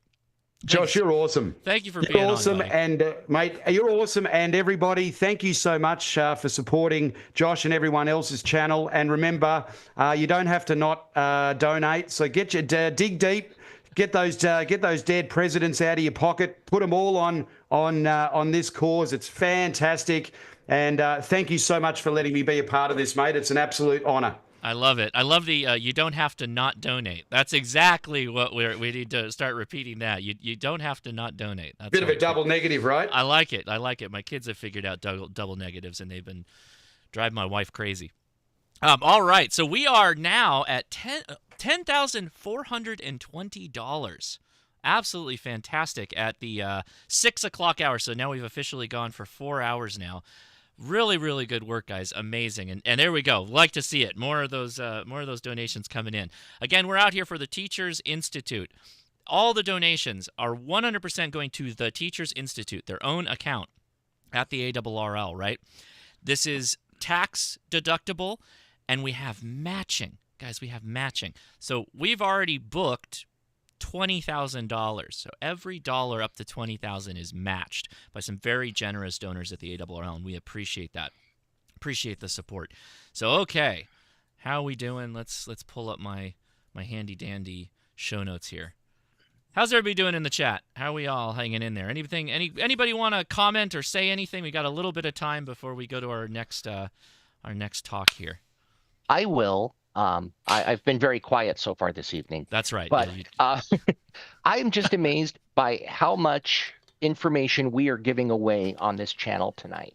How many lifetimes of information. I never would have thought to make, was that a fan dipole on a plastic tarp that you made, Simon? A fan? No, it was actually, no, it's a radial system. And so basically, you can have it as either a ground or an elevated radial system. So essentially, when I go to the park, I use 24 radials of 8 feet 9 inches, which gives me the 60 meters of wavelength. But I thought, you know what's so cool? Imagine putting metal tape onto a sheet of clear plastic and just being able to roll it up. Beautiful. You know what I mean? I never would have thought of it. So that's why I gave even more money. Yeah, that's right. You can donate twice. You can donate 3 times. In fact, the last person that donated 3 times won a radio. That's not right. saying you will, but I don't believe in coincidences. So you put some karma out there, and the universe has a way of repaying it. So give more and give even more. Right now at 10,442, if we get $8 more, we're at 10,450. Somebody out there has $8. They do. I guarantee. My mother-in-law even donated. She just popped on and donated. So come on. My mom did too. She hopped in and donated. It was crazy. I saw my mom's name. Folks, if you really want to drive Mark nuts, what you need to do is give $8.97. Don't you do it, Carlos. Don't you do it. All right. So we actually have one of Teachers Institute's alumni, right? Drew, you're one of the educators that's gone through the TI. Yes, I am.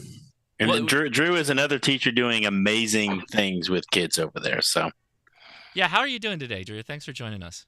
You know what? It is a wonderful day here in Erie. If you haven't caught the national news, we got a small amount of snow in the past 48 hours. Yeah, just a little bit. And they're only calling for an additional 2 to 4 feet in the next 2 days. So the 4 feet that we have wasn't quite enough. We felt like we needed to kick it up a notch. I mean, is this potentially going to be an emergency situation? But I mean, you guys get snow. You know how to deal with snow where you're from. But this is just a lot at one time, right? That's exactly it. And thankfully, it actually fell at a beautiful time, just because it's the holidays, and so the schools aren't running, and there's a lot less traffic that has to be on the road at this moment in time. So it's working out fine. So all is well. Yeah. Well, thanks for joining us. Appreciate it. And again, you've been through the process and you're doing some great things. So why don't you talk a little bit about what you've been able to achieve from some of the information and knowledge you picked up at the TI? Sure, absolutely. Do you mind if I share my screen? Please do. Makes my life a lot easier. Awesome. All right. So let's see here. All right. So I work with 2 other teachers at my school. Alan Lombardozzi and Elaine LaFuria, and we run what's called the Advanced Technologies Group. So our little enclave of students meets after school. We get together, we do what the students are interested in doing. And for the past few years, they have just been very hardcore interested in all things radio, all things space, everything that is connected to all of those things. And of course, radio being the glue in all of it. Just because you can't do a whole lot with space, or you can't do a whole lot with a lot of different pieces of the really extreme, fun, experimental things without radio, right? Like radio is what binds it all together. You have no data without radio, giving it to you back real, live telemetry information. And so, these are some of our students. We just went on a little bit of a trip to the Great Lakes Science Center, where there's the John Glenn Research Facility, part of NASA. And, we've been doing a lot. And you're going to see that, like, those kiddos there that are wearing those ARRL shirts, same right here, because, again, the ARRL has been fantastic with us. Supporting us every step of the way in terms of being able to help us understand what we're doing, help us to get set up, help us to be able to actually make it happen in real time. So I'll jump into some of the specifics, but this is how do I phrase it? This is really valuable to the kids for a lot of reasons. I'm gonna scroll over here. My Zoom window is blocking my next arrow here. There we go. One of the reasons why we decided to go all in on engineering is because we actually have a graduate of Harbor Creek, of our school, that became an astronaut, right? He was up in space. He went to, and he was a part of the Skylab community. And that has just been a big inspiration point for our students, knowing that one of our own, from our little school, went on to achieve something really, truly great. And so, it has propelled the kids to do all sorts of interesting things. Here they're soldering. I don't even know what it is that they're soldering. Oh, this is actually one of the kits that somebody donated to us. Jerry Gates, N8KUH, donated to us. And the kids love doing stuff, right? They love being engaged in doing things. And no matter what it is that the kids have been doing, a lot of it came back to them from the ARRL Teachers Institute. Again, I just can't stress it enough. The things that are taught in the Teachers Institute are the things that the kids want to do, right? But they don't have the knowledge, they don't have the skill set. And to be fair, most teachers don't have that background either to be able to implement it. And so when we go and we get the experience working with the ARRL at the Teachers Institute, we can then turn around and do some really, really awesome stuff with our students. Whether it's, Morse code, just all sorts of different things. I want to find some other pictures here that are okay. So this is a really great example. This was something that that I got connected to as a result of TI1, so the first Teachers Institute, and that was out of the AMSAT community. They're doing the CubeSat simulator.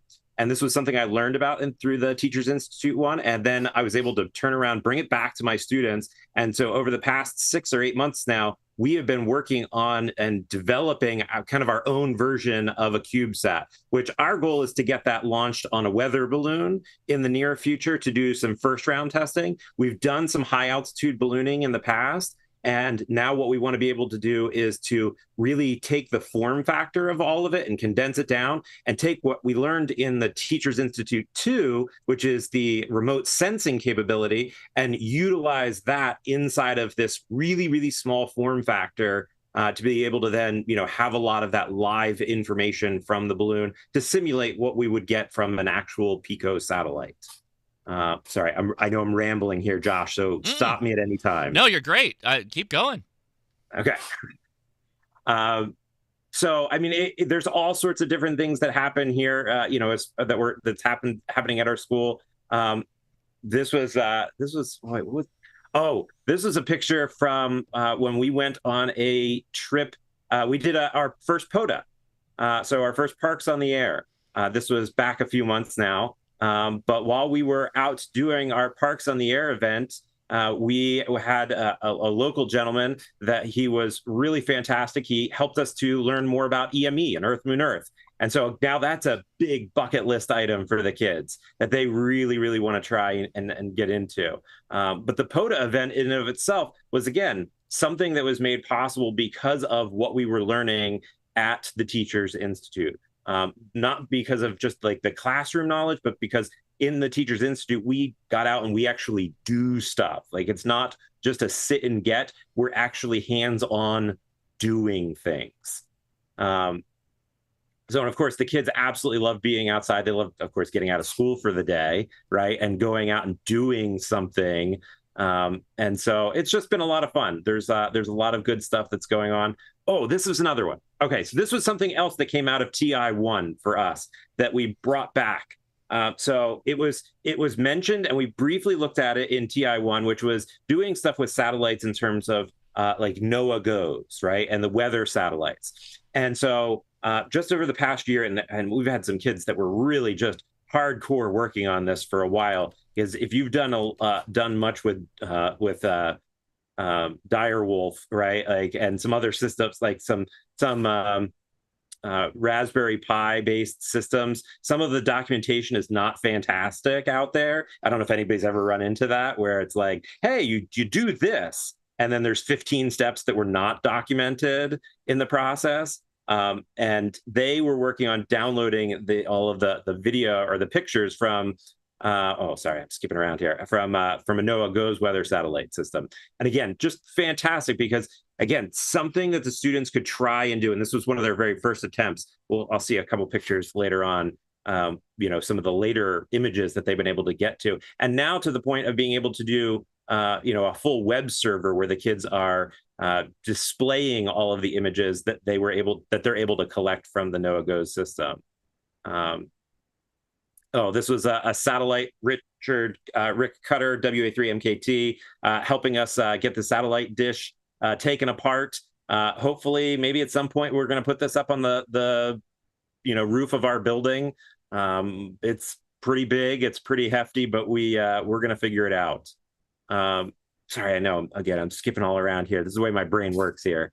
So this was actually at the Teachers Institute 2 this past summer, where we were working on, again, a lot of that remote sensing things that we are now putting into place in my classroom in our club right now. And so everything from Arduinos to any kind of just electronics that we learned about in the Teachers Institute, again, is actually useful, right? Like it's actually practical, useful information that the teachers can turn around and implement right now. And then, and I don't want to skip over this. This was something that, we've started to venture into a little bit more. So this was a group of us that went and we did I don't know what you call it exactly. We did all of the radio work for a local triathlon. And so we were all of the students were set up different places around the peninsula, all, kids radioing in when the different people were, where the people were at, and they were helping to volunteer. But again, just something that was, again, spurred on by hearing about the good works that other people are doing in the radio community. This was one of our follow-up images from that Noah Goes. All right, we still good? We? Yeah. Okay. You got, yeah, keep going.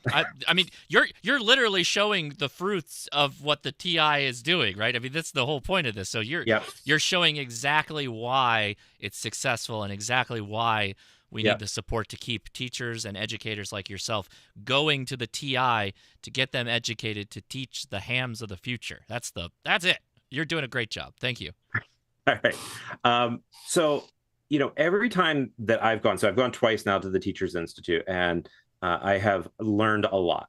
And when you get back into your building, there's, there's that classic case of, okay, there's all of these amazing things. Now, how do I do these amazing things with students, right? And the ARRL is fantastic in terms of being able to help us think through and prepare it out and lesson plans and really trying to get down into the nitty-gritty. Ultimately, though, what you have to have is the stuff to be able to do it. And the ARRL has been awesome in terms of different grants and different opportunities to be able to get stuff. I know that for us, we have very much benefited from, individuals like the folks that are on this live stream right now, giving generously directly to the school.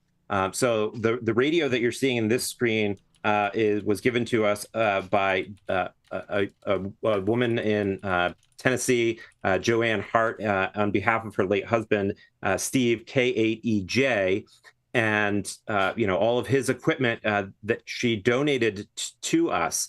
And it's been, again, something that we use on a regular basis. And the reason why I'm saying this is because all of the effort that every member of this community gives to the ARRL is fantastic. And it's absolutely necessary. As you help the ARRL and they help us to be able to learn the things that we need to learn to be able to then implement. If folks gave us equipment like this radio, like the other things that have been donated, it's fantastic. But we have to have the knowledge and the understanding to be able to use it effectively. And that's a really tough thing to be able to do. And it takes a long time. There's not a lot of Elmers readily at everyone's fingertips. And so to have the ARRL be that organization that spearheads helping us to know how to use the donations and the gifts that people give us, is how it all comes together in a meaningful way. This is another radio that was donated to our school. This was given to us by Stan Wolkowski, KB7AN. This is an ICOM 731. And we just used both of these radios on the last ARRL's School Club Roundup contest. And we had over 400 contacts. And the kids, the kids absolutely loved it. They were on that radio for hours and hours and hours and hours. And they talked to, the farthest point that they actually got a direct contact with, which was awesome, which was our first to Asia, was in Thailand. Which was absolutely fantastic. When you see kids make a DX contact like that, it just lights up their world. But then to sit and have the wherewithal, the tenacity, the grit to be able to slug through some of those times when the bands are not good either, right? And to just keep plugging away. It's because they love doing it, right? They absolutely love doing it. But again, these donations, like the bird watt meter that Stan donated, the antennas, all of the equipment that Joanne, that Dennis Burkheiser, that Jerry Gates, all of these folks that have given directly to our school. And then when you look at all of those things, right, that are back-ended by the knowledge and the experience and the support that the ARRL gives, is what really actually makes it all possible. What I would hate to ever see is for things to sit and go to waste, right? To have people's donations, whether it's physical, tangible items or it's money, go to waste, right? As you donate to the ARRL and you're donating to the Teachers Institute, you want to know that what the teachers are going to be able to do with that knowledge is practical and is useful in terms of it actually in the classroom.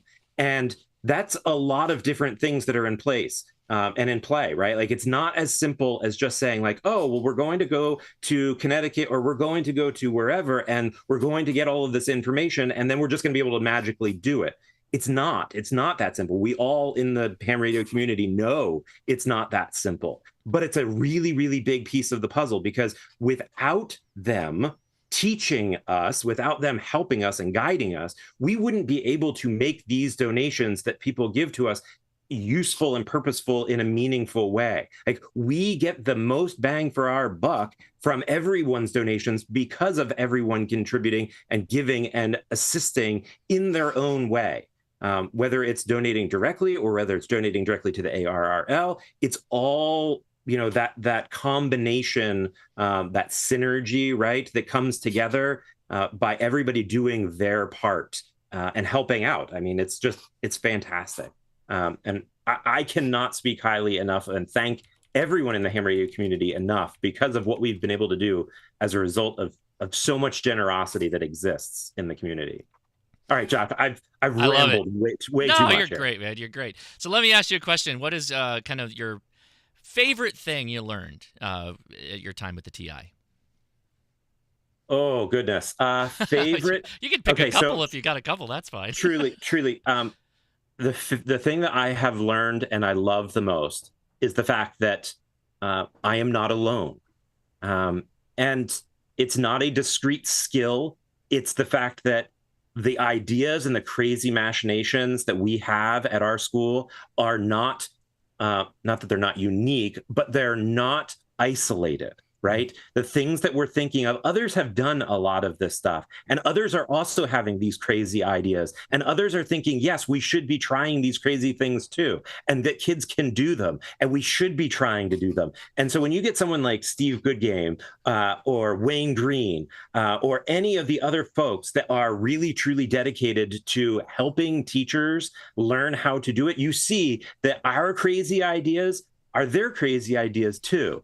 And we're all just crazy enough together to actually make them happen. And so, like, we're not alone, because and I know that I felt this way for the first year or so before getting into the Teachers Institute. Like, I just didn't know anyone else. Like, there was no one else anywhere around. And you look in the 500 school districts in the state of Pennsylvania, and there was one other school district that had a radio club that I knew of, that I could find any information on.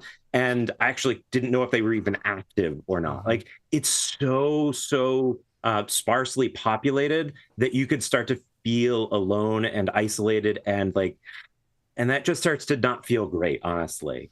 So to know that we were not alone and that we had support and that we had other people that believed that these things were worthwhile and could support us along the way. That is the part that I have loved the most. I do love the support aspect of it, and Steve's already talked a little bit about that, for connecting not just teachers and educators to the ARRL and the folks that are supporting the TI, but also the local ham clubs, and then creating that avenue in which the local ham radio operator can be of the most usefulness to the education process, instead of trying to go it on their own as well, which is probably not going to get us very far in today's society. Yeah, again, I'm sharing pictures, right? And the pictures, the things that I'm sharing, I can't stress enough. These are the things that are possible because people are generous, right? They are generous to their core, and they are giving and they are helping. They are making a difference. It's not any one thing. It's not. Sometimes I think that there is this perception with schools that like, oh, if you have a radio or if you have a little bit of information, that's sufficient to get you going. Right. And it's really hard to wrap our minds around the fact that that's not sufficient for a school setting. Like in our homes, getting our own ham shack set up and running, that is okay. Like we move at our own pace, right? And there's something inherently good about learning on our own and developing over the course of decades. When students are involved, like there's a measure where we have to move a little bit faster. We have to in order to keep their attention. We have to in order to be competitive with all of the other things that are going on in their lives and that they want to explore. And they're all good, but we have to be able to move more expeditiously in terms of getting them access to things and getting them access to the knowledge to be able to implement the things that they're interested in. Our number one rule after school is to be productive, right? Like that is the rule of our group. Like we always say, we're not a social club. We're not there to hang out. We're not there to have fun. We do all of those things as byproducts, but our number one goal is to be productive. And in that productivity, like we get to experience a lot, but that productivity is a byproduct of all of the investment that folks have done for us, right? Like that investment that individuals have given to the ARRL for the Teachers Institute, the individual investments that people have made directly by giving a radio or giving coax cables or giving, random connectors. Like, I kid you not, when I say like, it's insane. Like, how many times have you gone to do something? You're like, I don't have an N connector, right? Like, I don't actually have that random, fiddly bit thing, right? Like, I don't have it. And then somebody turns around and they like hand you a box of all of these old, connectors, and you're like, that was exactly what we needed. So with the kids, and again, if I remember after because you've been on my show and we've talked a little while, when you get kind of these ideas from the kids, when they start getting interested in something and you kind of help facilitate reaching the goal there, what are some of these things that they want to try and do and which radio is somehow involved? Like what have been some of the good ideas? So I guess a year ago now, we were able to do a live contact with NASA, right? Yes. And that was fantastic. So we did direct contact, point-to-point contact between our school and the commander of the International Space Station. And that was using antennas that we had set up on our roof and going direct point to point, which was, again, absolutely fantastic. It was many years in the making. The ARRL was hugely supportive in that process. The ARRIS community, big shout out to ARRIS. But again, ARRIS was someone that I got connected to as a result of the Teachers Institute. And so like that connection point between all of them is really fantastic. So that was one big thing. A little bit before that, we were launching some weather balloons and they were kind of just getting a little bit static. And then one of the big things that we tried to do and we were able to successfully do was we launched a high altitude balloon that had amateur television as a part of it. So we were broadcasting HD video live from the balloon, and it went all the way up to 90,000 feet. And it was phenomenal, right? Like we had the balloon all the way up to the point where it burst. Like we were watching it in HD all the way up, and then as the thing was falling back down, we had it in HD, like live on amateur frequencies, right? So we had this 6 megahertz wide signal that we were transmitting on around 430 megahertz, something like that, and again, it was just phenomenal. That was a really big project that the kids were really happy with. Yeah. They're going into right now, they really want to try and miniaturize everything. So we talked a little bit about this, the CubeSat satellite projects that they're working on. They're working on Pico balloons. That was something that Wayne Green had really, started to bring to the forefront of our consciousness back at TI2. And then, so we're looking at the Pico ballooning. So we're going to start doing that pretty soon here. Earth, Moon, Earth is another big one that we really want to get into. Getting better at contesting, honestly, is something that we want to figure out. Yeah. There's not a lot of contests out there that are student friendly, if that makes sense, just because they don't know what they're doing a lot of times. And it's good that the ARRL has the school club roundup. Yep. So like it's a fantastic introduction. What else? Truly, let's see. Oh, rocketry. Oh my goodness. I forgot to mention that one. So the kids are actively working on the smallest versions of live telemetry that they can. And that has actually brought us to the point of we're trying to design our own circuit boards right now. So the kids have started to learn like a little bit of Eagle CAD to be able to do some actual board layout, which somewhere right around in here somewhere is the TI2 sensing equipment that we utilized. And then they're trying to make it even smaller, right? They're trying to figure out the absolute smallest version that they can get of transmitting that back to us. So they're using like the Adafruit Feather, boards to try and get a handle of what can be done at a really, really small scale as far as transmitting. So there's a lot of great radio stuff going on.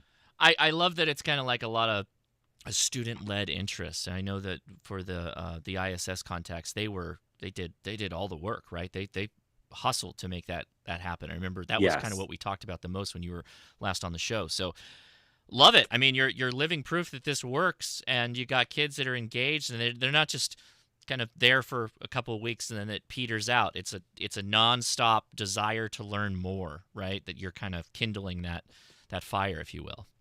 It is.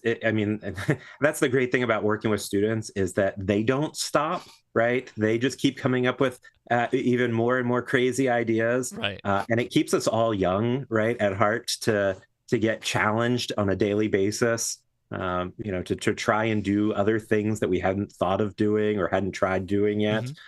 So, yeah, it's wonderful. I am going to a big shout out, though, again, to Steve, to Wayne, for getting teachers connected. Everton, who was on here just a little while ago, Everton and I have had a chance to communicate many, many times now since TI2, and a fantastic guy. Absolutely love working with him, talking with him about all things Star Trek and radio. Again, it's that being connected to others that are trying to do similar things and having the same struggles and having the same growing pains. But Teachers Institute is what brings people together to be able to make that learning not just a 1 week event, but an all year long connection. Okay, sorry, I know I keep grabbing onto random things here. Gosh, I apologize. You're like, you're good, Drew, you're good, like, you're good. Get it together, man. You're good. It's like half of my live streams is all just rambling, so you're so perfect. So something else that was fantastic that came maybe just right before the Teachers Institutes this summer was the Discord server that the ARRL fired up for Teachers Institute attendees and for all teachers, right? And I get my pings on that every single day, right? And those are things that I love looking at my phone for, right? Like I love seeing them come up. I love seeing, because my students also use Discord, and so our after school group, we're right. And so like I'm seeing things in the ARRL teachers Discord that are then also things that they're talking about inside of the my student Discord. And so again, it's fantastic because it's applicable and it's useful, and then there's other people to be able to share it with. This would be a really boring hobby, honestly, if we didn't have other people to share it with and have fun with. Sure, I have a question.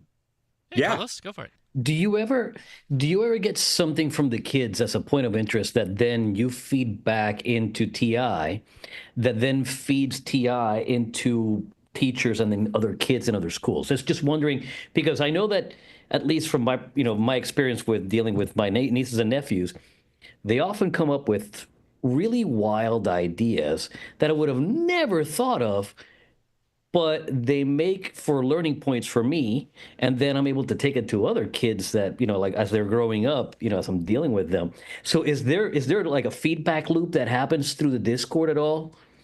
I would say yes. And the main reason for saying yes to that is because I have had the wonderful opportunity to be supported by Steve and by Wayne, to be able to have them hear the ideas and the random thoughts that my kids come up with. And then I toss an idea to them, and then they're very quick to be able to toss it right back. And I see it in the Discord all the time where the teachers are saying things and Steve and Wayne are chiming right in to be able to layer in the ideas and the assistance that goes along with it. There are folks out there, I don't know if you've ever met any, that are very rigid in their thought process, right? Like, that are like, hey, like things have to be done this certain way. And that's not what the ARRL is from the folks that I've experienced them. Like, they are fantastic about listening to, hearing us, knowing what we need and hearing what our kids' ideas are, and then being able to turn around and help us with it. There was a time not long ago where there was a topic that was brought up inside of the Discord server. I reached out to Steve and was like, Steve, hey, you have a book on this, and Steve had books to me in the mail, like within like the next day, and which was like fantastic, because then I could turn around and hand that book off to my kids, because I'm like, I say to my students all the time, like, I'm not an expert in this. Like, your job is to figure it out. Like, my job is to help you to figure it out. Like, so like to be able to have that like constant connection point all along the way. So enablement instead of shoving information down their throats. It's just, hey, you want to learn about it here. I got you what you need to learn. Here's the tool. Go learn how to use it. Yes. But again, like in terms of even things like the ballooning, right, and the remote sensing, again, I'm just going to keep name dropping Steve and Wayne for everything here, but like they listen to it, right? Like, they actually change things based off of what they're seeing and what they're hearing. Like, I know that there is this idea of a curriculum or a set of content for these Teachers Institute trainings, but they are so adaptive and they're so flexible in what they're willing to do to help the teachers that it just makes it all just work so much more smoothly, because we have the opportunity to give back and to then have them help us in that process. Very cool. Yeah. Good question. Well, let's take I want to interrupt real quick, because please. Somebody Carlos said it's enablement, not shoving it down their throat. It's actually, more inspiration. These teachers are inspiring these kids to want to do it. They're already enabled to do it. And, it's one of the things I say all the time is inspiration drives innovation. And if we don't inspire these kids like, Drew and Everton, and there's several of these teachers doing, we've got these two on the stream. If you read the chat, there's 10 or 12 other teachers who have been through TI who are doing this stuff with their classrooms. It's just, these are, Drew's an honorary member of the National Institute of Bald Guys. He needs to clean it up. Yeah, sorry. But it's getting a little out of control here. But it's there are so many teachers out doing this stuff, and it's you have to be able to inspire them. We inspire the teachers so they can inspire the kids, and that's why Wayne and I and everybody else at headquarters is willing to. When they say, hey, we'd like to do this, we'll chase that rabbit down the trail. That's fine. We love doing it. Well, thank you, Drew, again, for telling us your story and catching us up to date on what you guys have been up to. It's just really been amazing. And I thank you for giving the examples so people get an understanding of what the Teachers Institute's impact has been. But let's take the temperature of the room. We've got a couple of folks in here who have been here since the beginning, and I believe I even skipped Adam. I even screwed up my own rotation. So Adam has been here from the beginning. So's Steve, and I think Tim, you were pretty much right there from the beginning too. So thanks all of you for sticking around through it. Jason, you've been through most of it. I know you came in and out, but you've been around. I know you've been watching too in the chat. Mark, thank you for your tremendous effort in trying to maintain even numbers of the donations. I don't know how we would have anyone with OCD be able to continue to watch our broadcast here. People would tune out. That's my belief. It just they're too uncomfy. They're too itchy. But let's catch up, because I got somebody said, what's the goal? What are we doing? What's all this about? So the ARRL Teachers Institute is a fantastic resource to educators to bring them to the ARRL, educate them, give them actual real radios and tools, give them some ideas for lessons and all kinds of things which you've been hearing about from Drew. Before that, we had Everton. We've had Wayne talk about his role in helping educate the teachers. And then those teachers go home and they apply it to their classes. They allow the kids to kind of do what Drew was just saying, right? Allow them to explore the space by unlocking the secret knowledge of radio, and do it in a way that allow them to kind of figure out what fun things they could be doing. So we're trying to raise money for the Teachers Institute. We've got a goal of $20,000. We've got 2 more radios that I'm going to give away, and now we're getting into the high dollar radios. I got that brand new Yaesu 3185 that's sitting next to me, an 85-watt 2-meter radio. I will send this to you, but first I got to make a video review of it, so it will be slightly used when you get it. But I promise it's brand new otherwise. And then last but not least, we have a THD 75 from Kenwood that we'll be giving away as well. But to do that, we need your support. We need your donations. And the best part about this, it's tax deductible, which is fantastic. YouTube takes no percentage. I take no percentage. Every cent goes to the Teachers Institute. And we have some very, very generous donors that are matching every dollar that we get up to $20,000. So we've already hit... We're at $11,781. So you do the math, you smart math guys. Double that. That's what we've done today, which is amazing. So I very much appreciate all the massive effort that people are putting forward to not only support the live stream, but hang out in the chat. Let's see here. How many hours have you all been watching? Give me the number of hours you've been watching, because how long we've been going for now? It's been a while. 4 hours and 43 minutes, my clock is saying, which is... That's a long live stream. Appreciate it. 4 hours. Oh, Ham Radio 2.0. Yeah, you've been all the hours. Brian started with us at the beginning. KT3X. Thank you for that. Oh man, a lot of you. 4 hours and 40 minutes as well. Yeah, you guys have been sticking with us. We really do appreciate it. Really means a lot. So, Adam, I'm sorry I jumped you. Do you want to take over for me? Because I'm also going to jump in and stretch my legs and go use the restroom real fast. Can you run the show and tell us all about the world of radio propagation? Absolutely, I can. Thanks for doing this, Josh. It's really an honor to be here and to be able to support Steve in this way. I remember when Steve was just a teacher and doing this work on his own. We were, a number of us were sending him radios to help get kids in his classrooms to have an HT in their hand once they got their license. And then ARRL took notice and caught on to this and brought Steve on full time for this whole thing. So, Steve, it's been awesome to see your path through all of this, and I really applaud what you do. Appreciate it. So on that note, if we can get someone willing to donate $250, I would be interested in matching that donation. Oh. Hey, so all right. See if we can get some donations going there. And I had a question for one of the teachers as well, if Drew is still around. I think he's still in there. I'm curious what you would suggest to get teachers to bite onto this and take advantage of the opportunity. I've had a couple of them that I've talked to that have expressed some degree of interest, but I don't think they've taken the plunge yet. And I'm curious what you would say to us to help get some teachers to commit to the program and join in. Sure. It's not a small commitment, right? Like I guess it's it's a gigantic field, right? It's a gigantic hobby. It's a gigantic opportunity when we put ham radio in front of people, and it can be absolutely overwhelming.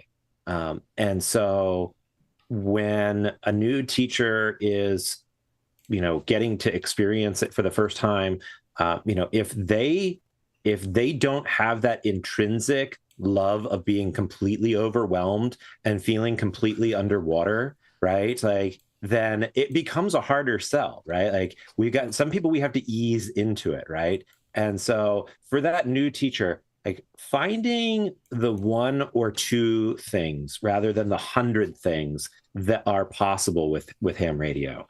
I know that it is, it's tough because there's a lot of mandates that exist, but showing that there is a joy in these things, right? Showing that there is fun to be had and that it is not exclusively in the domain of, just high-end engineering tasks to be accomplished, right? But it's also a lot of fun, right? That it is approachable, it is attainable. But just starting with 1 or 2 small things that can be done. Like, I know a lot of folks start with like the tape measure Yagis and doing some basic fox hunting. It's fantastic. Kids love it, absolutely love it. So rather than handing off all of the equipment and saying to a teacher, go and do this, volunteer to run a fox hunt for your local school, right?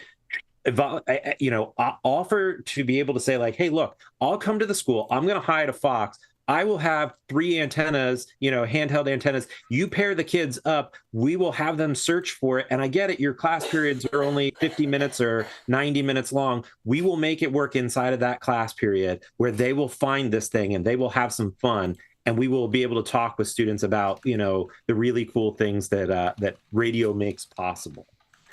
So something like that, where they can just bite on it, and then once they've had some experiences on their own, to then be able to turn around and do it. Here's another one.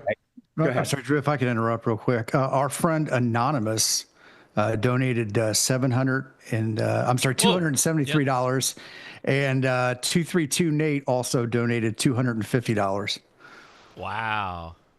Awesome. All right. Well, I will. Well, thank you, Drew. I appreciate the info there. I'm not sure if you were. I think you had one more thing to say, so I'll hand it back to you to finish up. Sure. Thanks, Adam. Hey, one other really, again, it might seem really silly, but it's a really great way of connecting with kids and adults. So we started 2 years ago to do this Radio Santa program. So our kids in my after-school group, they go to the elementary schools, and they get kids on the radio in first grade, right? And they're talking to Santa in first grade, right? And it's a phenomenal little activity, little thing to be done, but it's something that members of the community can support, right? It's something that people can come along and help help to get the antenna set up, help to get the stations operable, right? It's an activity that's fun that they can do to then provide a service to the school and to the kids. And so, like, again, finding what those little things are that teachers can directly benefit from, but without placing this gigantic burden on them, the burden of the gigantic opportunity, right? Like, there's so much that can be done, but it's also can be very overwhelming. So finding a few small things really makes a world of difference. Awesome. Very good. Well, thank you, Drew. I appreciate that. Love it. All right, Adam, I'm handing it off to you. I'm going to be running to the restroom, and then I'll be right back. But you got the floor, man. Thank you. Very good. Well, in the spirit of teaching, I figured today I would present a set of slides and a little talk that I previously put together for a local net here in San Diego that I periodically do some educational presentations on. And today I wanted to talk a little bit about atmospheric propagation of radio waves. And to do that, I want to start with some definitions here that are relevant to the talk. The first one as it relates to propagation is reflection, or the change in direction of a wave at the intersection of two different media. So if you have a wave traveling through the atmosphere and it hits the side of a mountain, that wave, that radio wave may bounce off of that mountain and reflect in the other direction. You might see the same thing in a more visual form at perhaps a jetty along the shoreline of a lake or a river when a boat wake comes along, and that wake bounces off of that jetty and reflects back out into the body of water.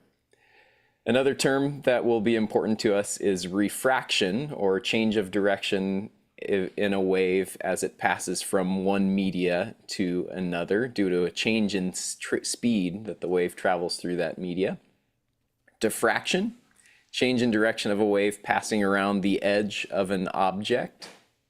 Scattering, change in direction of waves in a variety of directions by reflection, refraction, or diffraction. And that scattering can really occur due to a number of things. And then finally, absorption, loss of energy of a wave as it passes through a medium. So for the most part, as we get our ham radio licenses or GMRS licenses, as it may be, we learn first about free space and line of sight propagation. And there's an equation that kind of defines that power density.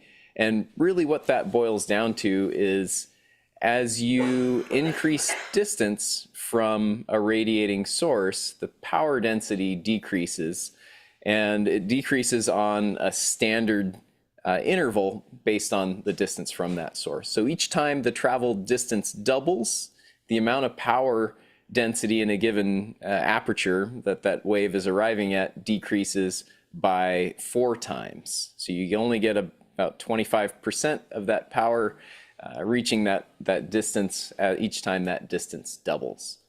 And in the atmosphere on Earth, we have attenuation due to a whole variety of different things, including buildings, trees, atmosphere itself, moisture, things like that, all affect that absorption in the atmosphere as the radio wave is passing through the atmosphere. So with that in mind, and with the curve of the Earth, how do we reach out beyond line of sight to further away distances? And to explain that, we need to first take a look at the Earth's atmosphere and what makes that up. We've got different layers of the atmosphere, starting with the troposphere, closest to the surface of the Earth, up to about 7 miles. From 7 to 31 miles up, we've got the stratosphere. Above that, the mesosphere, and above that, the thermosphere and exosphere. And that's pretty much the extent of what we consider the Earth's atmosphere. The really important part of that affects propagation for the stuff we're really interested in is what we call the ionosphere, at about 30 to 600 miles above the surface of the Earth. The ionosphere is an ionized layer of the atmosphere that does a really good job of reflecting or refracting, as it may be, some certain frequencies of radio waves. But before we get up to that sort of holy grail of atmospheric propagation, let's talk about a little bit about very low frequencies and kind of work our way up in the electromagnetic spectrum. And if we start at the really long wavelengths, extremely low frequency to low frequency, 30 to 3,000 kilohertz, is that right? 30 to 3,000 hertz, I think it is. Waves conduct around Earth super refraction between the Earth's surface and the ionosphere, even reaching all the way around the world. With low and medium frequencies, 30 to 3,000 kilohertz, waves can, I've got some typos in there, apologies for that.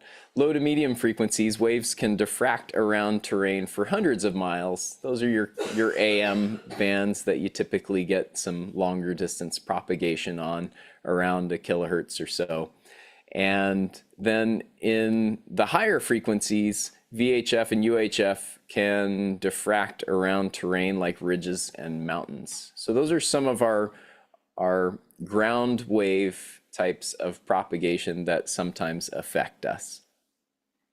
Now let's get back to the ionosphere, because that's where all the really fun stuff happens, particularly in the HF frequency bands. So in that ionosphere, we break that up into generally 4 primary layers that affect propagation.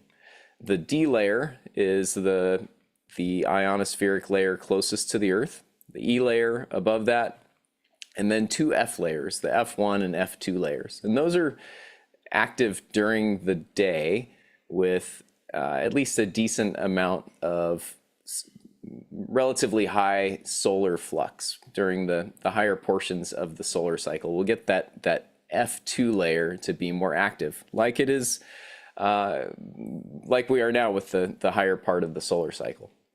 At night, the D layer dissipates, which enhances some of the propagation we'll talk about here in a minute. The E layer typically gets a bit weaker, and the F layers fade out as well, become less significant, and the 2 F layers merge into 1 at night.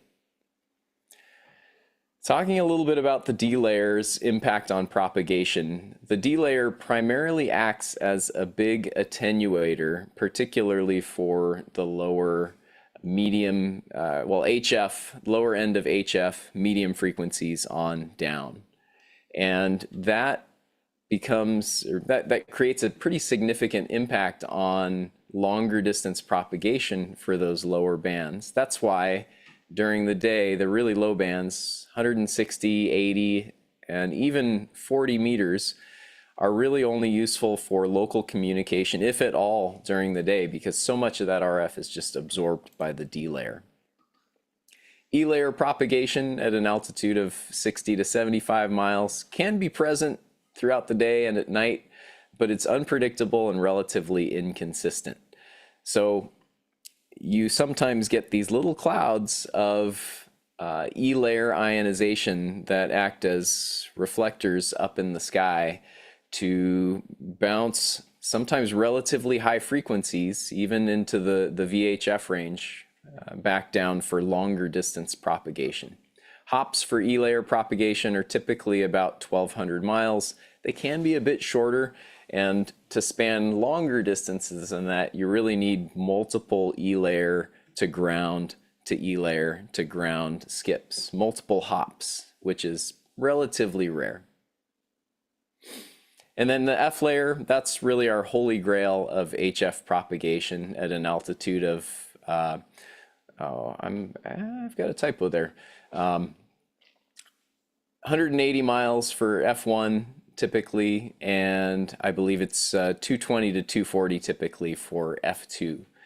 At night, the F1 layer fades, kind of like the E layer, but the F2 layer can remain consistent for 24-hour propagation. And again, those 2 layers kind of merge into 1 at night. But there's a catch to that. There's always a catch to this, right? The ionization of the F2 layer requires a lot of solar radiation and only really occurs when we have a higher solar flux index, typically above at least 200. So it only comes into play when we're at the peak of the solar cycle. So I wanted to kind of explain a little bit more about how those different layers affect different distances of propagation. So we've got the Earth's surface here with a radiating point, and we've got our key layers of the ionosphere, the D layer, the E layer, and the F layer here. And for VHF on up, so typically 6 meters, 50 megahertz on up, with a high angle of radiation, our RF pretty much goes straight through those layers of the ionosphere off into space. And that's what makes it relatively easy for us to communicate through satellite repeaters on the 2 meter and 70 centimeter bands.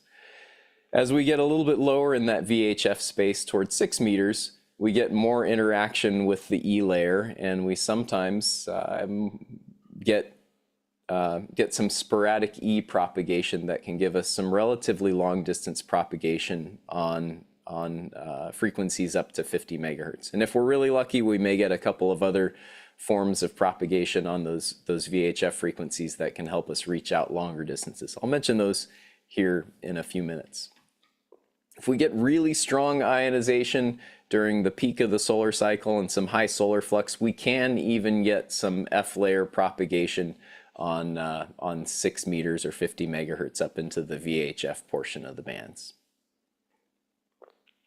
On high frequencies, the 3 megahertz to 30 megahertz range typically, we have the most interaction with the E and the F layer, primarily the F layer, and we have a high enough frequencies to still get through that D layer, make it up to that F layer, and get enough RF to come back down to Earth for some of that really long distance propagation. And an important thing to understand with this refraction that occurs up in the ionosphere, a lot of times people will describe it as reflection, but in reality, what's happening up there is refraction of the RF as it hits those layers of the ionosphere. The change in wave speed and how it propagates through the ionosphere is what really just bends it back toward Earth. It's not reflecting off of any specific surface up there, but it's refracting back down. So higher portions of the HF band, as we get up into the 10-meter range, even 12 and 15 meters during the lower parts of the solar cycle, if we're sending RF up to the ionosphere at too steep of an angle, that refraction doesn't provide enough of a bend to get the RF to come back down to Earth. So we're really just still sending that RF off into space. That's why for shorter distance hops of HF propagation, you need to work those lower frequency bands like 40 and 80 meters for near vertical incident skywave propagation. Those lower frequency bands that I'll talk about here in a minute will get enough refraction off of those ionospheric layers to bend back to Earth, even if they're hitting the ionosphere at a higher incident angle. So as we're operating up in the higher portion of the HF spectrum, we're going to be relying on lower incident angle interaction with the ionosphere and getting longer distance propagation on those HF bands. As we get toward the lower end of the HF band or the medium frequency bands, 80 and 160 meters, we're really only going to be relying on shorter distance hops or shorter distance refraction off of the E and F layer, because as we reduce our radiation angle and transmit closer to the horizon, that D layer is going to eat up more of that RF and just attenuate it too significantly for it to make it all the way back down to the surface of Earth. That's why at night, as that D layer fades out, we can start to get some longer distance propagation on those lower frequencies and reach further around the world. So a few other important propagation modes for HF and up. I talked a little bit about sporadic E, those clouds of E layer ionization that we can't necessarily predict, but that can provide some really cool propagation on some of those higher frequencies, 10 meters, 6 meters, and even up to the, I believe, to the 2-meter range with the right conditions. Transequatorial propagation, which relies on some interesting characteristics of ionization around the equator. And then another interesting one, tropospheric ducting, where we may have inversion layers, temperature layers in the first lower portion of the atmosphere, the first 7 miles of the atmosphere close to Earth, or even some different changes in humidity in those layers, which can capture RF and duct it for really long distances around Earth. Yeah, that's right. Surf that tropo. I had an interesting example of tropospheric ducting. Let's see, I don't think I have a separate slide for it here. I had an interesting example of tropospheric ducting the other day. I was out fishing off the coast of San Diego and looking to the north. It was a very clear day, offshore winds, so it made for nice clear skies. And on the horizon, I could see some of the Channel Islands to the north, but they were the view of them was completely distorted and stretched in a really crazy way that made them look almost rectangular right on the horizon. Pretty cool. And I think with those conditions, if that's happening to light waves, then similar things are going to be happening to radio waves along that same path. So talking a little bit more about transequatorial propagation, we're talking about what they call an equatorial anomaly, where there's really a concentration of electrons, ionization from 10 to 20 degrees north and south of the equator. And that typically impacts the higher bands. I've seen it affect 10 meters as well pretty significantly, but 6 and 10 meters are probably the most common there. And you get really nicely enhanced propagation from across the equator with that as the center point. You'll see some really awesome contacts occurring from North America to South America along that path. Sporadic E, I talked a little bit about that already, and mostly impacts those higher HF bands, and it's really a key propagation mode on 6 meters. Auroral propagation. Having Gordo on reminded me of Ham Nation talk that he did a while back. I think it was around the big solar storms we had in May. And he had a really cool recording of some single sideband that was occurring over auroral propagation. It just has a really crazy sound to it. So I would encourage you all to go, when you have a chance, look up aurora propagation or auroral propagation and listen to that crazy sound. I've never heard it myself, but would love to make some auroral contacts and get to experience that type of propagation. And then let's talk a little bit about propagation on VHF and above to finish off the presentation here. VHF, UHF, and super high frequencies in the gigahertz range can reach beyond line of sight through terrain refraction, reflection, diffraction, and even rain scatter. So I had an interesting experience with this from the home QTH here, reaching a station on a soda summit in a town about 8 miles from here, Poway, just over the hill. And the hill that's in the way is Mount Woodson. It's about 1,500 to 2,000 vertical feet higher than I am here, and right directly dead center in my path to this other station that was at about the same elevation as me. And we were able to make contact with just 5 watts and an HT on 2 meter simplex.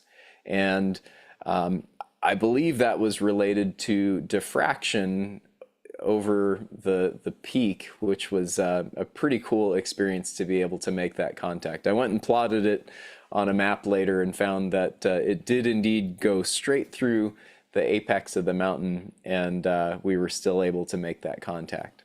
And as Josh has talked about, as he was experimenting a bit with some of the microwave communications, reflecting your signal off of buildings, mountaintops, anything you can find to bounce your signal to that other receiving station can be a really effective way to make longer distance contacts. And then also in that range, scattering microwaves off of rain clouds and rain showers is another technique to make longer distance contacts on those much higher frequency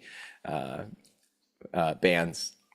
So my task for you, in the spirit of teaching and learning and sharing, I would like you all to take the opportunity to share this type of presentation with others. I'm going to post the link to this in the chat, and I would invite any of you who are interested to take this, use what I've created, and share it with others or present to others to help with the learning, and just have some fun joining in and helping teach others about the really cool stuff that we play with in radio.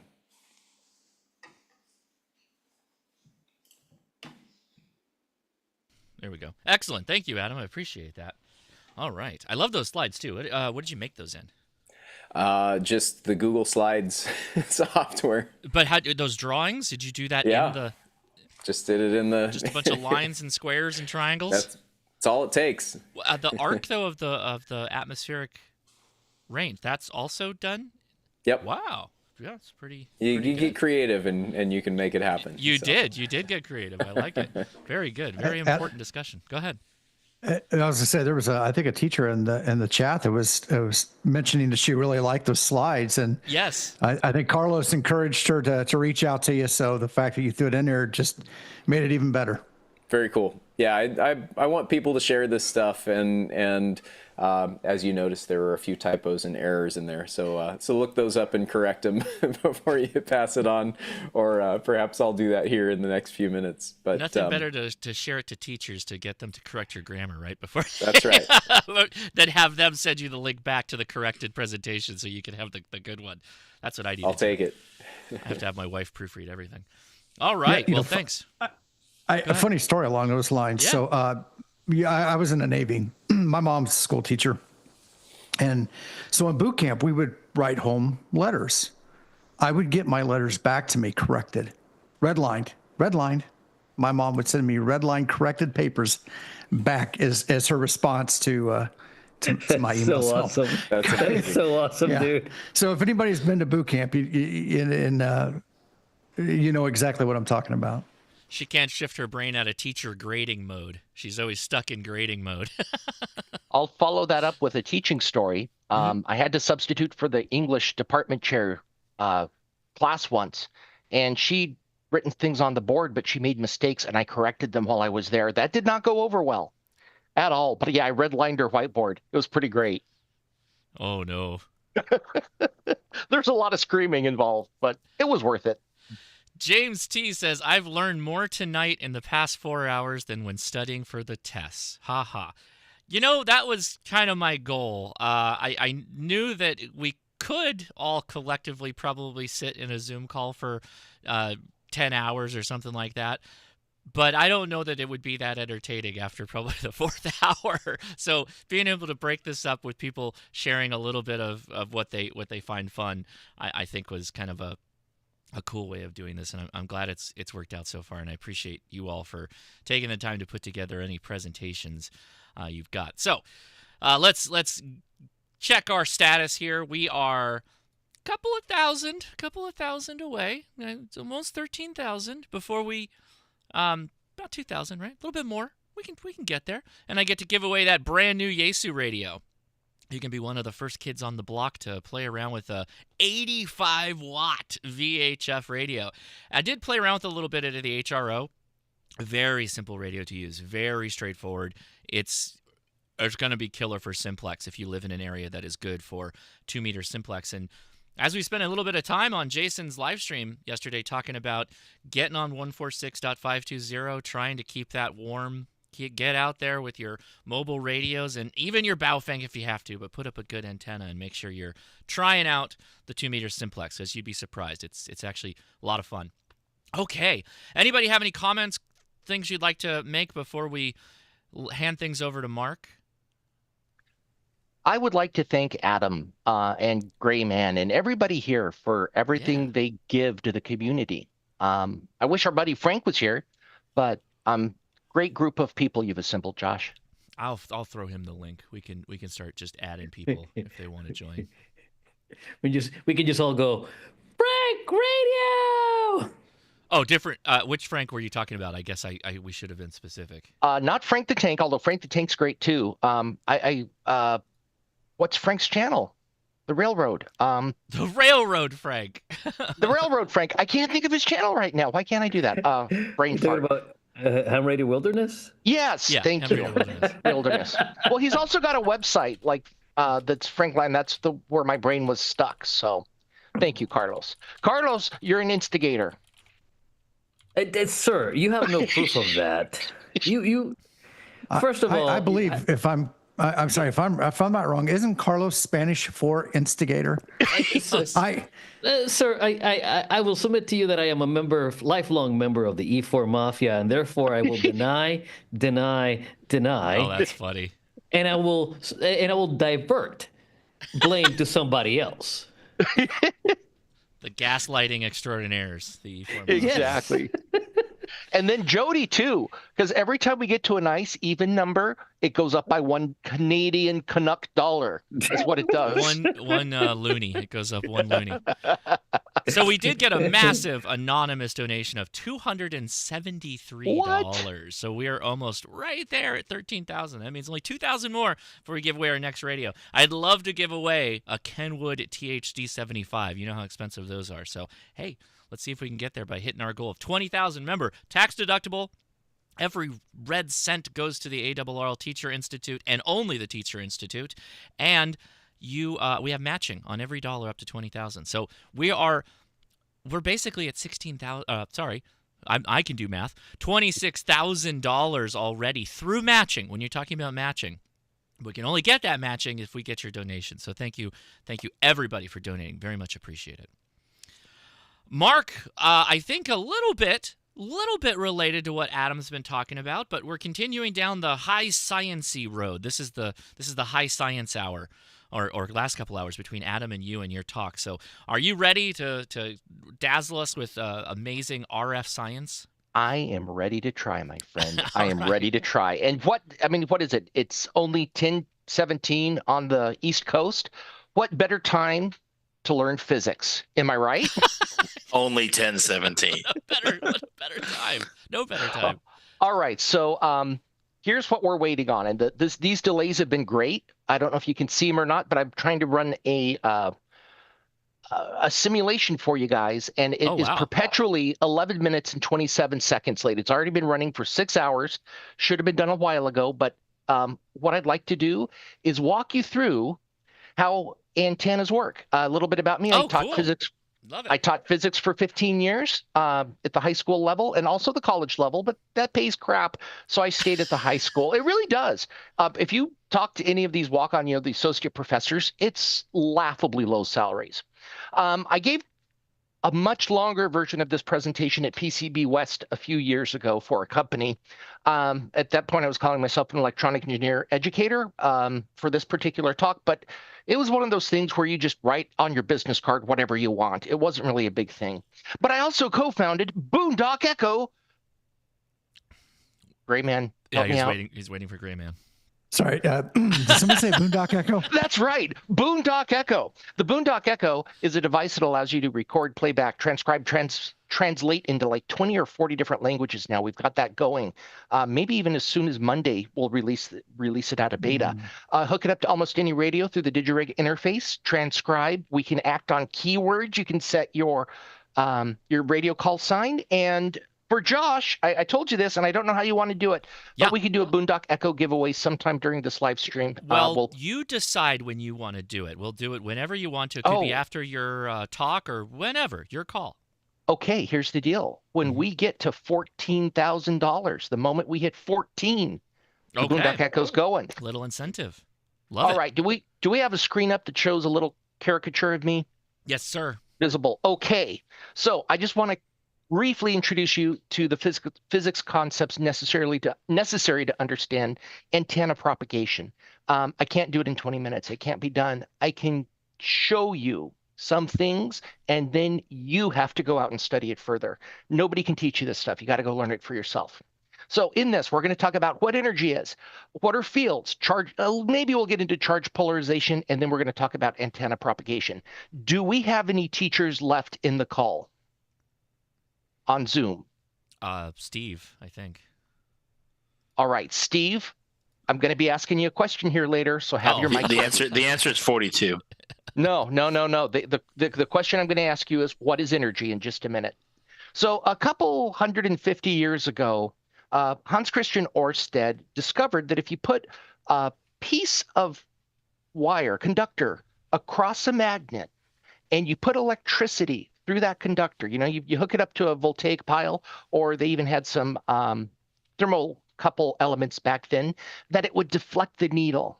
And that was the very, very first wireless transmission of energy, whether they knew it or not. That showed you that something was happening, not in the wire, but something was happening around the wire. And that's critical for radio communication. Ohm, who you guys have heard about, used that idea that this is something called a tangent galvanometer to come up with a thing called Ohm's law, which we've all seen equals VIR. He didn't come up with that. He came up with that the torque on the galvanometer equals, the length of the wire over some constant. Who cares? And what we teach in school is something called the Drude model, where these electrons are these little objects that just, locomote around wires from one spot to another. And he figured that out even before we knew that atoms had nucleuses, right? None of this had been done yet. So it was just a model. And that's usually what we teach in school. But what we're teaching in school is that things are happening in the wire. In reality, things are happening around the wire that affect inside the wire. And things are happening on the surface of the wire that affect around the wire. So, all right, Steve, told you I was going to ask you a question. You learned it in college. What is the definition of energy that is taught in schools? What is energy? Aside from the fact that it's something I don't have enough of, it's the capacity or the ability to actually do stuff. That is what everybody says, and that's what I taught for a number of years, and it is sheer and utter crap. Because beautiful. Here's why, Steve. Here's why. What does that mean? What does that mean in the capacity? These are rhetorical questions. You don't have to answer. What does that mean in antennas? What does that mean in electronics? What does that mean in anything? We developed the idea of energy to better understand steam engines, right? The ability to do work because steam engines were doing work. We had to come up with a definition. How much energy does it take to lift, 10 kilograms of mass up 1 meter, right? We used that to develop better steam engines. And then we discovered that that idea had some legs on it, and we started applying it to lots of different things. But if you're not talking about steam engines, in my humble opinion, it means absolutely nothing to students. We need another definition. So take a step away from that, and we're going to come right back up to it. All objects have properties, right? There's a list of them I got off of Wikipedia. Melting point, stiffness, color, volume, location, even seemingly identical objects have different locations that make them unique. So objects have these properties that were imbued by nature and then identified and quantified by scientists. What I have back here, you saw this word cloud. That's just the ones I got off Wikipedia. This giant word cloud are the ones I got out of Mathematica when I just hit export.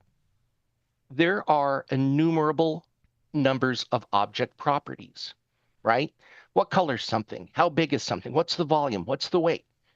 Most object properties are just what they are. They're numbers. They're things that we that we define. But some object properties have to be computed. Velocity, for example, right? Momentum, which is a little bit of a more complex thing. All energy is a computed object property that we've defined, that we've come up with, and we've said this is what it is, right? It's mass times acceleration of gravity times height. It's force times distance. It's 1/2 mv squared. These are all things that we compute based off of other object properties. Energy is simply a computed object property. It's not this abstract thing.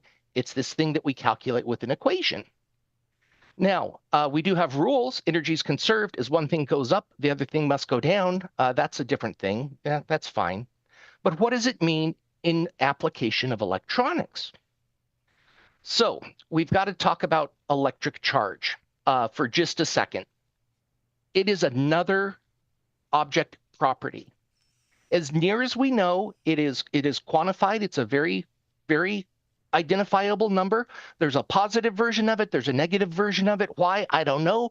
But as near as we can tell, they are equal. I've actually got this video out there we could track down for you where we talk about what electrons are with a physics PhD for like an hour. And as he says, it's turtles all the way down. It just gets more and more confusing. There's more and more to learn and understand. But it comes in these increments. It's attributed to the electron and the proton, and it's unique. We have this thing called electric force, where you have two charges that are near each other. They can somehow push on each other through the magic of physics, through the universe. They're just, they can either be attracted, they can be repelled, but when they're near each other, they can apply this force. And you can have multiple of them. the more charges that you have, the more complex the forces and everything become. And it can get pretty crazy. So instead of dealing with all of that, what we tend to do is identify this thing called a field. Now, a field is a collection of object properties identified in a given space, right? You pick whatever property you want, position, and you go to a bunch of different spaces, either in 2D or 3D, and you identify that. That's all a field is. It's an object property that's identified in a bunch of different locations all over a given space. Vector fields not only tell you the direction of a particular object property, but they tell you the magnitude. Here's a little illustration I made that exaggerates the gravitational force around the globe. The globe's a little fatter in the middle, so gravity's a little bit stronger up near the poles and a little bit weaker around the equator. So a vector field is, again, it's just a collection of object properties spanned over 2D space or 3D space, but it also gives you direction. Okay, I know I'm throwing a lot of physics at you. One last thing you need to know. These charges that I talked about a minute ago, the electron's negative charge, the proton's positive charge, they affect the space around them. And the space around them affects the charges. So we take all of that, and that's a lot, and watch what happens when an electric charge starts to propagate. Uh-oh, where's my animation? Are you guys seeing anything? I'm not. I see an animation. I see. There we go. Let's try that. It just needed to render. Just needed to render. Okay, so here we've got an electric charge. We've got field lines, and we've got this thing moving. And as this thing moves, you'll notice that it takes a little bit for the fields to catch up, the field lines that are far away. You'll also notice as this thing propagates, as it moves around in the direction perpendicular to the direction of movement, you really see some concentration. And what it's concentrating here is something called polarization. Polarization is where you have a net zero charge, but you're able to stretch it ever so slightly, so there's a little bit of positive in one direction, a little bit of negative in the other, and the more you stretch that thing apart, the more concentrated the field is, the higher the number is going to be. Do we just need to stare at that for a second while I get a quick sip of water? Yeah, leave it. Go ahead. You can take your sip. Okay, I've been talking fast and a lot. Yep. Okay, so that's pretty cool. But what does that do with antennas? So in this next slide, which is the one I'm trying to render the higher version of, we've got a collection of what are called Hertzian dipoles that are oscillating back and forth, kind of along the left-hand side here. And as they move, remember we saw those charges move before? Well, imagine now you've got a zillion charges moving up and down, and all those field lines combine. And as those things are oscillating up and down and up and down and up and down, it creates these fields that propagate out into space. And what you're seeing in the really dark spots or the really light spots is you're seeing a concentration of that polarization as it moves. And I don't know, I just find this thing mesmerizing. Yeah. So, it's probably as far as I need to go. That was your 15-minute physics. And with that, I am more than happy to entertain some questions, especially from teachers like Steve. Like, what the hell just happened? Well, right? That's what happens when you nod off without coffee. Yeah, go ahead, go for it, Josh. So I'm looking at, like, what would this be in terms of, like, radiating RF from an antenna? This is exactly what it would be. This would be a dipole. We would be looking at, you've seen the donut sections? Yes. So imagine we've got 1/4 of the donut.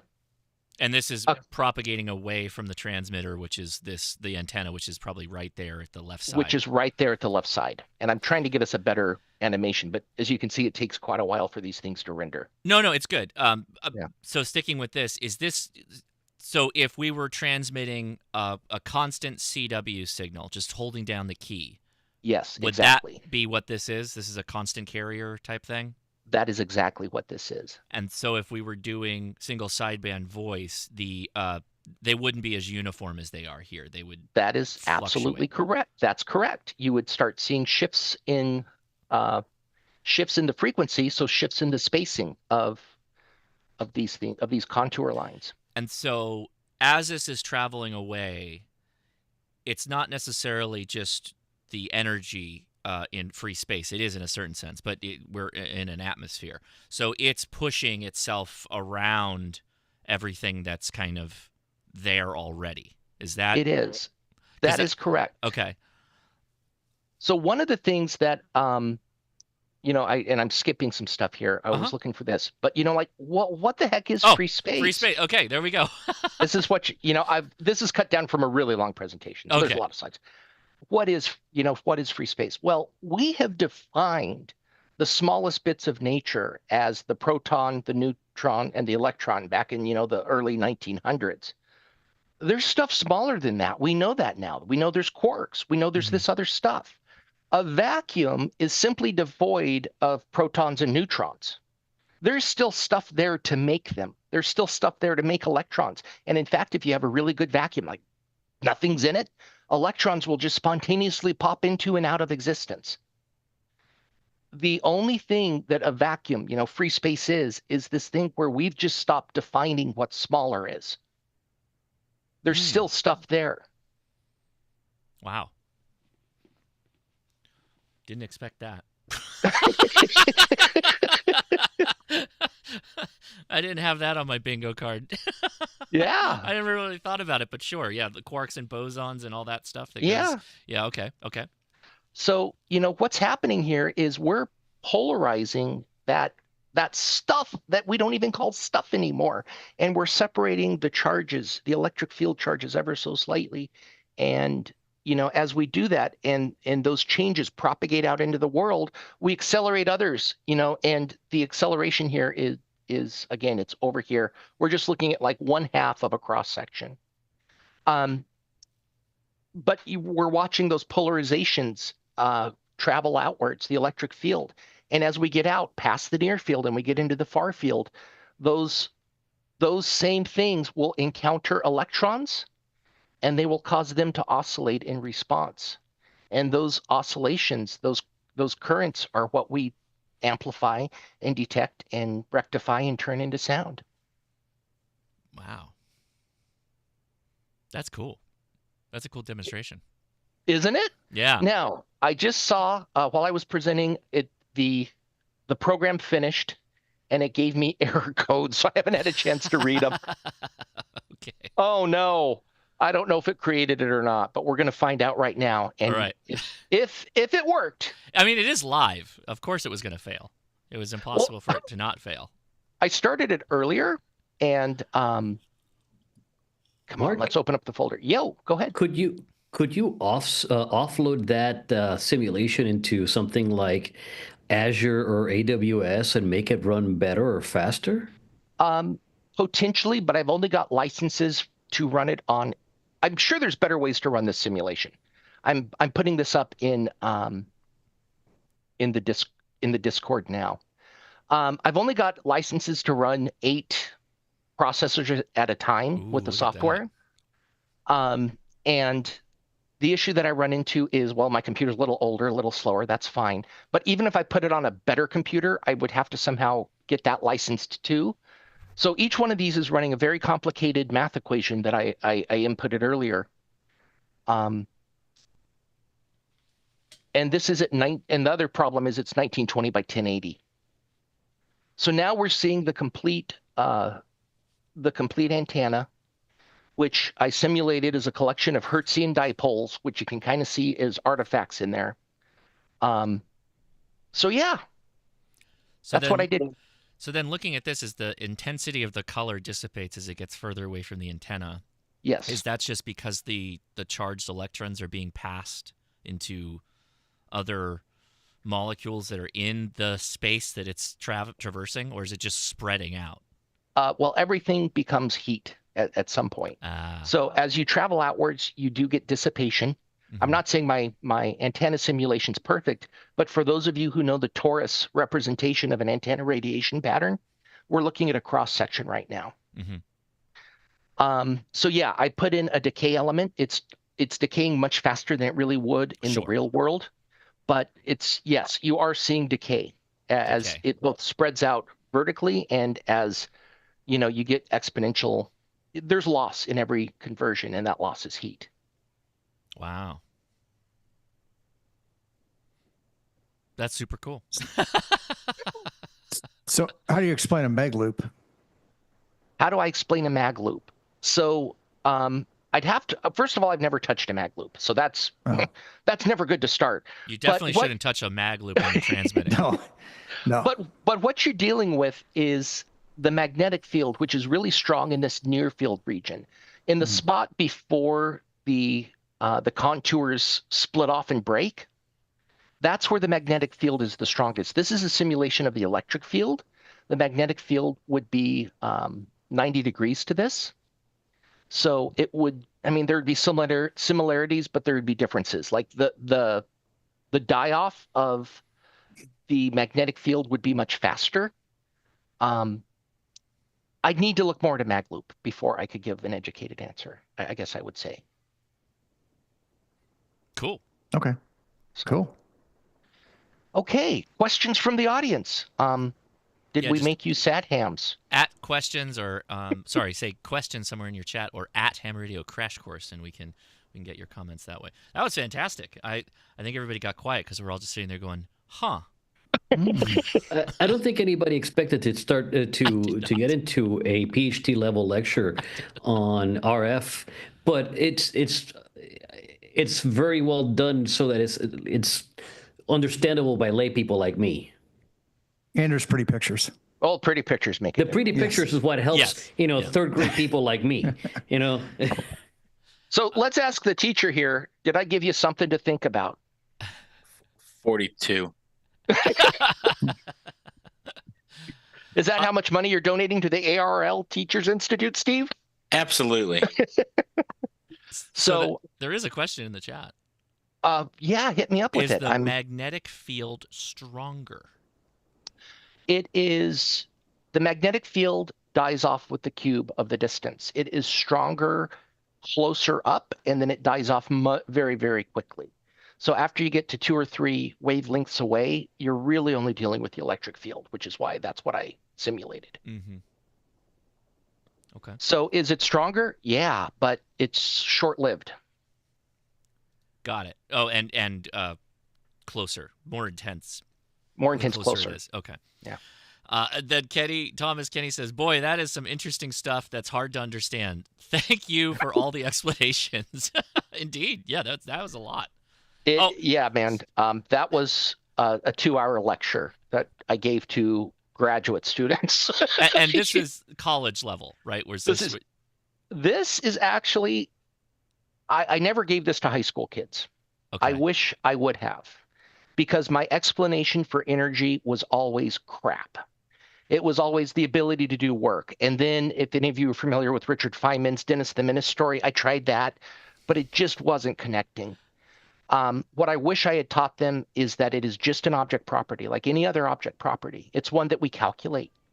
And the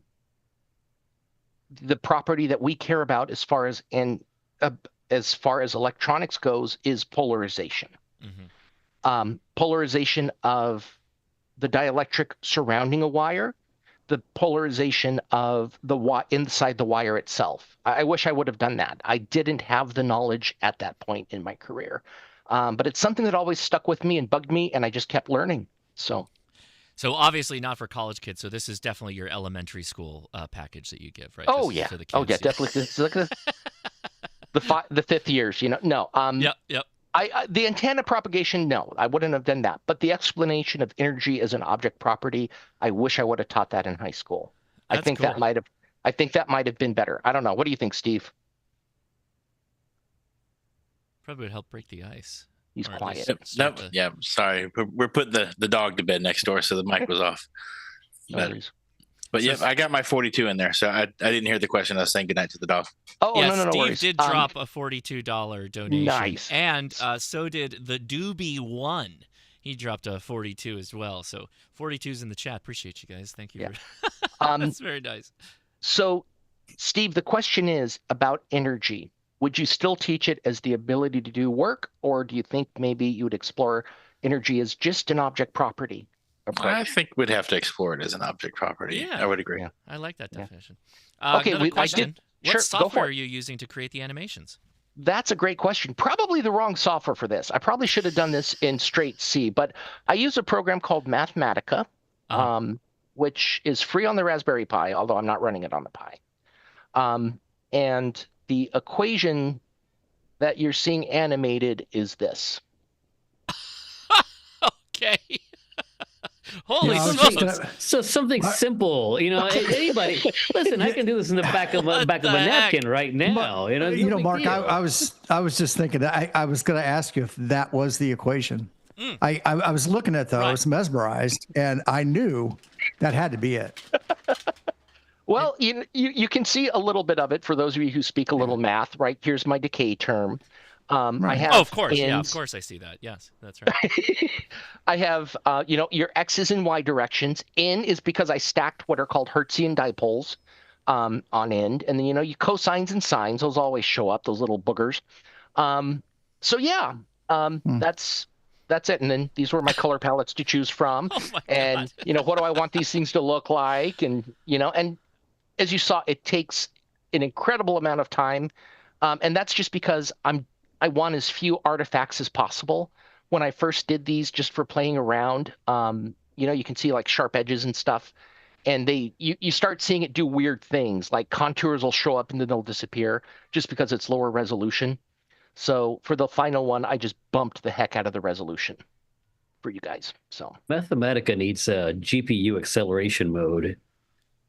If I paid for it, I'm sure they would. But just some light math. Just some light math in the later hours of the live stream. That's the perfect time. Had I known, I probably would have put you a little bit earlier in the queue. Oh man! Next time. So Thomas Kilkenny says, question: is he making up solutions and equations and just feeding us some wavy lines? So the wavy lines are the representation of the math, right? Yes, the wavy lines are contours. So spots smokes. where it would be equal polarization. Am I just making? Yeah, I just made effectively. I mean, that's not a real antenna. I created something called a Hertzian dipole, and I just stacked them one on top of another, so we would have something similar to a real antenna, and then I just let it go. Now imagine this with a Hertzian Yagi. Is this something that you could? Is this something you could also do in MMANA? Is that what it's called? I don't know.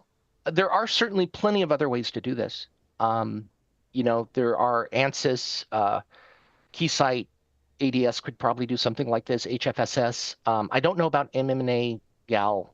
I don't know. This was how I knew how to do it. I knew it was going to be slow, but I also knew I had time, so I just spit it out and ran away. Yes, somebody asked, am I an HP kid over a TI? That is absolutely correct. Reverse Polish notation for the win. But RPN, no. RPN's wonderful. As I understand it, it was invented by a concentration camp survivor. While he was in the camp, he was trying to figure out the most efficient way to do calculations, and he came up with that, and that's how a lot of computers process numbers. You get the numbers first, then you do the application of the math to them. So, yeah. Okay, Absolutely with that. That was awesome. I have a promise for you guys. Yes, sir. If you donate $4, I will stop talking for 5 minutes. But also, you've already made a promise. If we get to 14,000, which we're well on our way to that, we're going to give away a Boondock Echo. That's right. Tim, did somebody say Boondock Echo? Did I hear Boondock Echo? I think I did. Now, I will say this. There are only 13 left at the Crowd Supply store. The Mouser Texas Distribution Center. After that, we have to make more. We will make more. But if you want one this year, you really need to buy it soon before we run out. Otherwise, you're going to be waiting a few months. Right on. There you Someone go, should- guys. Check out Boondock Echo. If you just Google that, you'll find it. We can drop a link too as well. Whoa, man. Man. What? Wow. Holy smokes. Anonymous. There we has some go. deep Anonymous is pockets. at it Anonymous. again. Wow. Wow. Holy smokes. I guess we're giving away a Boondock Echo. Did I hear Boondock Echo, Tim? I heard Boondock Echo. All right, let me set up a new giveaway. In fact, I can probably do this. Yeah, I think I can. I'm trying to stop streaming right now. I can. There we go. I kicked off. There we go. So let me go like that. All right, let me queue up this next giveaway here. Wow, absolutely amazing. So that means we're only now less than 1,000 away from me giving away a radio. So holy smokes, yeah, we're moving. All right, so we need to do word. The $1,000 donation was fantastic. However, whomever Anonymous was missed an opportunity. $999.99 would have made a lot more sense. You're a mean man, Carlos. A mean man. He is off my Christmas list, I'll have you know, and I don't even have one.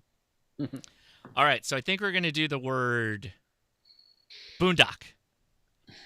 So I did capitalize the B. I guess we can test if it's case sensitive. I don't think it is, but let's see. Is it? Yep, we're waiting. And there we go. We've already got entries filling the page here.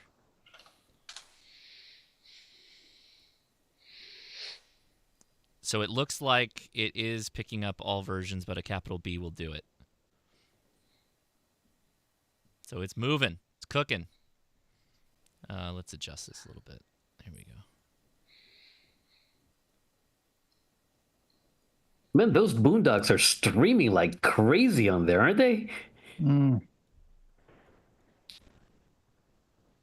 Mark, you're muted. Thanks, Carlos. So, Steve, are you out of the classroom now? I am. I left the classroom a little over 3 years ago to move to Connecticut and start doing this. So. Oh, good man. How long were you in there? 21 years. Good man. Wow. Let me ask you if you had the same problem with teaching that I did. The kids were great. The adults were horrible. I can agree with that, yeah. Yeah, I had to go. I started telling people what I thought of them. That's never a good idea. Yeah, I imagine that doesn't make a lot of friends. It does not. So, yeah, what the heck is a Boondock Echo there, Adam? I don't know. Well, Did I hear Boondock Echo? I heard an echo, Boondock Echo. I did hear Boondock Echo. So, all right. So while we're waiting for that, what do we have coming up next, Josh? Let's see. Next on the show running here is we're technically at banter phase. Oh no, we're past the 7 o'clock hour. So we're passing it over to Jason. It's Jason's time to talk. He's going to talk to us a little bit about emergency communication and kind of everyman EmComm. Ooh, that sounds exciting. I can't wait for that. You can share screen, or how do you want to do it, Jason? It has a lot less math in it than what Mark's presentation did. Because of course your equations are still rendering, Jason, right? They're so complex. Yeah. They're still rendering. Yeah, Yes, that's yeah. it. That's it. You know That's something? The timing, the fact that I was delayed worked out perfectly. That wouldn't have been there if it hadn't happened. It was meant to be. Oh, excellent. Wonder if you could use a Boondock Echo in EmComm. I think you could use a Boondock Echo. You know, we're joking, but people are buying them right now. I'm looking at the sales page. So I actually need to interrupt for a moment. So Kevin is actually in the office monitoring the giving through the Give to STEM link. Yes. And we are actually only, if you include who's giving directly, we are only $210 away from your 15,000. Oh my gosh. What? Okay. Wow. I was wondering how that was playing into the total number. Oh, so so there's almost $1,000 or close to $1,000 of direct donations that unfortunately looks like YouTube doesn't see that. So we're getting live play-by-play from ARRL directly. Yeah, so those are the folks. A lot of people who are donating from countries that they can't give or whatever. So those people are going through there, and so yep, $210. Steve, you mentioned the page. I didn't want to mention this, and I don't know if people realize that, but if they want to set up a reoccurring donation, they can also do that through the ARRL's direct donation page. If you want to give $5 a month or $10 a month, that's a very simple way to do that, and you can do it. I'm assuming on a credit card. And if you have any questions about that, our development department, Kevin and his entire crew, Christina and Mimi and Jill, they're more than happy to answer whatever questions you have about because we have a lot of people that do that give on a regular basis, and they just set it up to automatically do it. So. All right, we are at 178 entries. The chat's Wow. down a touch. Do we have 178 people donating to the page as well? Good question. I don't know if we might have to use one of your algorithms to actually render that for us to see. If my partner KC is online, he can probably take care of that for you in a hurry. Oh yeah, that's true. He is. I saw him earlier. I haven't seen him lately. So, but you want to roll the die here? Let's do it, man. Let's do it. So and thank you for the opportunity to let me share physics with you at that was super 10 o'clock on a Saturday night. Yeah, thank you for that. I appreciate it. By the way, our friend Anonymous dropped another $210 donation. Man, this guy has deep pockets. Oh, wow. So we're giving away. There let's it do is. the Boondock. Here we go. Boondock Echo time. Rolling. I wonder if Jeff. N8IBW. Okay. So Jeff, give your. Or wait, no, we've got that. We can look him up at QRZ. If he's good on QRZ, you might have all your information you need. Let me pull him up right now. Congratulations, Jeff. Congrats. Yes. Yeah, man. You're gonna love it. And if you have any, we've got a lot of videos out. And if you have any trouble, let me know. Okay, I'm not seeing his thing. Let me log in here real quick. He said yes. He's good on the Z. Okay, so I just have to log in. Okay, well, if that's the case, I can get one of these in the mail Monday. Or wait, tomorrow. Wait, yeah, today's Saturday. So I can get it in the mail Monday for you. I've got you in Ohio, so perfect. Great. All right, I'm going to reset this then. Ooh, buddy. So we're going to take that as hitting our 15,000 milestone. Okay, so we're pretty much there on YouTube side. We're a little bit lagged behind it because we're getting also direct donations at the ARRL website. This is a good opportunity to remind everybody that if you, for some reason, can't donate on YouTube, which happens, you can just take the link in the description down a couple lines down. There's another link. It's like Give to STEM, I think, and you can donate directly. And so we're getting some live back-end updates on this as well. So, wow. All right. So like I said, I've got this radio right here. I picked this up at HRO yesterday. Got to play around with it a little bit while I was there. Pretty cool radio. It's this ASP thing that I'm the most excited about. This radio is really impressive for the sound, what this is doing. New stuff. This is new radio stuff. You're going to be shocked when you hear the audio comparison between signals. I will tell you, whoever wins this, I'm going to have to do a review of it first before I send it to you. So I'm just going to say that for legal purposes. But it's going to be fine. Don't worry. Will you keep the screen protector on? That's, I think, what a lot of people really are concerned about. I will probably remove it and then put it back. Because otherwise, the screen's really, really big and vibrant, so you probably don't even need to take the plastic off. So let me reset the entries here, and we're going to start a new one. What should we use? I will pick a word. Let's do... ASP. Yeah. That's actually a good idea. ASP it is. All right, so hold on. Wait for it to... okay, should be good. ASP, all capitals. I think Okay, I do know now that it doesn't matter. It doesn't matter. So ASP, lowercase or uppercase. Like Thomas Kilkenny, I saw yours come in with all lowercase. So bingo. Excellent. Wow. Guys, we're going to get there, I think. I think we're going to hit our 20K goal.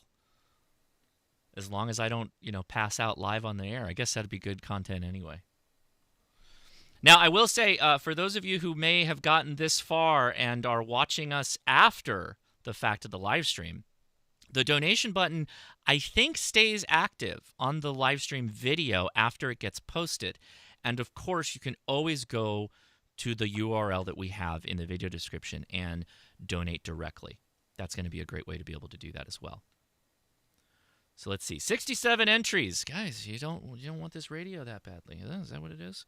Also, I told myself my beer goal was 15,000. So I've hit my beer goal. I'm going to now open up my first can of beer. So let me do that right now. I will be right back and grab one.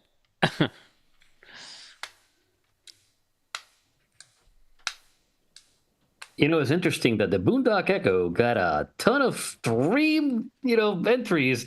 It was going off the page, going nuts, and then the ASP is not getting that right now, is it? Well, it's like rolling here. Stuck. There it just updated 146. Okay. It's been rolling over here on my chat, so I don't know. That was weird. Yeah, it picked it up. Now we got 146. Yeah, my computer was getting a little fussy there for a little while. Like right now, the CPU just pegged to 98%. I don't know what's going on with that. There's something to do with the YouTube videos. Some of these these websites, like I had 3 gigs of memory being hogged up by some of the website tabs I'm running. The YouTube ones in particular, which is crazy. So I don't understand what that's all about, but you're using Chrome, aren't you? I am. Well, there you go. Chrome's a memory hog. Oh, okay, I'll get off of Chrome. What is all the cool kids use now? Firefox? Firefox is the way, man. Do we all go back to Firefox? I don't know. I was using Firefox for the longest time, and everybody at work was like, "Stop using that. Go to Chrome." This was like 10 years ago. So, go to Chrome. Go to Chrome. And I was like, you know what? I do like it better than Firefox. Although I always like Firefox. Yeah, something like that. 10 years ago, Chrome ostensibly was better than Firefox. Well, yes. That has been flipped. That has been flipped. You guys are all wrong. I still use Netscape Navigator. There you go. Hey, man, I always thought that between that and Internet Explorer, I still maintain my theory that Internet Explorer was the worst piece of software ever written by mankind. It's got people would call into the service desk and be like, I've got this problem. I was like, what browser are you using? Internet Explorer. Close that. Never use it again. Use Firefox or Netscape. It'll solve half of your 75% of your malware problems will be solved by stop using Internet Explorer. I'm still trying to use the AOL browser, but I'm having a hard time keeping up with the updates. Well, there's still people that place orders on my website with an AOL.com email address. So. Oh man, Navigator always had like the coolest logo with like the little ship's wheel and the Earth. I always felt so fancy, like when I used Navigator. I was like, oh yeah, it's time to do real business on the internet. Here we go. All right, so we are at 204 entries. Let's see. We'll wait for this to sync up again. Mr. Mudd's asking if somebody's still on MySpace. Now, I didn't mention this, but Jason actually gave me this wonderful idea. I will ship this internationally, but we might have to work out a little bit of help with the shipping costs. Remember we talked about that yesterday? Mm-hmm. So if you're in some crazy country where it's very expensive, we might have to work out a little 50-50 split maybe. But we'll see. All right, I'm still seeing ASP, but it is auto-removing. Oh, it just went up by 1. So it auto-removes spamming. You don't get more if you repeat ASP over and over again. It doesn't do that. So just keep that in mind. Josh, I volunteer to be a mule if it involves travel. Only if you will parachute it to its destination. Like just land right on the. Absolutely parachute it. You just have to pay for the airline ticket. So we already know Carlos's track record about going out of airplanes with radios. Yeah, no and we know what happens. Carlos is sitting in a coach seat. Excuse me, flight attendant. This is actually my stop. I need to get off. Right. Can you tell the I mean, pilot? I'm surprised nobody brought up when Drew was talking about that balloon going up with the amateur TV transmitter coming back down. I was thinking, that would be a much cooler drop than watching Carlos's HT fall from. I was thinking whoever it was in here earlier was talking about getting 4 feet of snow. I'm like, that's where Carlos needs to be jumping right now. No, absolutely not. Yeah, I mean, if you land on snow, it's all soft, man. You're not going to get hurt. It's cold. I'm a tropical boy, Jason. I'm a tropical boy, man. And he lives up further north than I do. And it's 29 degrees here. So, Tim, I'm over in Columbus right now, and I don't know what the temperature is, but I am sitting in a very nicely temperature-controlled room. Why aren't you here? Because I'm visiting my nephew. It was his birthday today, and we were down at the Columbus Kids Museum, something rather other, and celebrating. All right. That's a fun museum. We have probably, I think we've reached the bottom there, so that's good. We've got 213 people. Let's roll the dice and see who takes it away. Woo. George Salette. George, you will need to email me at josh@hamtactical.com. I will ping you in the chat here. Unless you have a call sign, and you can just drop that, and if you're good on QRZ, I will. Congratulations, George. Oh, yeah, congrats. Yes, George. Very good. All right, Jason, I will do my contest housekeeping here in the background, and I will yield the floor to you, sir. Do you need to share screen or anything? Yeah. Okay. Yeah, I'm going to share screen here. Yeah. Okay, good. Let me click the button and make sure I got the right one here. Yeah, let's do that. All right. Okay, everybody see that? Yes, sir. Okay, good. All right, so MCOM. And I am not an expert by any stretch, but I've been learning a lot more lately because of issues that have happened over the last few years throughout the United States, which happens everywhere, of course. This is a time lapse of the power outages of Hurricane Helene just like 2 months ago. It comes up the east coast of the United States right here. You'll see it kind of fill in right there. And all these houses and neighborhoods and counties lose power. And at the end here, it gives you a total number of outages. From September 6th to October 8th, 4.6 million people were without power. Not the whole 4.6 million the whole time, but off and on the whole time. Some people were 2-3 weeks without power. And this is something that I've talked about in a few videos on mine, and it's more like, I get a lot of comments about saying that the internet never goes down, or it's 2024, we don't need that. Satellite phones, Starlink. I'm going to talk about Starlink here in a minute as well. But 2 months ago, we had this hurricane hit the east coast of the United States, and then Hurricane Milton came along shortly after that. Wasn't as bad, but it was still a hurricane, so it wasn't good. And there were places without power and cell service and internet for 2-3 weeks, a couple of months in some areas. And it is, and that's in 2024. I'm going to talk a little bit later about the Snowmageddon in Texas 3 years ago as well. So what people don't realize is that you can't make a point-to-point phone call with a cell phone, and you got to have power for cell towers, and you got to have power for repeater sites also. That's true. But if you're without power, you might have some generator backup power at your cell sites, and you might have some solar backup power, battery backup power at these sites with either cell towers or electrical grid generators or something like that. But they're not going to last more than a few days or maybe a few hours in some cases. I did a video about a Reddit post I saw a couple months shortly after Helene, and some guy was saying that the power had gone out and the backup power only lasted like 12 hours, and he thought it would last 2 or 3 days. And then a telecom guy came in there. Some dude replied, says, "I used to work for telecom." I'm like, okay, well, maybe he did, maybe he didn't. I don't know. It's Reddit after all. But he was like, yeah, usually they tell you like 12 to 24 hours for the generator to run the cellular tower site, but usually the more realistic is like 5 to 6 hours.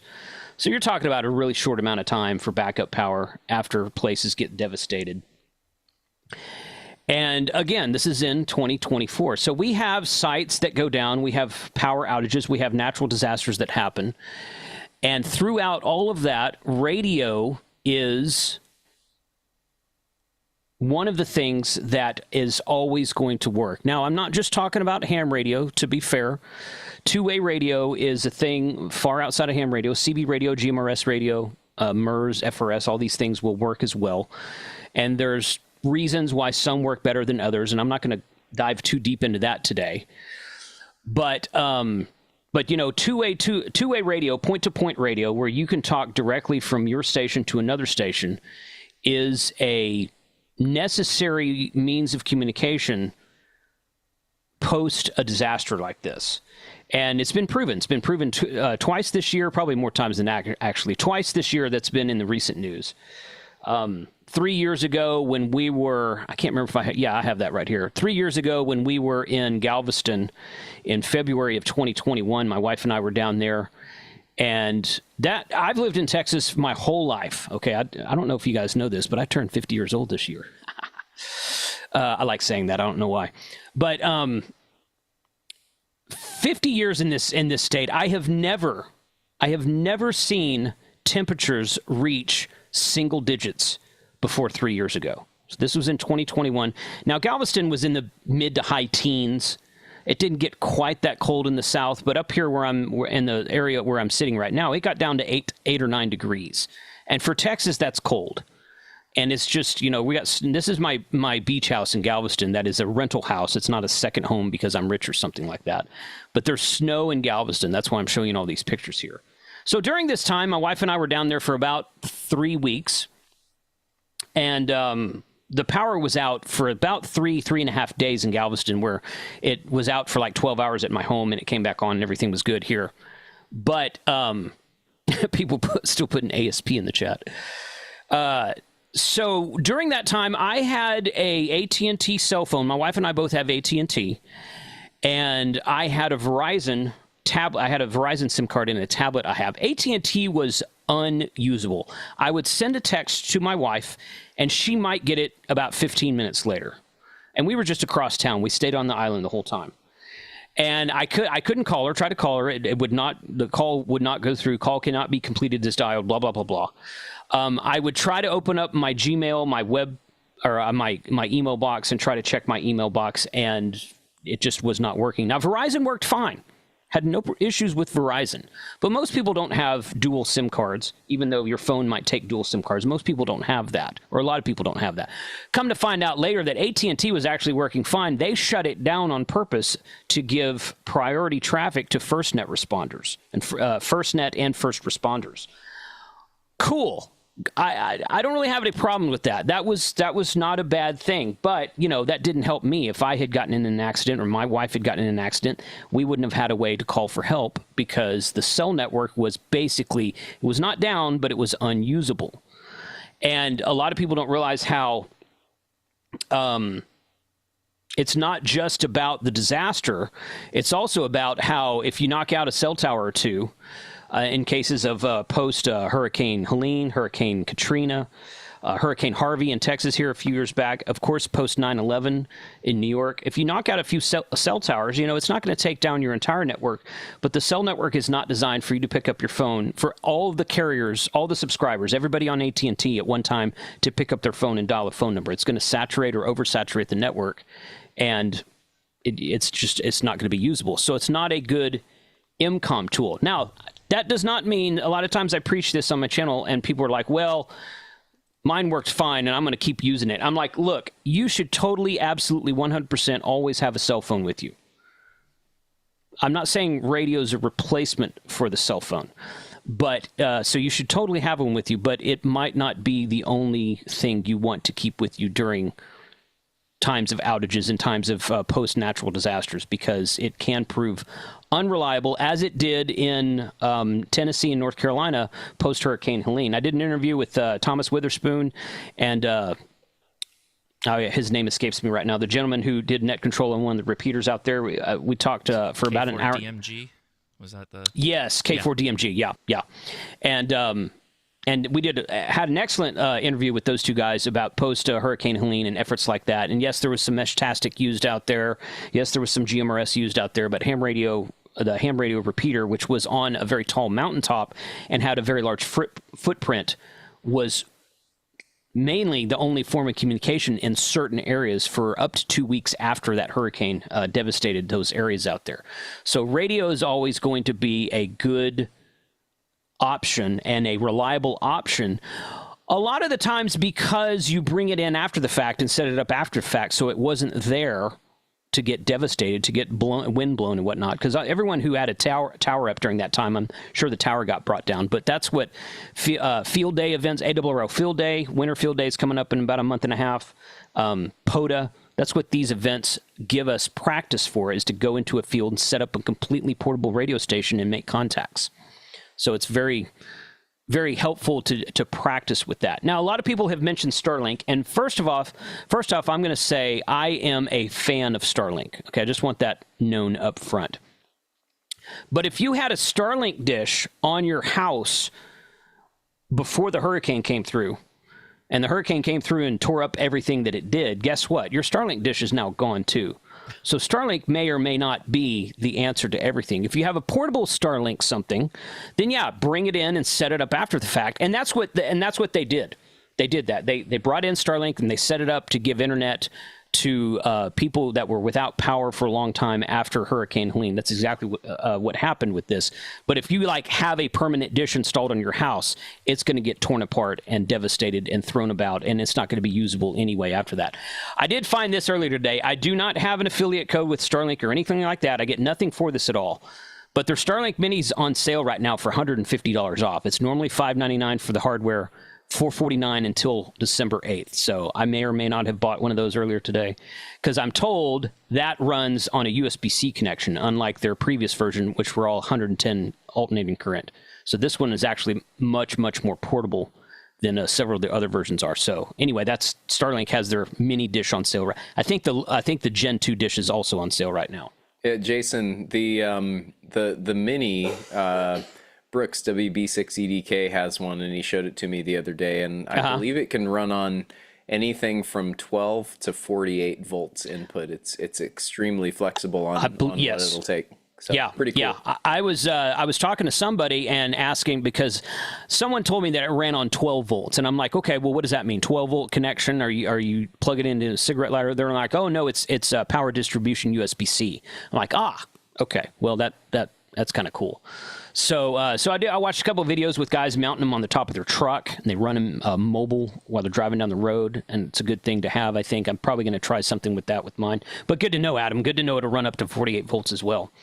So, but those are on sale right now. But again, Starlink is great, and it's helped a lot in certain areas, and I know they used it a lot after Helene, but these are systems they brought in after the fact to set up and use because everything was devastated in the area. And they were without power. So if you had one that required 110 volts alternating current, you have to bring your own power with you, battery box, solar generator, gasoline power generator, whatever. And it's going to run for as long as it runs, for as long as you have fuel and whatnot. But this is a Wikipedia article here. And I read through this earlier today. Well, I read through it yesterday, and I reread it earlier today. There's some really good information in here. It's just, if you go to Wikipedia and you search Hurricane Helene, you're gonna see this right here. And I thought some of this was incredibly interesting, because it talks about the different areas it was affected. Down here, I think North Carolina.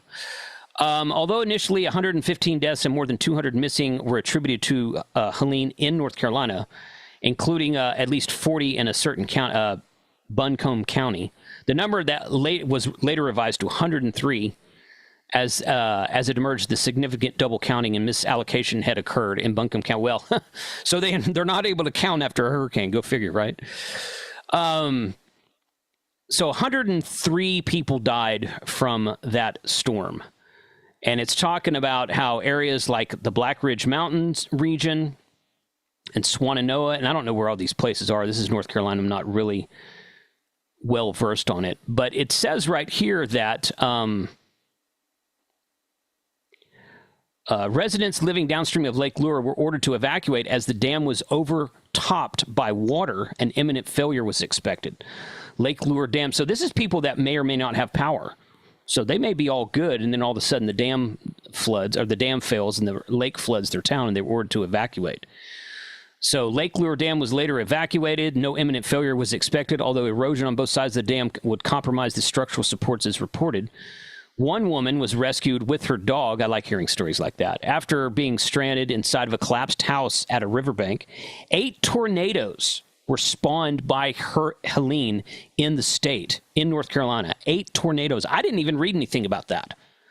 So I live at the bottom end of what's called Tornado Alley here in the north end of Texas, and we get tornadoes here, not as bad as like Oklahoma, Kansas, but we get tornadoes. But 8 tornadoes, EF, and it says low end EF3 tornadoes were spawned as a result of this hurricane. So this is just devastating stuff that can come about, and really, really just kind of tear up everything in the path of its wake right here. This is a cool, it's not cool, but this is a interesting statistic here.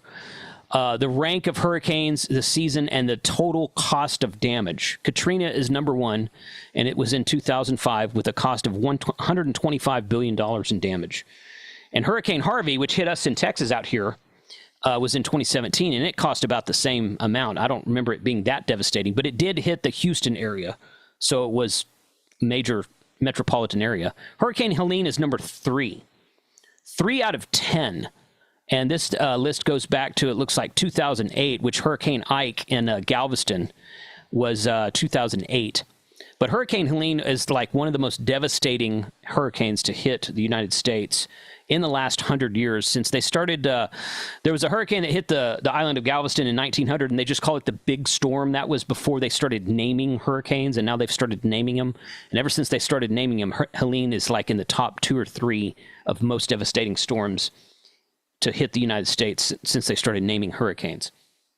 And all throughout this, for up to 2 months in some areas, the only communication effort into and out of certain areas was two-way radio, mostly ham radio, but a lot of GMRS radio was used also.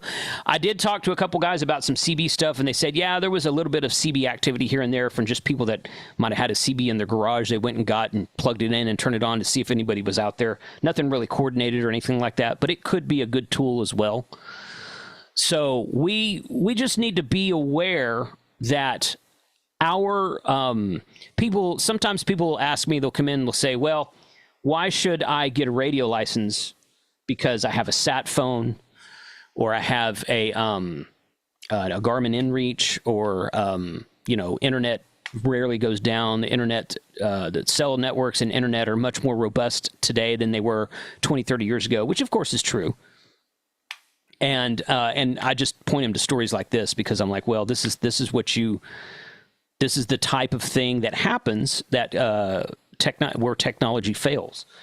Now they're talking about some of these satellite, this new iPhone network that's able to call through satellites, and I know that Garmin has something like that too. And if you want to spend a lot of money, you can get an Iridium phone, and there's another network out there, I forget the name of it right now, and those are great. And I'm not saying that you shouldn't do that, but again, with phones, you still have to call one person at a time. Okay, and with radio, you can talk to groups of people at a time. So, like I said a minute ago, always have a smartphone in your arsenal pack of your Go kit or bug out kit or your rescue kit. If you're going to help someone after the fact and you weren't in a bad area, but they were, always have a smartphone, a couple extra batteries for that phone and chargers for that phone. Definitely have that with you. But as we demonstrated as they demonstrated in Tennessee and North Carolina this year, a two-way radio was definitely king of communications for a long time after that hurricane hit the area. So if I switch over here, I'm going to stop sharing my screen for a second, and I'm going to go, there it is right there. Okay, I'm going to go to my overhead here, get rid of my keyboard. So this is kind of what I've been getting into here lately.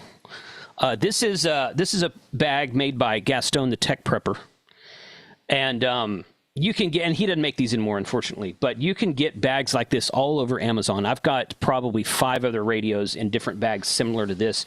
If you search bags for what they call the hydration pack bags, because a lot of the times this style of bag is made to carry a hydration pack, and then it'll have a port in the top here to have a hose out, and you'll put that in your backpack for a water bottle or a bladder or something like that.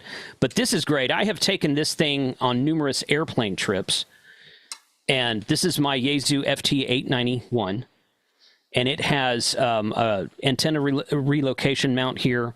This is the Armalot cage that's on it. You guys might have seen them. They were at the Huntsville Ham Fest last August. Really great protective cages for numerous, many radios, both in production radios and discontinued radios. In the front pocket here, I've got my microphone hooked up, and I could take that off and take the cord out if I wanted to. I've got I was shamed by Dennis when I showed him this at Huntsville. So I've got my Denko battery in there. This is a 100-watt radio, so this is not a very large battery for this radio. And I'm always carrying a battery box with me anyway. But I've got it's got a battery in here. You could put it's got a port on the top of it here. You could put a DigiRig. In fact, that's it. I don't know if there it is. The DigiRig light is in there right now, so I can connect it up to a computer and do WinLink. I can do FT8, JS8 call is a real popular mode amongst MCOM preppers right now. So you got a lot of extra stuff spot in there for that. There's plenty of room in this pocket here for like a roll-up dipole antenna, some kind of really small in-fed half-wave antenna. I've got another bag like this that I keep my FTM 6000 in, which is a similar setup, but it's smaller than this. And I keep a roll-up Edfong J-pole in that's a dual-band J-pole antenna, and I can set that up in the field and just take it, and it's all inclusive. I can take it with me. I just know everything's in there. And then you can, add other stuff here on the Molly pack if you want to, that kind of thing. But this is kind of the sort of thing that I would say a lot of people are starting to use.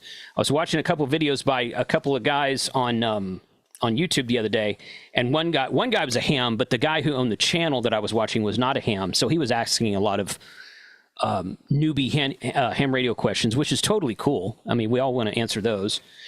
And he was like, well, what do you do when you can't you don't have room in your car for a radio antenna, or you don't want to mount a big antenna to your car or something like that? He's like, well, I take this with me, I throw it in the front seat.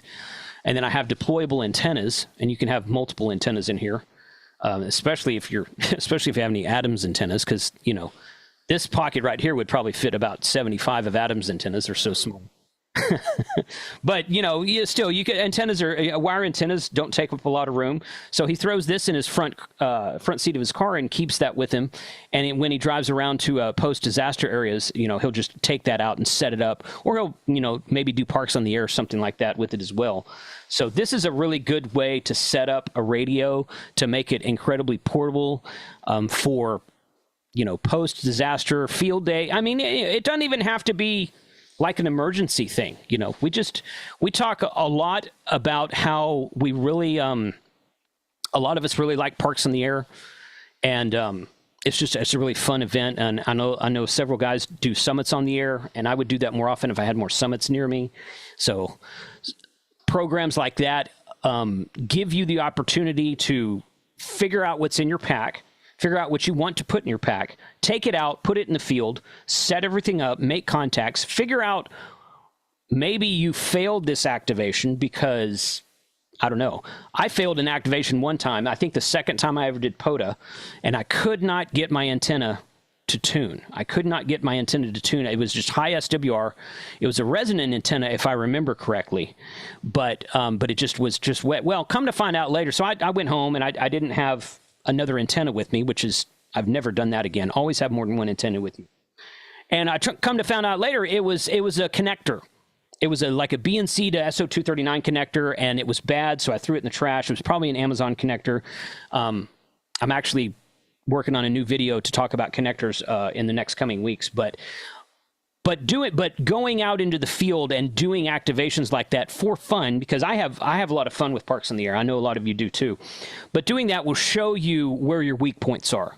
Say, oh, well, I should have brought a larger battery, or I should have brought an extra antenna, or I should have brought a different time. I didn't have this one connector. I didn't have a BNC to PL259 or a BNC to SO239, and I needed that, or I had a female BNC instead of a male BNC or something like that. Or I didn't have, I forgot coax. I need some coax. I didn't have any, there's no coax in this bag right here. So practicing like that in the field will enable you to build up some sort of kit like this. It doesn't have to be in a bag like this. I find these very convenient, but you know, I mean, you can use it just like a regular backpack. You can get all kinds of bags and packs on Amazon.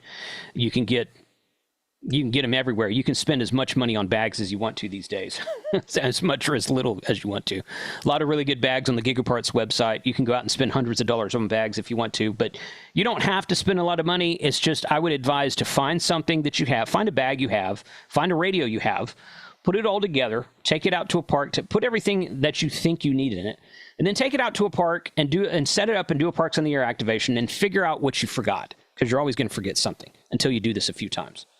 So, but this is one way that we can kind of be more prepared for setting up and helping with natural disasters after the fact.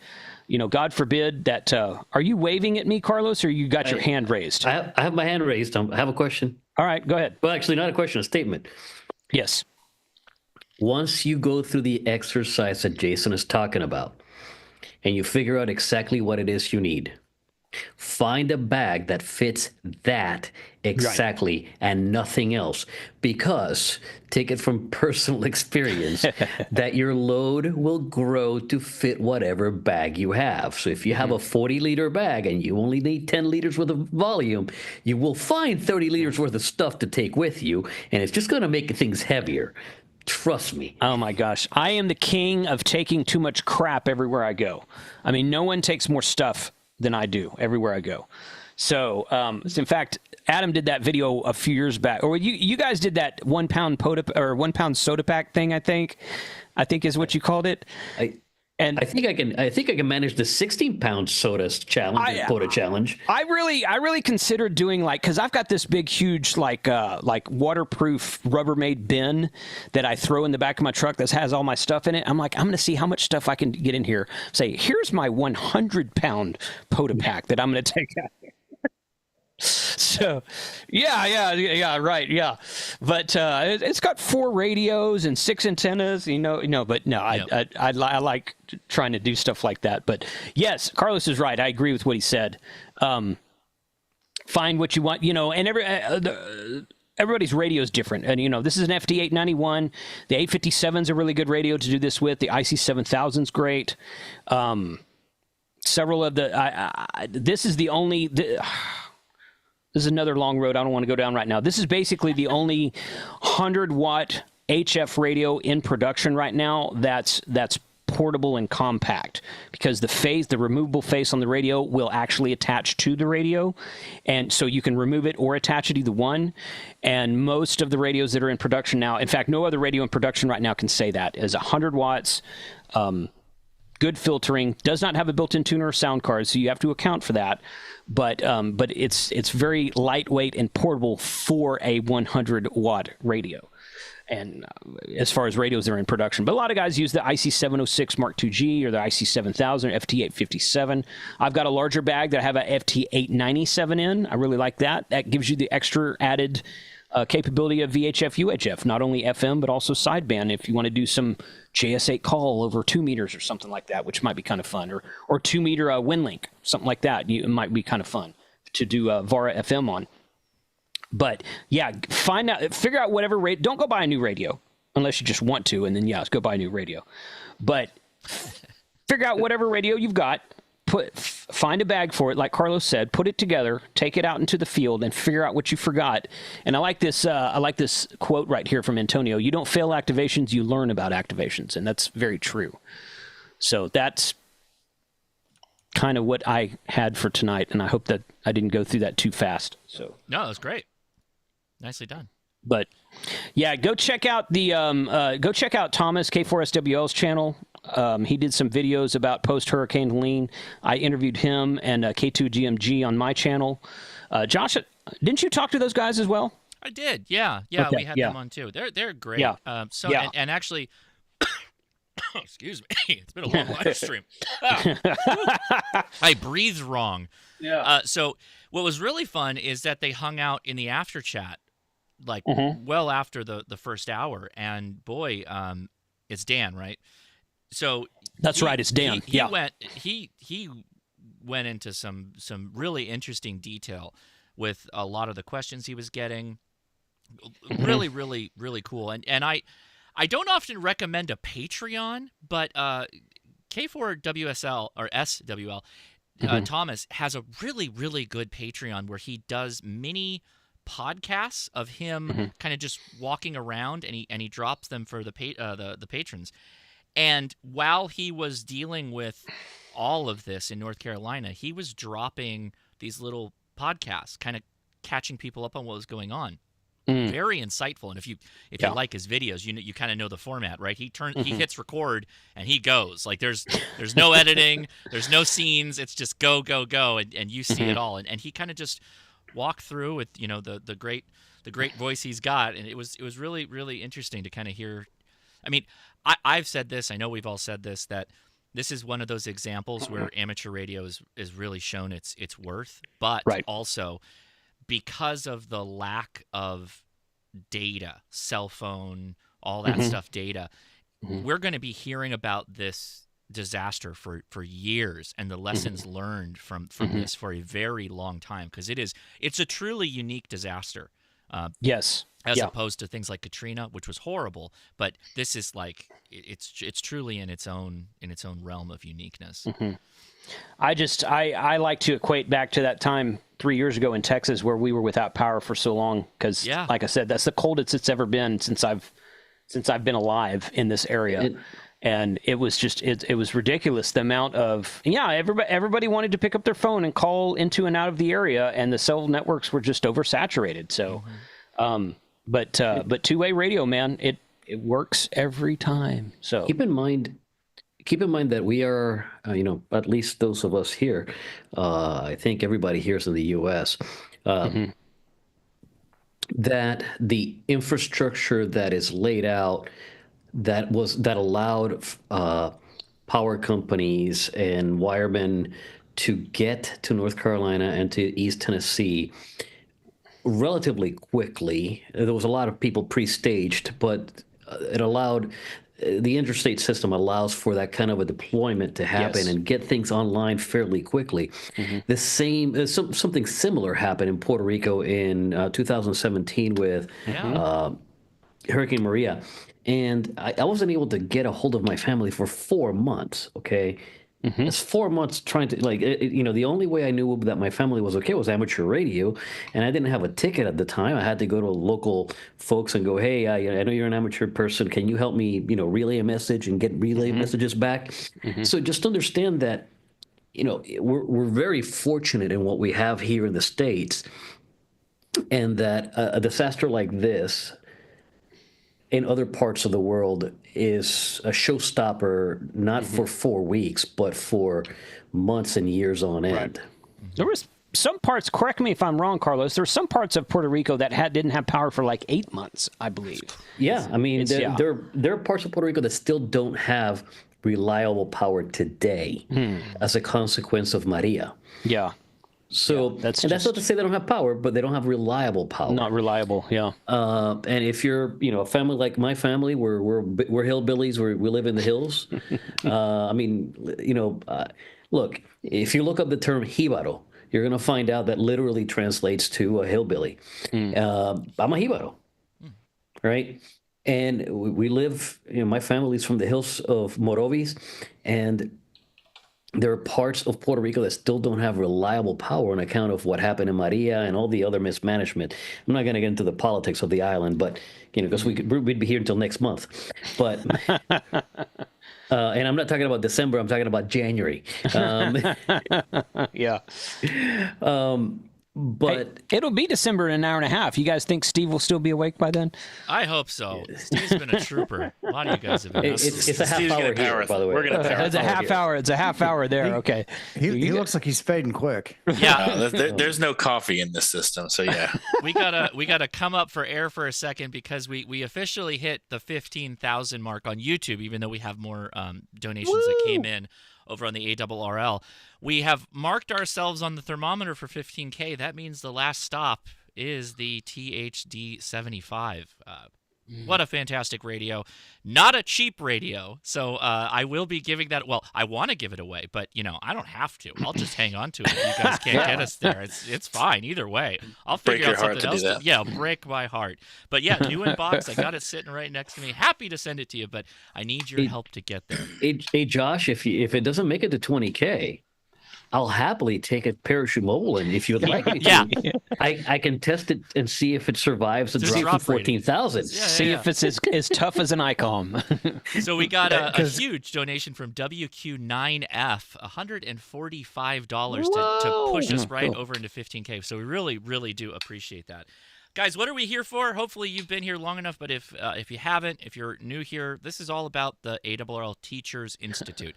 I've talked about it. Jason's talked about it. Steve's been on a ton of other YouTube channels talking about how important it is for teaching the teachers that will teach the kids in the classrooms about amateur radio. Going direct to teachers is the best way, proven. We've already heard from a number of teachers that have been on with us today, going on 6.5 hours so far on the live stream. We've heard a number of their success stories. We know that it's a proven way to get kids engaged with not just amateur radio, but STEM and practical things that they can use later on in life when they go to figure out what they want to do with it. And they don't have to be engineers or heavy science or anything like that. The knowledge that they learn now in these very practical wireless technologies is useful throughout the rest of their lives, and it could just be a really fun hobby. I think it's a really fun hobby, but we need your help. So please hit the donate button, and if you can't make the YouTube donation work for whatever reason, like it's buggy and it's not working on your phone, go in the video description or look at the pinned comment. It'll take you to a URL that goes directly to the ARRL, and it goes to the Teachers Institute. This is a fund just for them. No money gets taken by YouTube, and it's all tax deductible. So Kevin just texted, and he's at headquarters. Yes. At almost midnight monitoring this, and he said, doing some quick math, $10 to $13 from everybody sitting in the stream gets us there. What? I would love to help, but Jody and I have given so many times that credit card fraud has actually popped up and blocked. It actually does do that. In fact, I just saw TC Fitz is here, and if I remember correctly, he ran into that problem last year on the telethon. It's because he likes to donate $2 at a time. Of course, he ran into that. I want to get to zero. I want to make the numbers even. Well, it's really I'm talking about TC Fitz. He's notorious for donating $2 like 19 times in a live stream. It's really funny, Mark. Your pet name for your wife is also credit card fraud. Oh my God! We know Leia's gone to bed. No, she's not. She's probably just heard that, and we're gonna get some comments. Of course, I'm the one that's the spend nuts person. I'm the one that's blowing money like crazy. Yeah. My wife wants to kick me out. Speaking of wife nicknames, I went to dinner at the firehouse this last Thanksgiving. They invited me, which was great. That's cool. And one of the firemen introduced his wife as a trophy wife, which, endearing. And then one of the other firemen popped up. It's like, what? Participation trophy? Oh, man. Wow. Harsh. Wow. And she was in the room when they said that? They were ripping each other, man. It was like, I wouldn't have said that. Firefighters have no filter, man. They're all like that. That's amazing. Wow. Ow. Hey, Ham Radio Pen Pals with Paul. I appreciate you, buddy. $50. Appreciate that. That's amazing. Gosh. A few people threw that 13 in there, so we're getting it. I feel like I'm getting my second wind. I'm feeling pretty good. I feel like we can get through it. My kids are like, so Dad, you're gonna hit 10 o'clock and you're gonna do it, right? And I'm like, I don't know, son. I don't know. We're gonna go until we hit that goal. So you may have to go to bed. But yeah, I encourage people to donate with cents at the end that are oddball, just to just to make Mark go nuts. Can they even do that? It doesn't even let you do it, does it? I don't think it lets you put a decimal in there. No. Like I tried to put 500.00, and when I put the fourth zero, it said 5,000. I'm like, no, back up. I mean, that would get it done. PDQ, man. Yeah, that would get it done. You're right.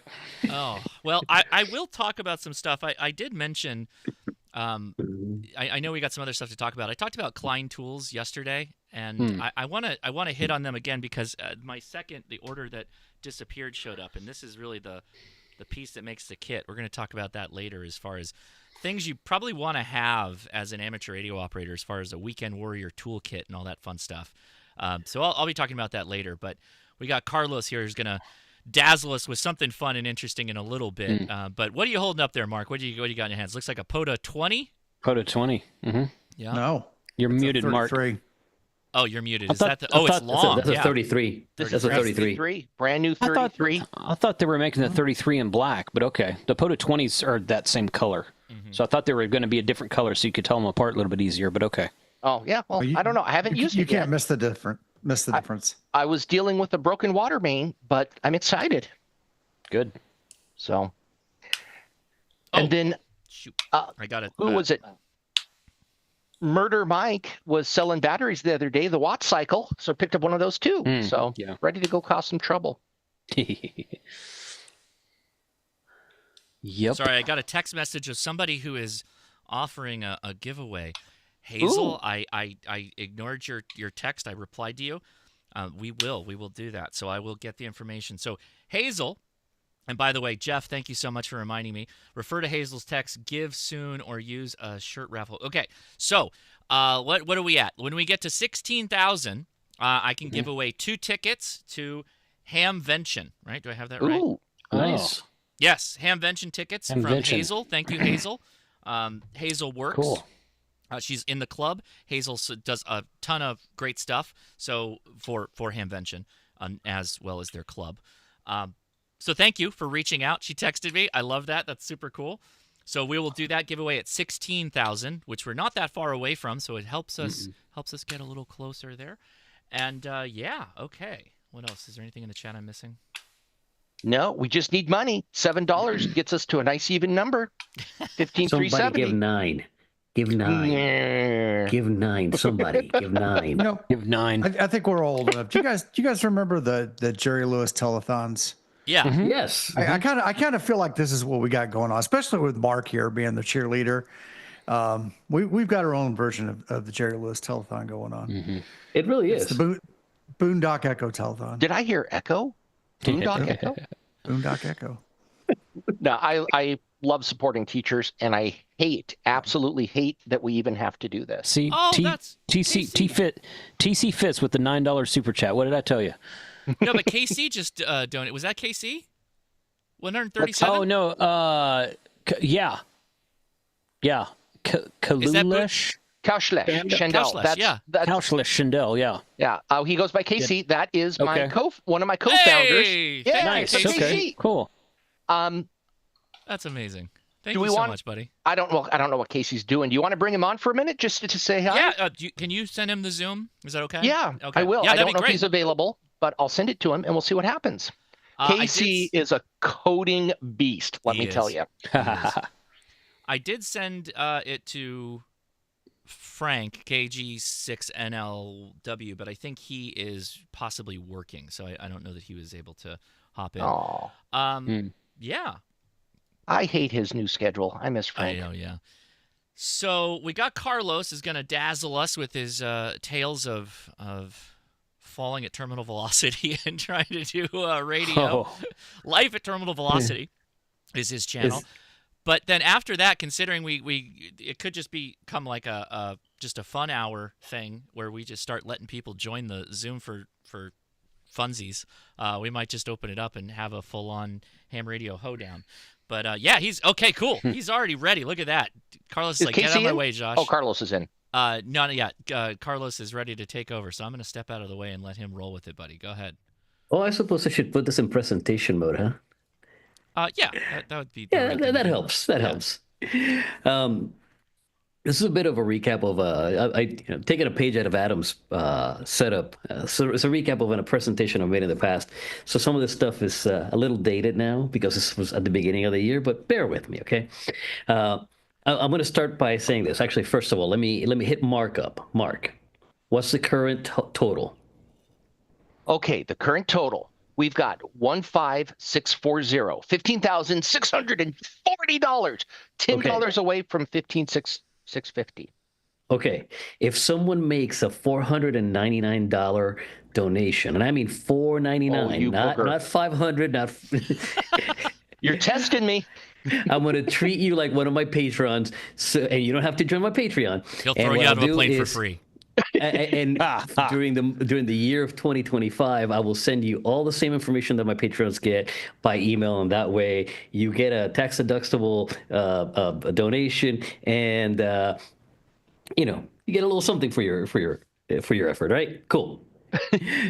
All so right. $499, and you the get first person to do $499. You track them. You let me know. They're going to get the loves. They're going to get the love. All right. And we don't know what that means, but you could fall out of a plane. Oh, dude, it just happened. There it is. Happened. Okay. Carlos, let me challenge you. Will you give the same thing again to the second person that gives $499? I'll give the same thing again to someone that does 501, so that way you're square. Oh, I'm feeling the love. I am feeling the love. That's hilarious. That wasn't even set up. That was just like, hey, I'll do it just to, All right. Now, hopefully you won't treat Joe, them thank you very much. Yes. Hopefully you won't treat them like an ICOM HT. I didn't mean to do that to my HT. That's not even on this slide deck here, but we can incorporate some of that information in there. So I started this because I'm a skydiver and I hate theory. Okay, so I love the idea of taking a theoretical thing like what Mark is talking about, the toroid, that an antenna is theoretically gives off, and testing it in real life. And as a matter of fact, I know that there's a null under a 2 meter and at least a 2 meter antenna on an HT, because vertical, I wasn't getting anybody, the person underneath me, and I tilted a little bit and I got that person, but we'll get there. Introduction slide, you know my name already. You already know I'm a USPA guy, and you already know my call sign. There's a couple of pictures in here. This is 705 over at Dayton this year. Excuse me. Had fun making a jump for the kids. Hopefully again next year, weather permitting. Started skydiving in 2011. Amateur radio license in December of 2019. I'm a skydiving instructor in accelerated free fall, and I'm also a tandem instructor. I'm also a skydiving coach. I'm an amateur VE. This needs to be updated. Actually, that's close, but not all of the letters. If testing can be done, chances are that I'm probably in the group. And if I'm not in the group, it's because I really don't have the time to be in the group. Lots of other things I've done in life, but legitimately the best thing I ever did was propose to my wife, because she is the coolest human in the planet. Oh, that's so cute. Hey, look, I love it. Look, I'll say it anytime I get a chance. Eventually, she'll hear me saying something like that, and I'll get brownie points out of it. Come on. This is me deploying a Pactena infrared half wave at 11,100 feet. If you look at my left wrist, there's a little blue item.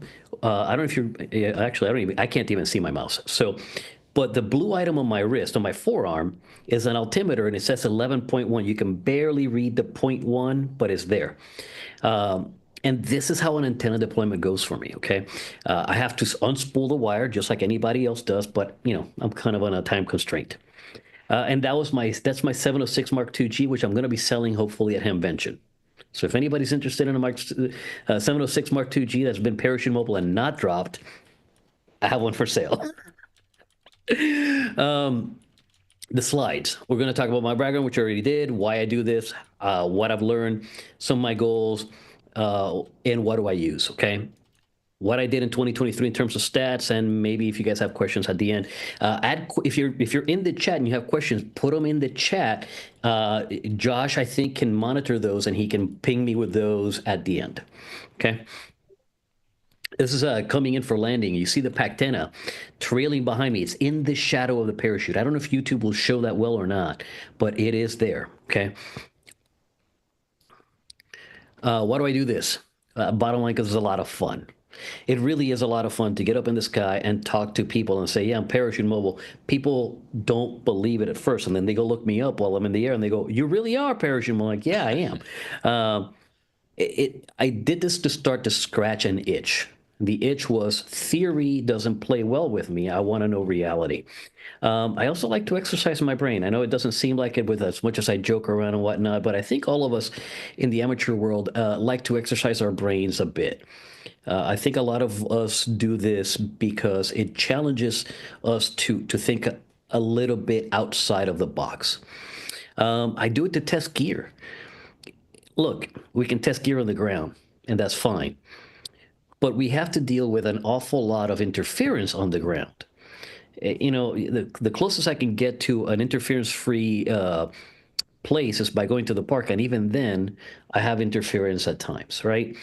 In the sky, the only interference is the radio itself, and that's a lovely problem to have. And, you know, I do it also because people like it. I never expected this thing to be a thing. I just, you know, I did it initially just to scratch my own itches. But people apparently like me doing this, and people like making contact with me. So why not? You guys have fun. I have fun. This is deployment process. You see the little parachute behind me. That's called a pilot chute. That is what actually pulls the pin. The pilot chute is attached to a bridle. A bridle is a length of fabric or nylon ribbon, for lack of a better term. It's type 17 webbing that then has the pin on it, and that pin is what keeps the bag closed. I'm actually going to do a video about this whole process later on, but right now, that's deployment process. You see the pilot chute, and you see the bag that holds the parachute, and all the lines coming off my back right now. Some of the things that I've learned, theory does not always equal reality, right? Sometimes it does, and sometimes it doesn't.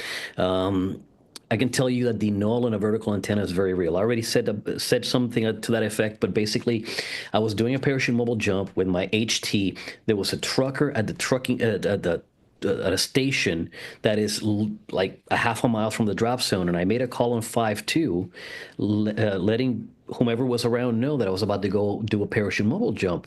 And this guy came back and says, oh, I'm really excited. I'm parked here at the Love Station. I would love to get you parachute mobile. I'm literally over the Love Station calling CQ, and he can't hear me, and I can't hear him, and I think he left. At somewhere down the line, my brain realizes, you know what? Tilt the radio. I tilt the radio. There he is. So that null is real. Directionality matters, even on omnidirectional antennas. And you think on omnidirectional means every direction. Guess what? In theory, it is. But I can tell you from personal experience, an end-fed half wave is not omnidirectional. An end-fed half wave is mostly omnidirectional.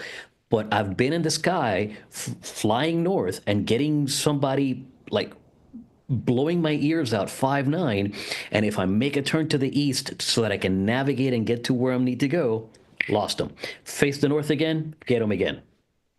It is really interesting and really weird to experience that on a omnidirectional antenna, right?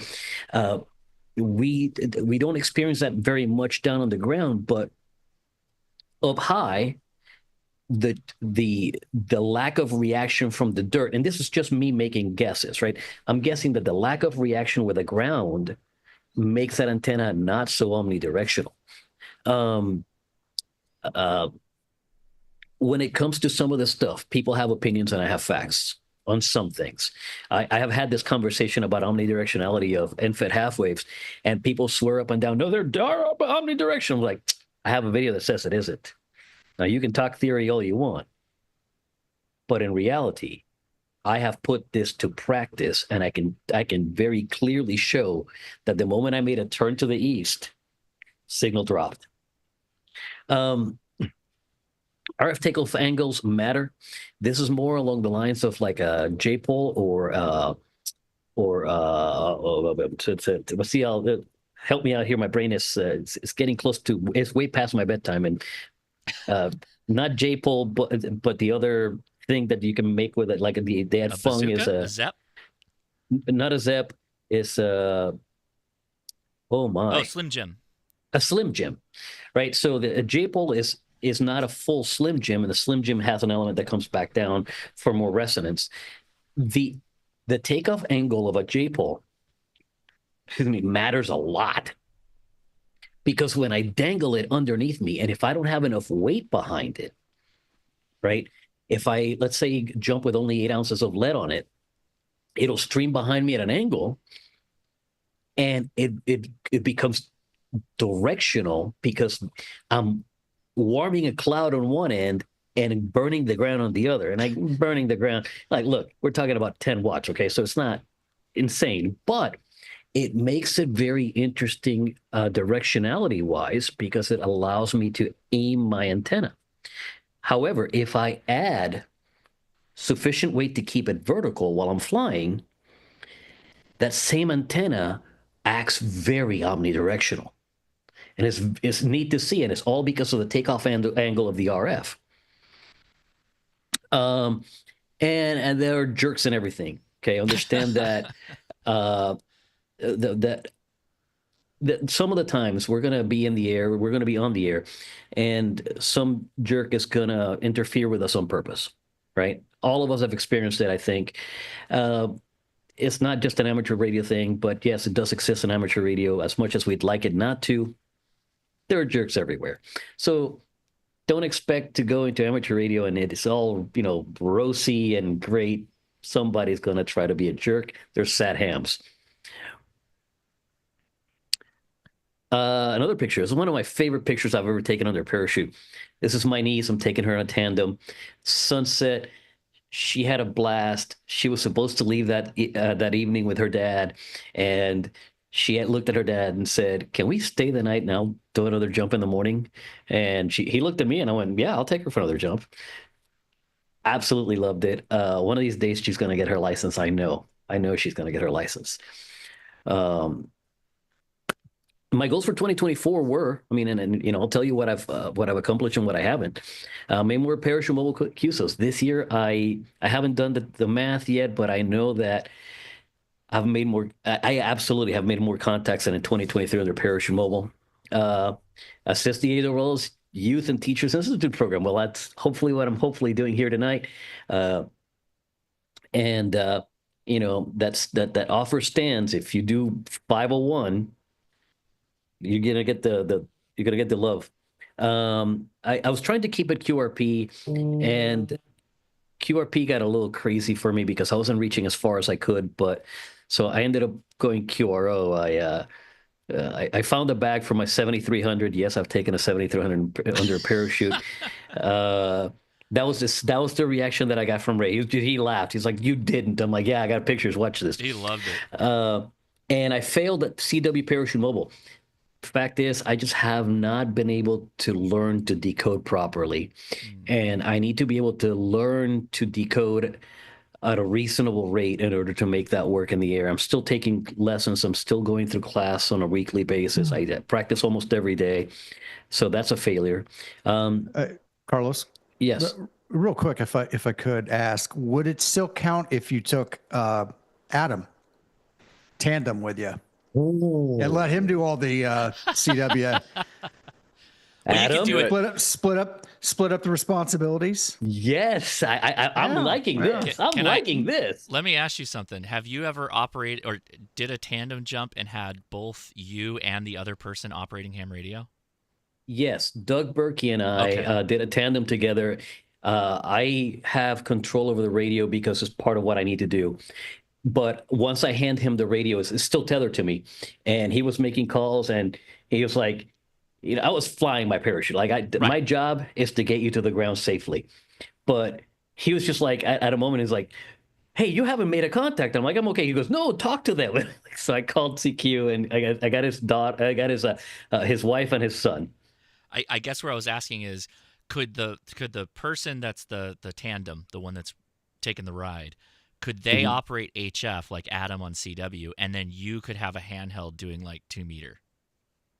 With the right person, yes. Someone like Adam that can pack a tiny little transceiver and a tiny little antenna, we can absolutely make it work. If it requires a bigger radio, that would be more difficult, and the logistic, the safety aspect of it just wouldn't be workable. Right. Sure. And you know, I got news for everybody. Every single day I go skydiving, I have plans for that night, and none of them involve the morgue or the hospital. So safety is 1, 2, 3, 4. Like safety is #1 goal. If it ain't safe, I ain't doing it.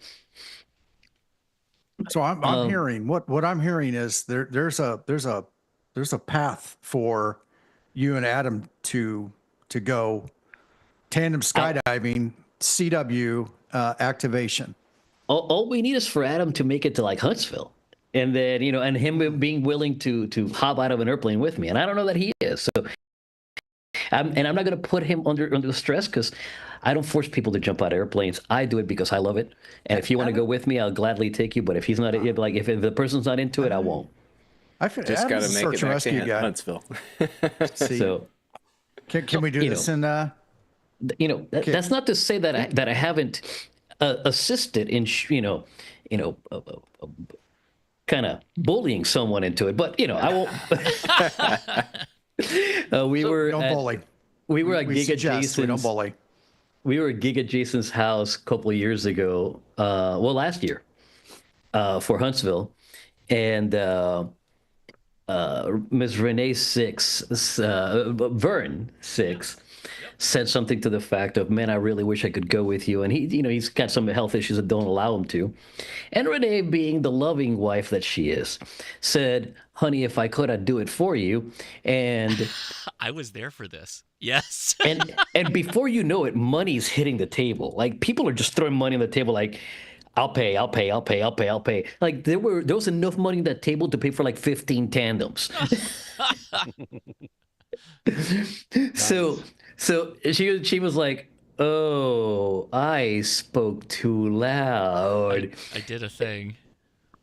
So, you know, like I said, I don't force people. And I said, look, if you want to go, I'll take you. And if you don't want to go, I won't take you. It's not a big deal. The next morning I got a call and she says, okay, I'm going. Great. I'll see you at the drop zone. So I was there. I sort of instigated a little bit, but I also gave her an out. So Carlos, yes, in your sir. presentation, you were talking about antennas, and it's best when, you know, you've got one rating element and they're in line. If they're perpendicular, you've got a polarization problem, and you're going to, you know, essentially null out. Or if you're on top like this, you're going to null out. Or if you're like this, you're still nulling out. You want the transmitter and the antenna to be in the same, basically the best performances, they would be parallel and collinear, you know, both going up and down. But when you're flying overhead, you know, for verticals, the HT stuff, there's really no good orientation that you can get to get the signal down there. So I think like at a 45 type thing might be the best thing to aim for. But I'd be curious to hear Adam's thoughts. Yeah, I mean, all the antennas you're talking about are essentially radiate like a dipole. In theory, anyway. You're going to see a little bit of variation to that, but they're going to put out the most power broadside to the direction of the wire and have nulls off the ends. So I can certainly see how if the end of the wire was pointed at a station you were trying to contact, you're going to have a pretty hard time reaching them. Okay.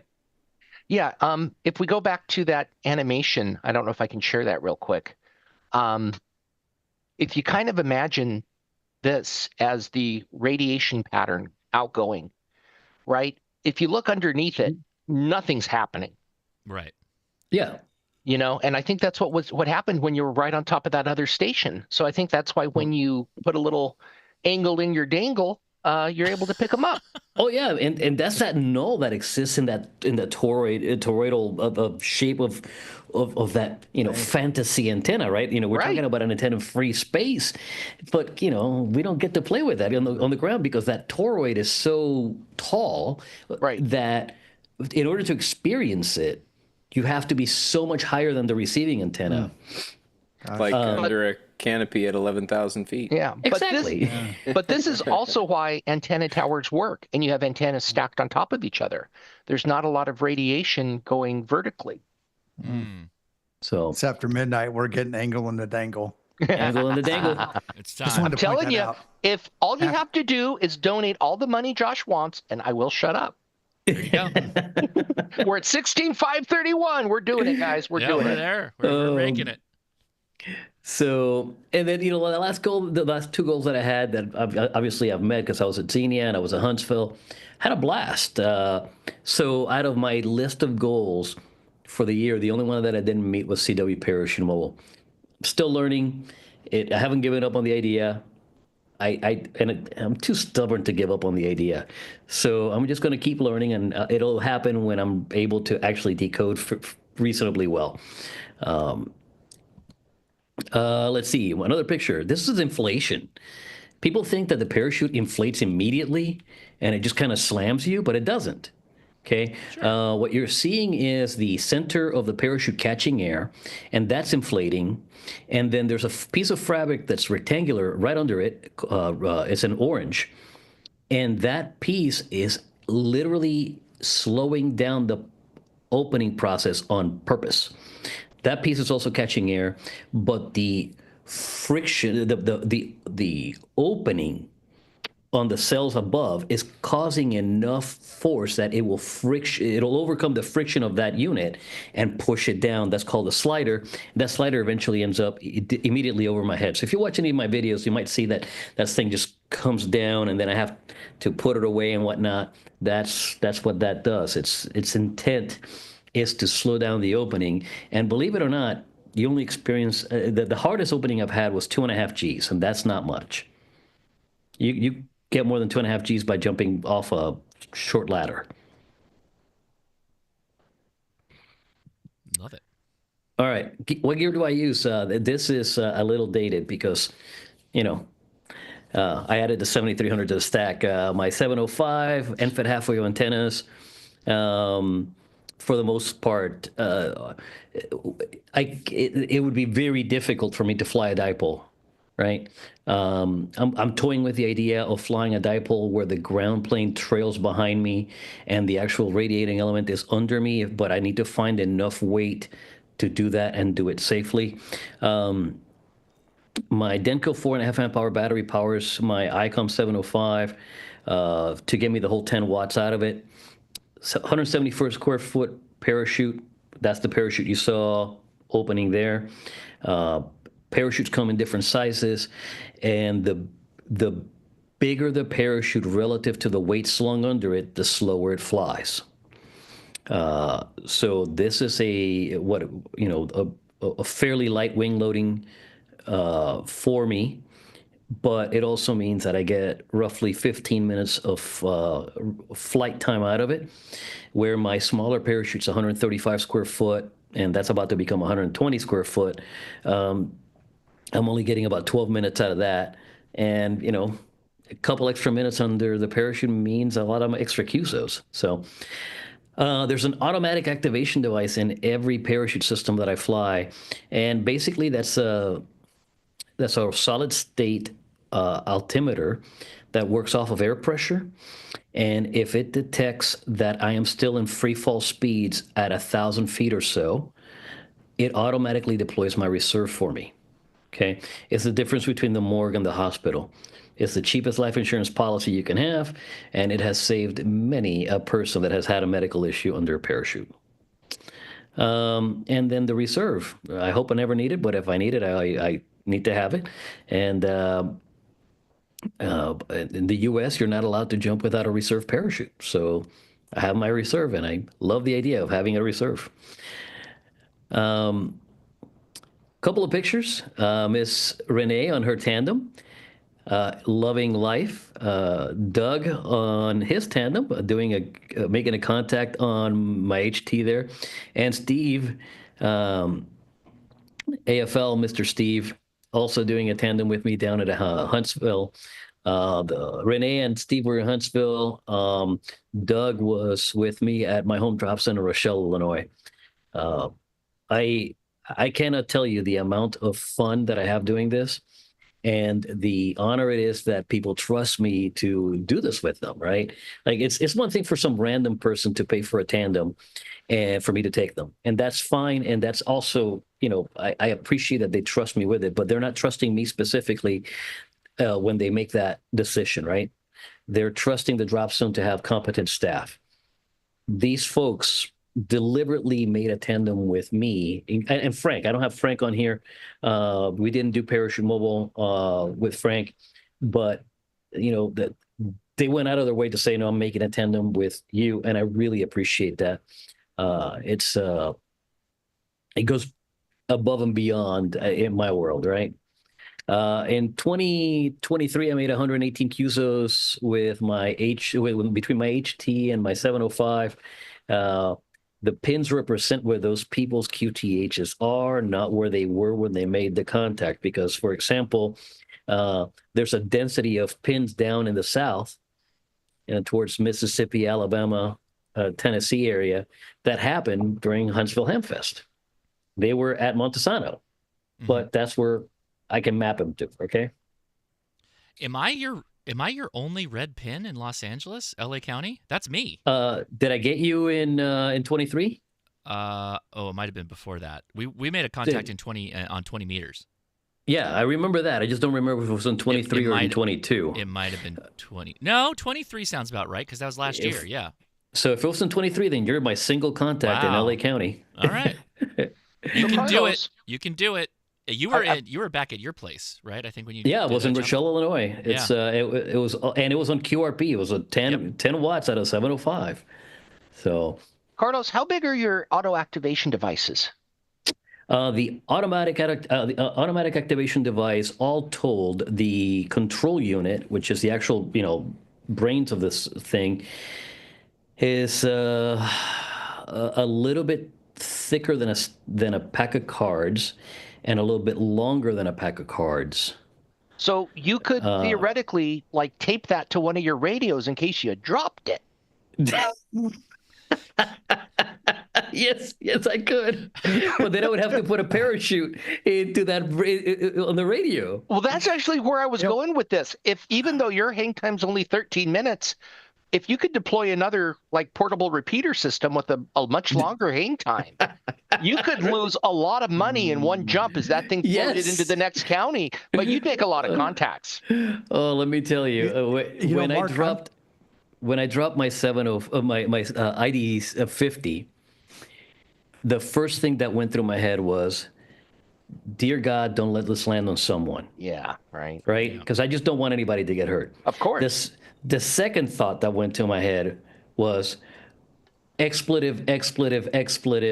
There goes $4,000.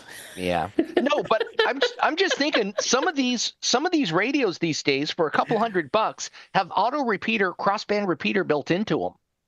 So you've got a package. If you parachuted that, and maybe it has GPS, I don't know. You could potentially get a lot more contacts. I'd have to put it under a parachute, and then the problem is the parachute system is about $9,000, so that's a lot of money to put out there. I think Adam can make a cheaper one than that. I think Adam and I could put our heads together, and we could get the ham from earlier who makes the antennas out of trash bags, and we could come up with something. Simon actually gave me a couple of really good ideas. A trash bag. We could have a lot of fun, and if it doesn't work, we do it with a bow finger or something first, and just. Mark, I'm surprised you're not suggesting that he attach a Boondock Echo somewhere on his parachute. Did I hear Boondock Echo? And maybe use that as a crossband repeater. It would actually, or a digipeater. We're working on that, but it would actually work out pretty well to manage the contacts, so he doesn't have to log in the air. There you go. Yeah.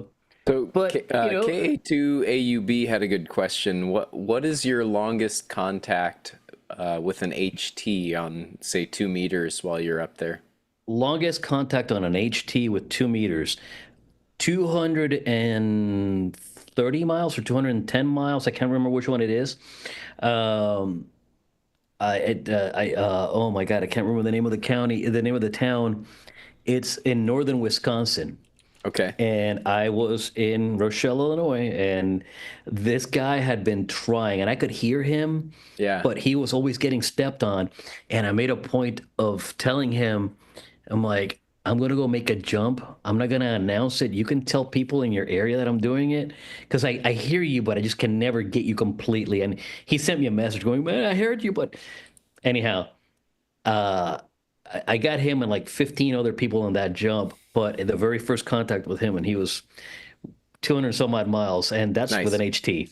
So were you kind of near the top of your jump at that point? You were. Oh yeah, he was the very first contact I made. Like I made the call, and he was there. Just so probably still line of sight then, because I've reached out about 200 miles with from high mountaintops. So that sounds about right.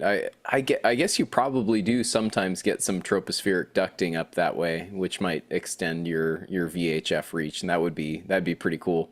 If you're in the duct, tap into that. Yeah, totally. Yeah, if you're in the duct, and the problem has been that every time one of those really nice days happens, I can't get on a load because I'm working, right? So look, I work in this sport, right? This is my second job.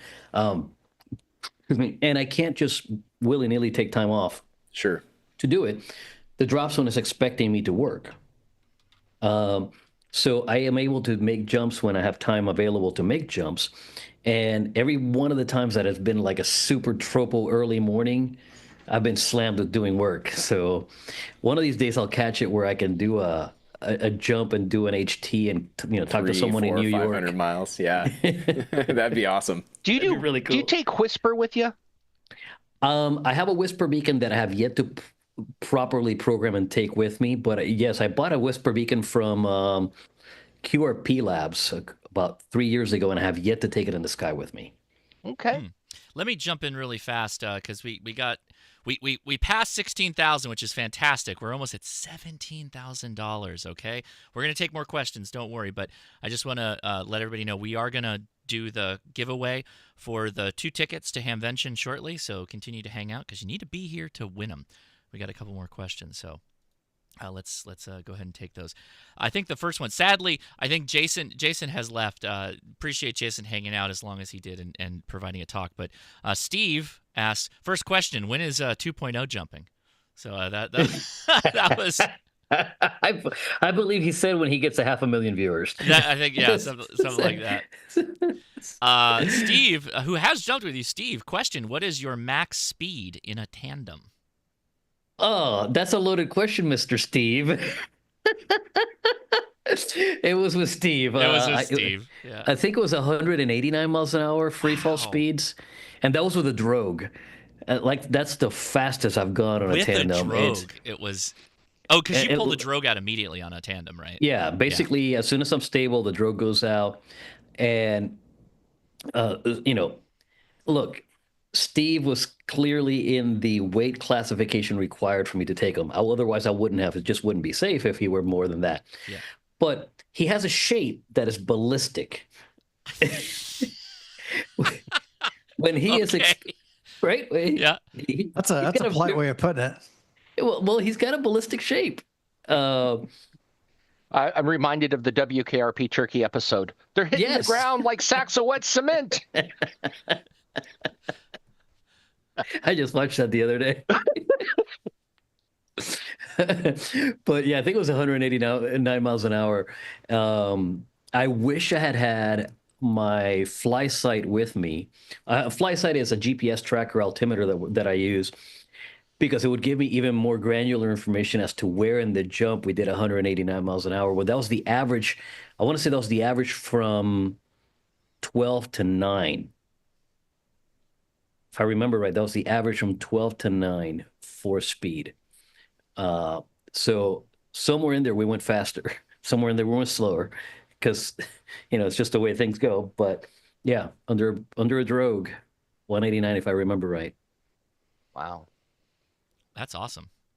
I think there might have been other questions. I don't know if everybody asked their questions. Make sure you write question or at Ham Radio Crash Course so we can see it.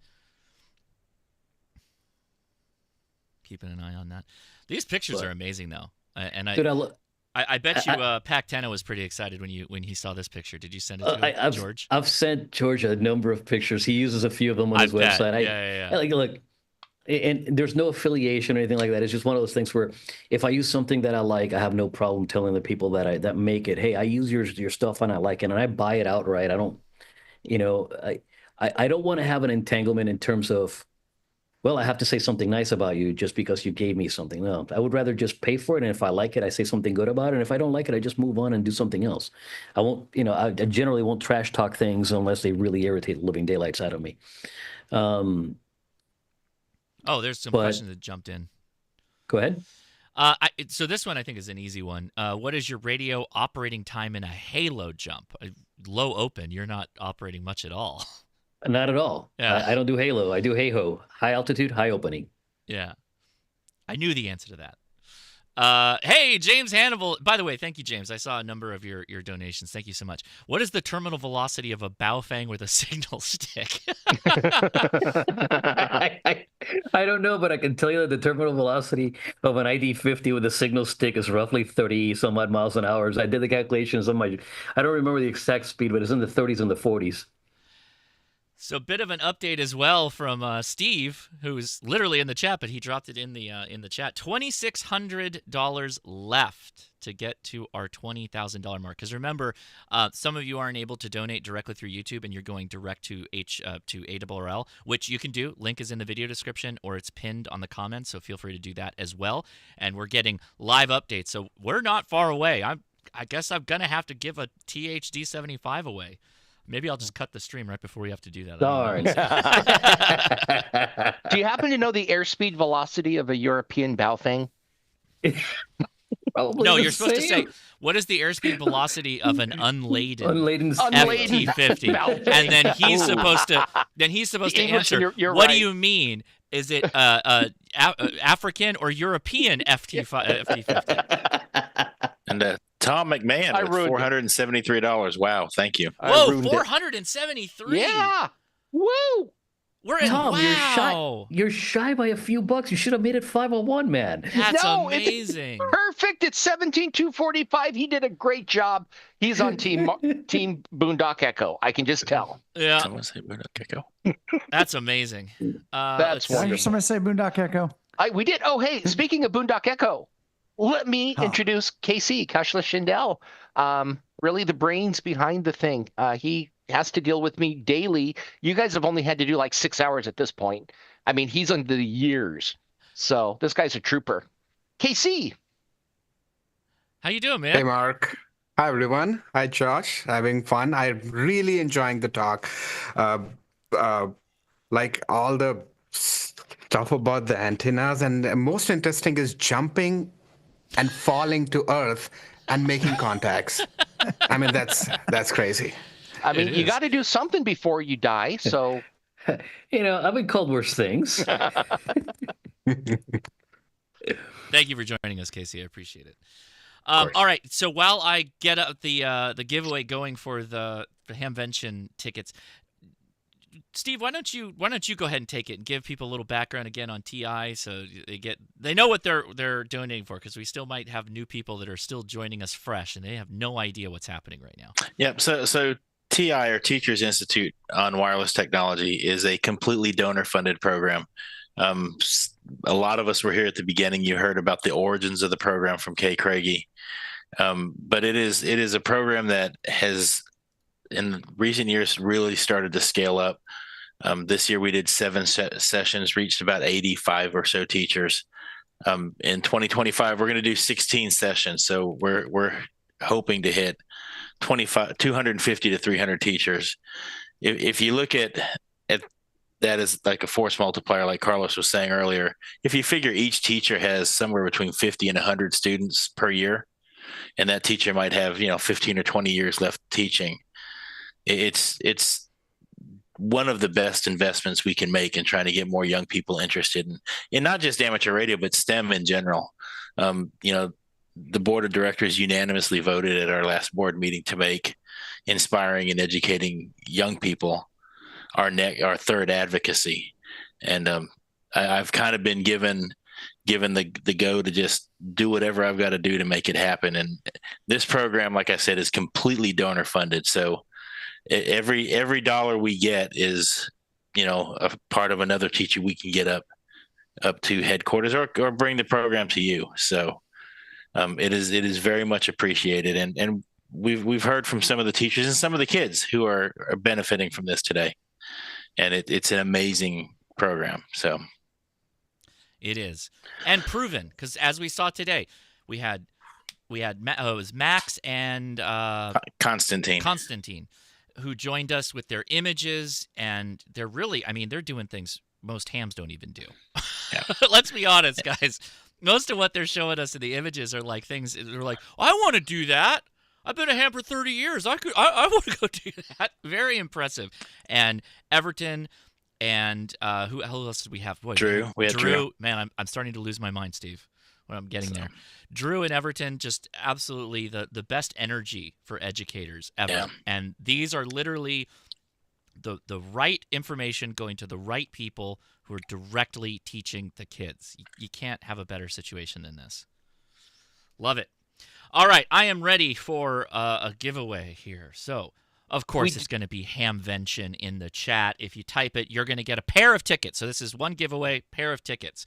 So if you don't have a second person, that's okay. You can take it to a club, give it to somebody else. Bring somebody with you to Hamvention. Make a ham friend. Hamvention. There you go. Were you going to say, Mark was going to say something? Josh. Yeah. We need a little help either from you or Leia. But somebody donated $4.99 during Carlos's stream when he did a challenge, and we didn't write it down. I don't know who that was anymore. Can we find that somehow, or have them text us in the chat again? You want me to go back and find out who was the one that gave $4.99? Are you able to, or can we ask them to just tell us again? I think maybe not, because the chat room that we have so many chats that you can't even scroll back after. I can find it for you. I'll find it for you. Okay. Yeah, send me the information. Obviously, I made a challenge. Right. The promise is that I'm going to give you all the access that my patrons have. Joe G. Everybody. I want to follow through with that. Yeah. Well, we need a way for you to contact him. So Joe G, if you have a call sign or something like that, we need your call sign. That way we can write it down. There it is. Thank you. Oh, K6ARK, got it. Of course. He's on the spot, man. Nice. Don't ask me anything. Just pass all questions to Adam. He'll take care of it. All right. Adam's wonderful. 81 entries so far. Hey, Renee 6. I see Renee 6 is in the house. Renee, I hope you saw your image there with Carlos. Fantastic jump. She got bit really hard by the bug, didn't she, Carlos? She did. Yeah. It is not my place to say her current process, where she's at in her process, but let's just say that she has started the process of getting her license. Yeah, very cool. Very cool. Happy to hear that. Hope Vern's doing well too, Renee, if you're watching. Thanks for being here. All right, so we're going to probably get a little past 100. Remember, there's no value in spamming. It's not going to help. You get one entry, and that's it.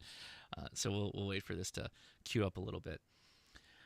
Oh man, Carlos, we've got name and address, but we don't have an email on QRZ for Joe G. Kilo Charlie 2, Victor Alpha Quebec. We need your email to Carlos or Josh. And if you don't want to give it personally, in the chat, that's fine. Email me direct, skydiver@kd9oln.com. Will get it to me, or D36519 at proton.me. Either one will get it to me. And I know your name now, Joseph. So I'll make sure that it goes to the right person and not somebody pretending to be you. All right. You know what would be fun, Carlos? Remaking the WKRP Turkey episode, but with skydivers. Just recreate all the scenes as Les Nessman. As God is my witness, I thought the IC-705 could fly. There is a video out there of some skydivers dropping a pumpkin for Halloween out of an airplane, and they misjudged the winds, and it went through someone's roof. Oh no! No, but if you remember the episode, you never actually see. Good. That's a lot of damage. Yeah, it was a pumpkin. Like yeah, that's a lot of damage. Yeah, Flex Seal ain't gonna cover that. They free fill with it, and you fall relative to the thing, and they thought it's just going to land in the field. No, they misjudged the winds. Oh man, it went through someone's roof. Oh, that could kill somebody. Yes, it could. So that little flurry of giving that we just had, we're down to $1,714, $1,700. Oh, that's it. Somebody can clean that up left to in raise. a second. Okay, whoever gives that $1,700 gets what's left of my vitamin D3. There. Oh, that looks pretty empty, Mark. That's a sad. Yeah. Okay, You've been chomping on those gummies this whole live stream, haven't you? I'll throw in some B12s. There we go. That'll make it good. And you unlock the drawing for the D75. Oh, yeah, yeah. that's what everybody wants. What if one of us wins it? People will feel like it's fixed. Well, don't say the thing in the chat. Just don't say the secret. Oh no, I'm saying the thing. I want to win it. I want to win. Don't be mad at you, not me. Oh, let me tell you, if I win, I'm taking the Parachute Mobile. Are you doing APRS? You do APRS, right? Yeah, I do APRS. Oh, yeah, I thought so. Despite Mike's hate for APRS, when you're I that find high, it useful. APRS has got to be fantastic. You can't fail with it up there. I have been a couple of people have reached out to me when I've done jumps telling me not to spam their digipeater. It's like I can't help it. I don't tell the radio where to go. What? Why do they care? Why are they monitoring their digipeater so much that your packets are coming through and like, it's enough of this Carlos guy. I don't want to. Well, when I'm high enough digipeaters receive it and they all retransmit it. Oh, sure. So like they wanted me to go to wide one instead of wide 1, wide 2, and I'm like, no, I'm not changing settings. It is what it is, and if you don't like it, turn off your digipeater. It's like I don't 13 care. minutes, man. What did they care? Exactly. Oh, jeez. Talk about some people get. That was that last bullet. It was all the digipeater owners reaching out to you, like, you're blowing up my digipeater. It's either that or people that just don't like me, and then like they'll key. Oh, I know. Key down. I've seen it. It just and it's like look, you can key down, but guess what? I have a better antenna than you do right now. You're way higher. There's nothing you can do to out antenna me. No, you're right. That's funny. All right, let's rip this thing. We're gonna pick the winners for the 2 tickets for Hamvention, and I'll see you there, guys. I'll see you there. Here we go. Jay Jensen. So Jay Jensen, for this one, we do need a call sign if you have it, and if you don't, I'm going to need you to send your information to josh@hamtactical.com. We need that because that's how they're going to line you up. You don't have to have a call sign to go to Hamvention, of course, but it makes it easier for Hazel, and we appreciate her reaching out to me to do that giveaway. So we appreciate it. Jay Jensen. If you do have a call sign, just drop it in the chat, and then we'll take it. Uh-oh, my wife is here with a dog. Madison is an all-star fundraiser, and this really worked for him. Oh, yeah, that's right. My son is an all-star fundraiser, and he did a video where he was holding a cute dog. And so that's how we got a bunch of donations for him to run the fun run with the dog. He had a really nice spiel about what the fundraiser was going to pay for. Yes, indeed. So this is June, our new dog. She's a cute little puppy. Very, very funny that we've really, really owned corgis. That's been our staple dog. And June is just like a teddy bear. Like literally, you just put her down, you hold her, she sits there. She's not loud, she doesn't bark. Very lack of will. She just does whatever you tell her to do. And the corgi is the opposite of that. The corgi is the most willful dog, one of the most willful dogs. This dog is just, look at this. It's just like a lump. It's just a lump. Everybody in our house is so willful. This is the only. Everyone in our house is ridiculously over the top willful. And this dog's like, I'm happy to be here. That's all I got. All right, we're down to $16.99. $16.99 to go before we hit our $20,000 mark. Which turns into 40. That's right. Matching on every bit of this, and it's tax deductible, guys. who needs a little bit of tax deduction? We all do. I know I do. So I will be donating here in a little bit. But somebody nailed it. Steve nailed it. It's a multi-poo. It's a multi-poo. Aww. Oh, Leia's like, okay, I want my dog back. Thank you, Leia. The thing to remember is, a teacher should have one job, and that is to teach. She's giving me the bigger dog now. Aww. Oh, gosh. Hello, Chloe. That's my Chloe. Yes.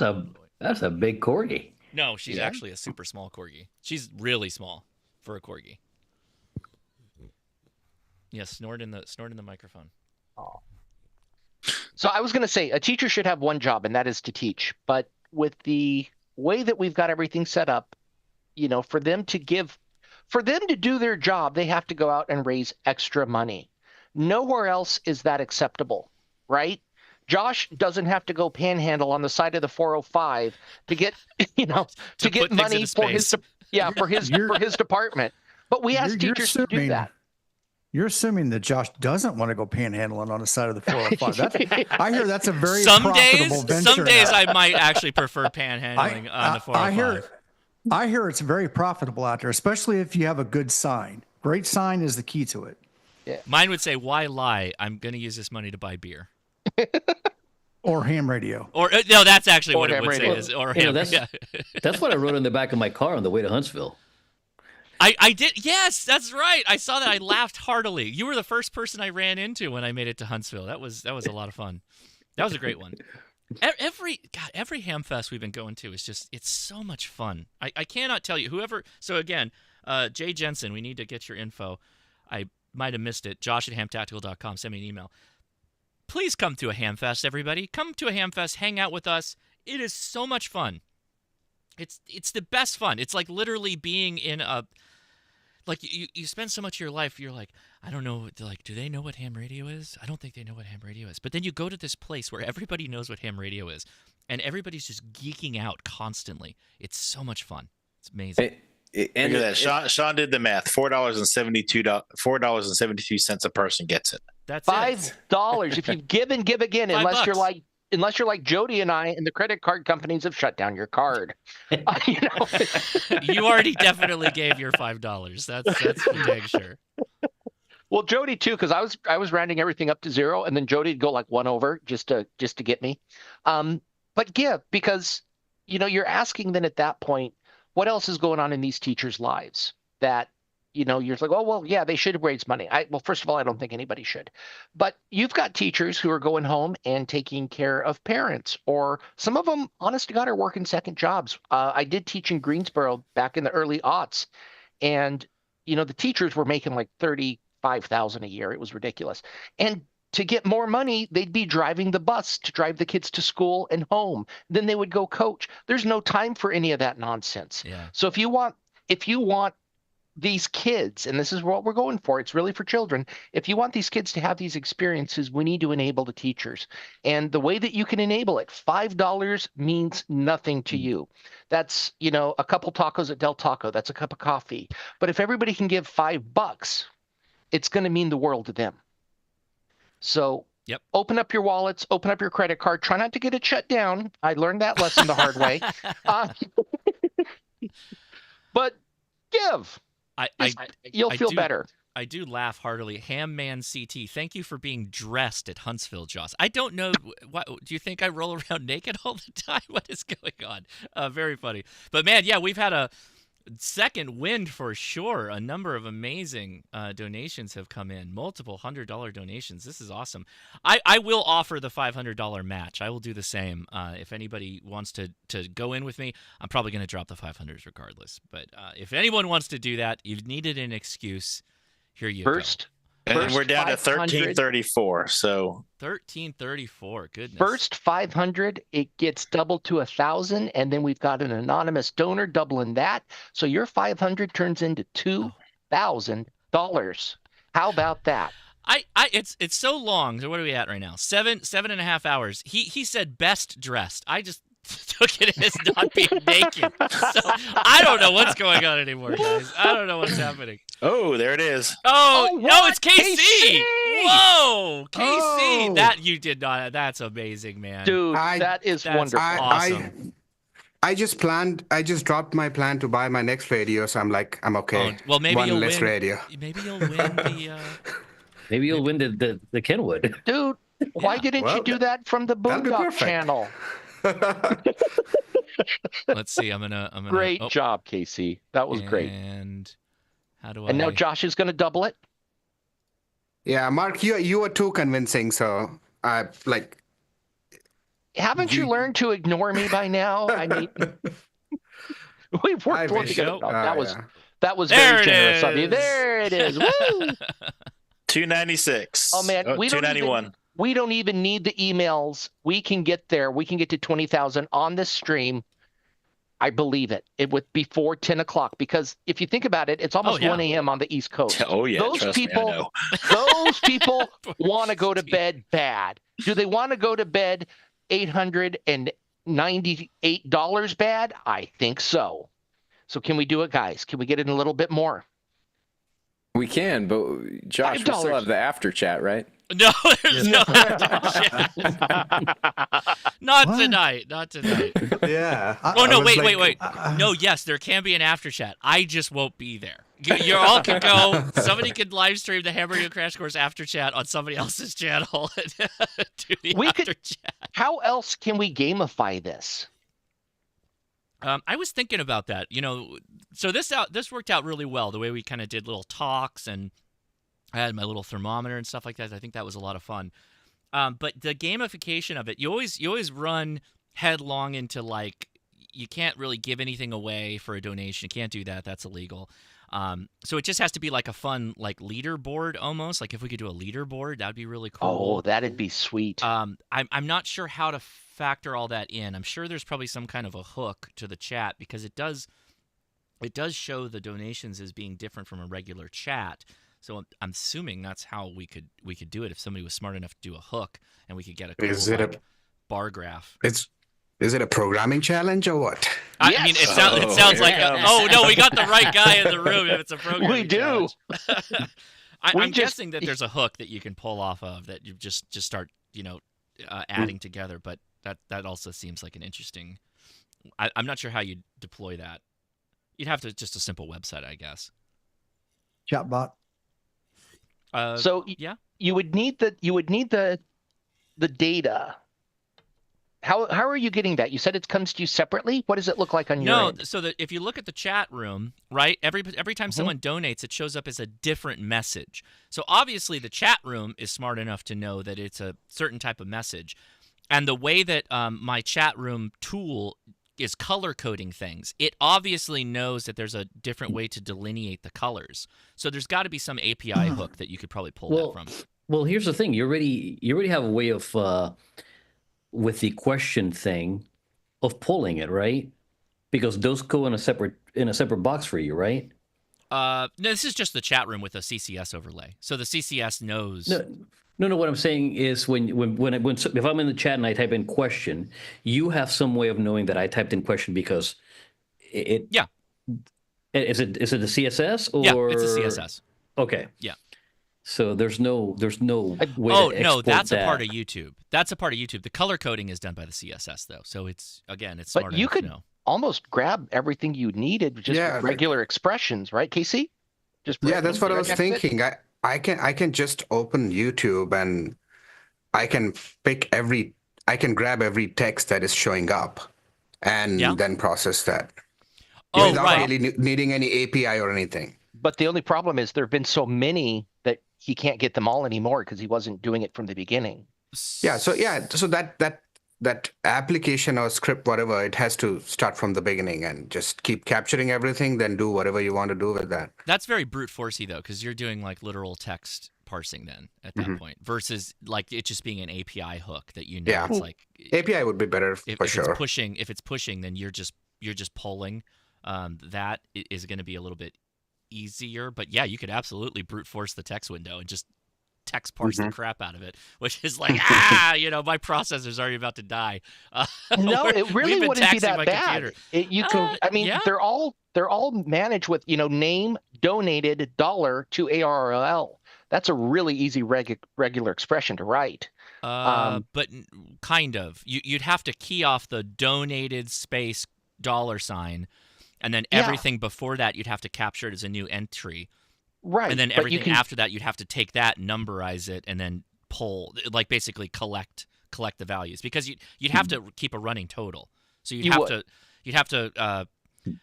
have to make an array, right, of all of the different the different donors. They'd have to print that, and then you'd have to have a value for the total amount. You can just You can just pipe it into Google Sheets and have a field at the end of the Google Sheets that just sum the entire column. And Speaking of running total, we're down to 108 left. What? Whoa! Well, I can go to bed soon. 108 to get the radio.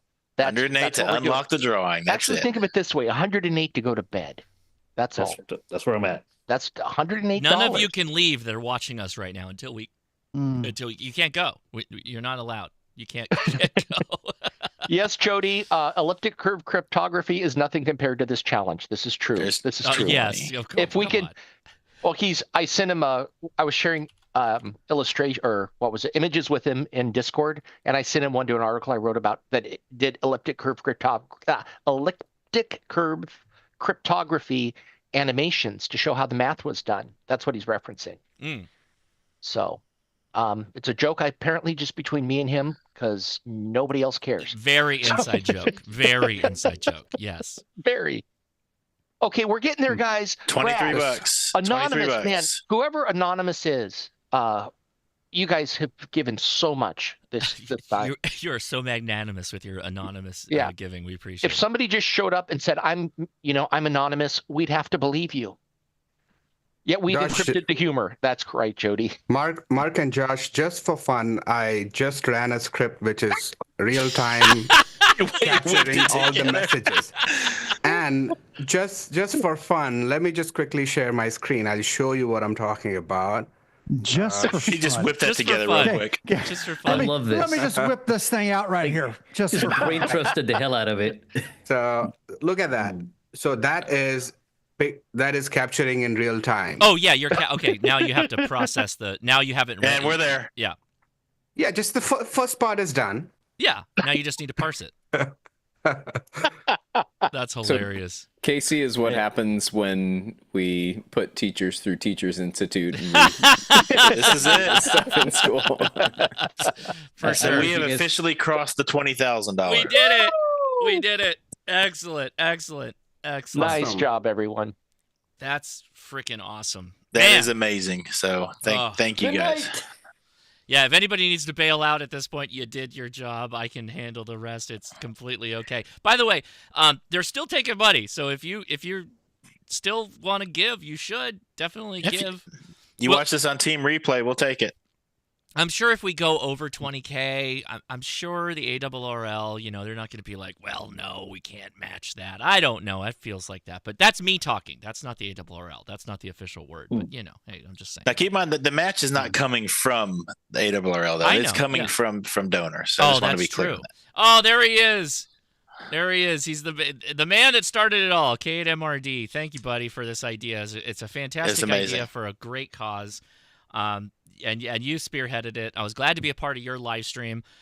We're not breaking the 9-hour mark at all. ARK. There he is. Oh wow, look at that. Good job, Mike. Guys, we are so close. We are so close. $64. Oh, we're over. No, I know. But you want YouTube money? I want YouTube money. $64. That's all we need. That's just a little bit of money from your pocket, actually from your credit card. You don't even see the bills. It's all ones and zeros these days. We can do it, guys. Let's start taking the giveaways. D75. What? You know what it's going to be. D75. Spam it in the chat, but just once. By spam, I mean go crazy. Post your D75 so you get it on the giveaway. Want to give this away to a truly deserving ham, but it doesn't matter. Oh, I see Boondock Technologies just said D75. You have stuck around like one of the longest, buddy, so you deserve it just as much as anybody else. And I will click that button. You will see me click it. There's no shenanigans. I promise no shenanigans. If I won it, I would feel bad, and then I would lay down, and that feeling would go away. You'd hold the D75 and you'd lay down. You know what? I hope you win it, because I'll just drive it to your house tomorrow and then we're done. You are welcome anytime, my friend. That would be amazing if you win. Let it be me. That would be fantastic. I'd be like, and by the way, anybody who's in the Southern California area, if you win any of this stuff, I'll look your call signs up when we get done with this. I will drop this off to you. I'll just drive it over. Make it a lot easier. Hey Josh, was it D75 or D-75? Just D75. I'm just kidding. I'm just kidding. I'm just kidding. Hey, Casey, can you write a script to delete everybody else's? No, I'm kidding. You know, let's not tempt. Okay, this has been a lot of fun. I had a good time. I learned a lot. Adam, man, and Tim and Steve and Robbie, and thank you all for coming and hanging out. I've had an absolute blast. Thank you. We're over. Josh, look at the number. Oh, we did it. We went well above and beyond. That's amazing. Woo! Nice job, everybody. It's for a good cause. Teaching has rewards, and those are the kids, and teaching sucks, and that's the adults. And people getting in your way, and anything we can do to remove hurdles is absolutely tremendous. So how many people can we send to the Institute with $20,189? No, we'll double it. Well, keep on, that doubles. So 40. Woo! $40,000. You know, that's, well, if we do it in Connecticut, we can probably get 10-ish. You know, like it varies a little bit for each teacher depending on travel costs and everything. It's about $4,000 to $4,500 a teacher depending on the travel cost. Nice. Well, I'm excited. Oh, my wife is making such fun little comments. Oh, that is sweet. Tonight made me so darn proud to be a ham. It's a good group of people. It's really good. This feels most really of good. it. I feel warm and fuzzy inside. Yeah, there's always one or two stinkers, you know, making comments in the chat, and you just ignore them. They're just grumpy Smurfs. Well, that's like So- anything, though, right? As I Yeah, always of say, course. that's like any slice of humanity. We're all still just humans, and yes, hams are humans like everybody else, right? So, yeah, you know, there's some bad eggs, and you know, you just ignore them. Or what I like to do is block them from my channel. That's one of my favorite things. There you go. Just get them right out of here. Hey, one of the grumpy squirts did say that the bald guys looked really good. Hey, man. Joshua. That's because the bald guys looked really good. It's a Joshua- good move. Oh, what's that? No, I was saying, Josh, you want me to make a script to automatically block those grumpy guys? If I give you enough word filters, like you can do that automatically. He can. Probably. Yeah. Yeah, we're gonna have to keep this KC guy around. Yeah, he's a good guy. Yeah. Casey is a skilled programmer, and he's the kind, like when we give him a problem or something shows up, like he'll stay up all night. He can't sleep. It just eats at him, and it's great. That is the type of developers I want to hire. Yeah, Casey, right? if you ever decide to do something different, man, I got a job for you. You're the developers I look for. Yeah, you know, he's fabulous. It's great. We met actually at a chat kind of like this one, except for Hackaday. Oh, yeah. And then it just kind of went from there. And our other friend Jesse, I hope he's getting some sleep. He should be well into slumber time by now. So Someone asked, what is Casey's call sign? KD9 VFU. There you go, KD9 VFU. Out of Chicago. You know, I was wondering, we're in Chicago, Casey. I'm in western suburbs, place called Lombard. I know exactly where that's at. I jump into Glen Ellen every year. That's awesome. Independence Day. If you come to the Independence Day fireworks show at Glen Ellen High School, Lombard West High School, I'm one of the jumpers. All right, so I'm not missing it next time for sure. There you go. Watch for falling radios. Yeah. HTs. Yeah. Yeah, that's actually a very good point. Nike Tree says, don't abuse your engineer's OCD. It's true. I'm telling you, as a manager of engineers, you don't want to let your engineers burn themselves out, because they will do it on their own accord if you don't step in and say, look, bud, you got to go home. You don't need to come in on the Friday after Thanksgiving. You can stay home. You're already maxed out on your PTO anyway. Just stay home. Adam's laughing, but I know Adam has similar things. He's also in similar worlds, man. But just come on, guys. Take some time off. So I took this week off from work, and I looked at my email Friday, and we had people in the office that were working. Dude, I know. I'm just like, you. I love them. I love them, but when people, it's so funny to me because like my work-life balance is I come home and I work on my YouTube channel. So I guess like I also have a similar compulsion. Like, don't get me wrong, it's a similar problem. But at the same time, like we all collectively do not consider work-life balance enough. Like it's not a thing. It's a problem. But, it is. Yeah. We're at 230 entries so far, and it seems like it's slowed down a little bit. Remember, D75, that's the way to get in. I want to make sure everybody watching that's gone through it, particularly all you that have been sitting around. I know that all you've been here for hours. You already put in your D75. But go ahead. Somebody going to say something? If you are putting in D75, I expect that you would have also donated to the Teachers Institute, that you are willing to give and receive.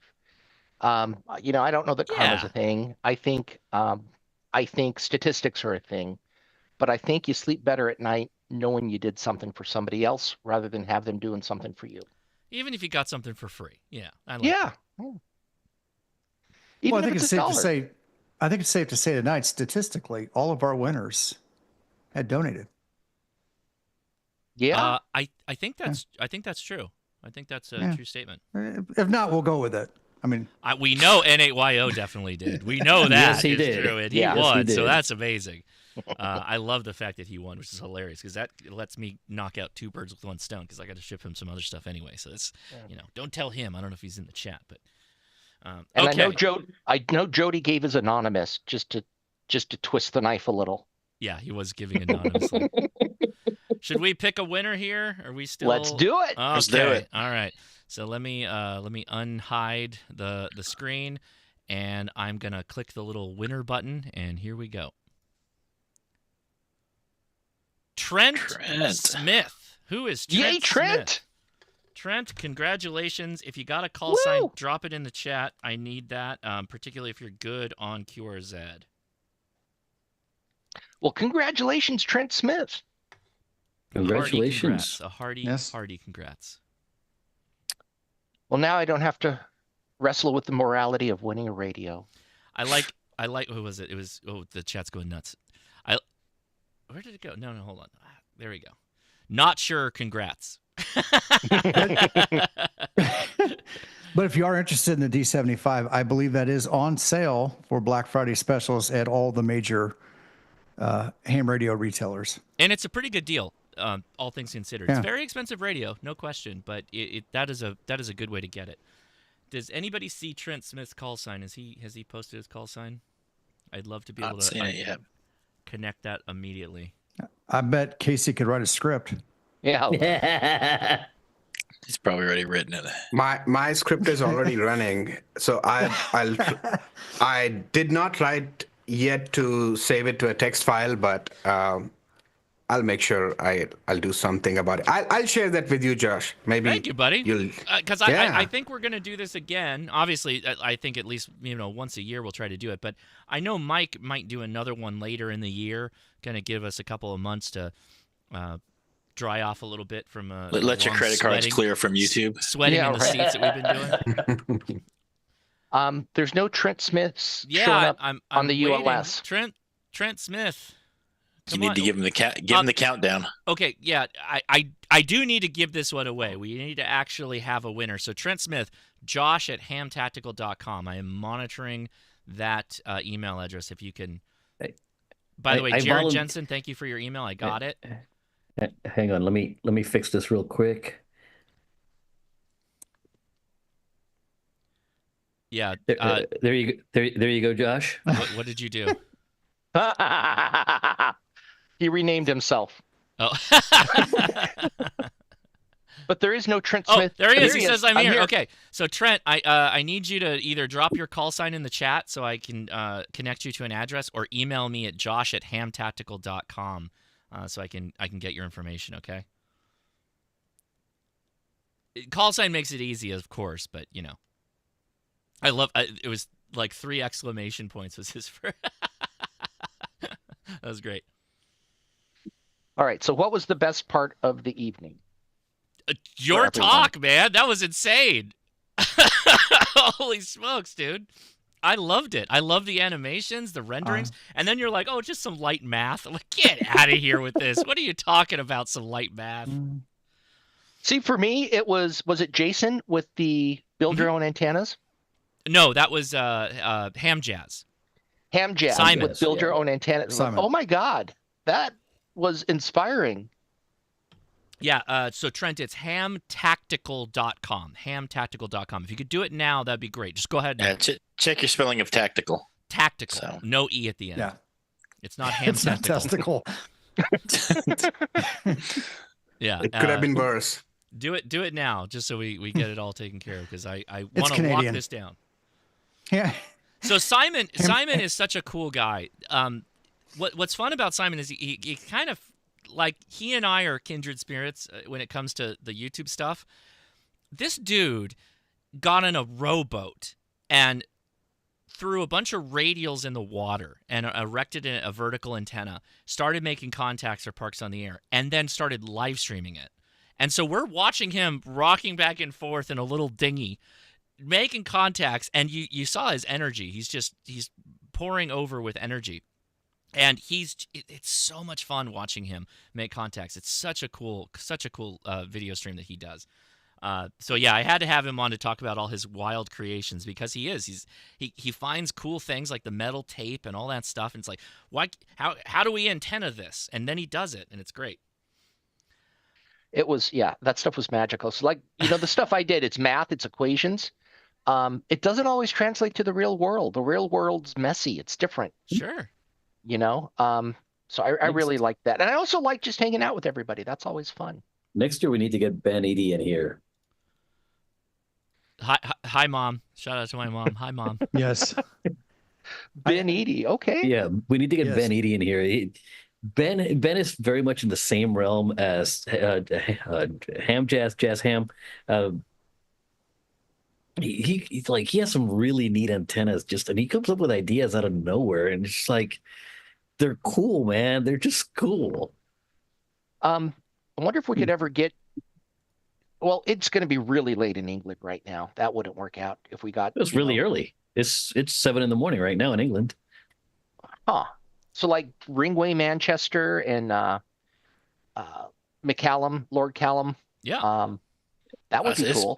Past Callum's bedtime. He needs his ice cream. I mean, Callum's waking up right now, cup of tea. So actually now he's good now. On some of my like late night DX stuff when I'm like hunting 30 meters. By the way, 30 meters starting at about 11, and you go for a couple hours into that. By the time I was like ready to pack in, Callum was starting to go live in the morning.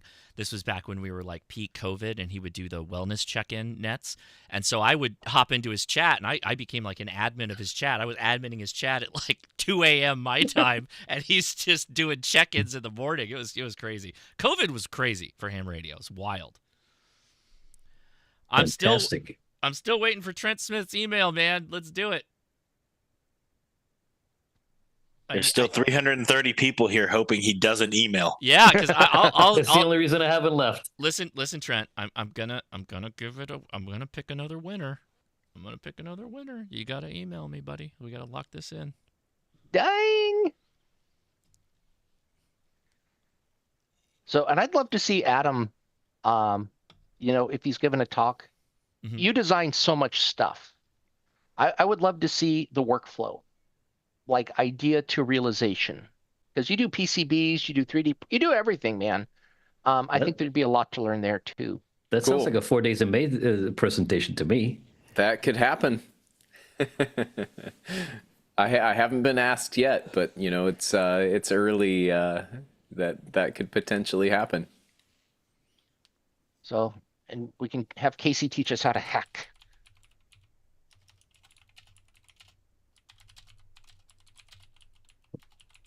Has anyone said anything tonight about the fact that Robbie can't POTA?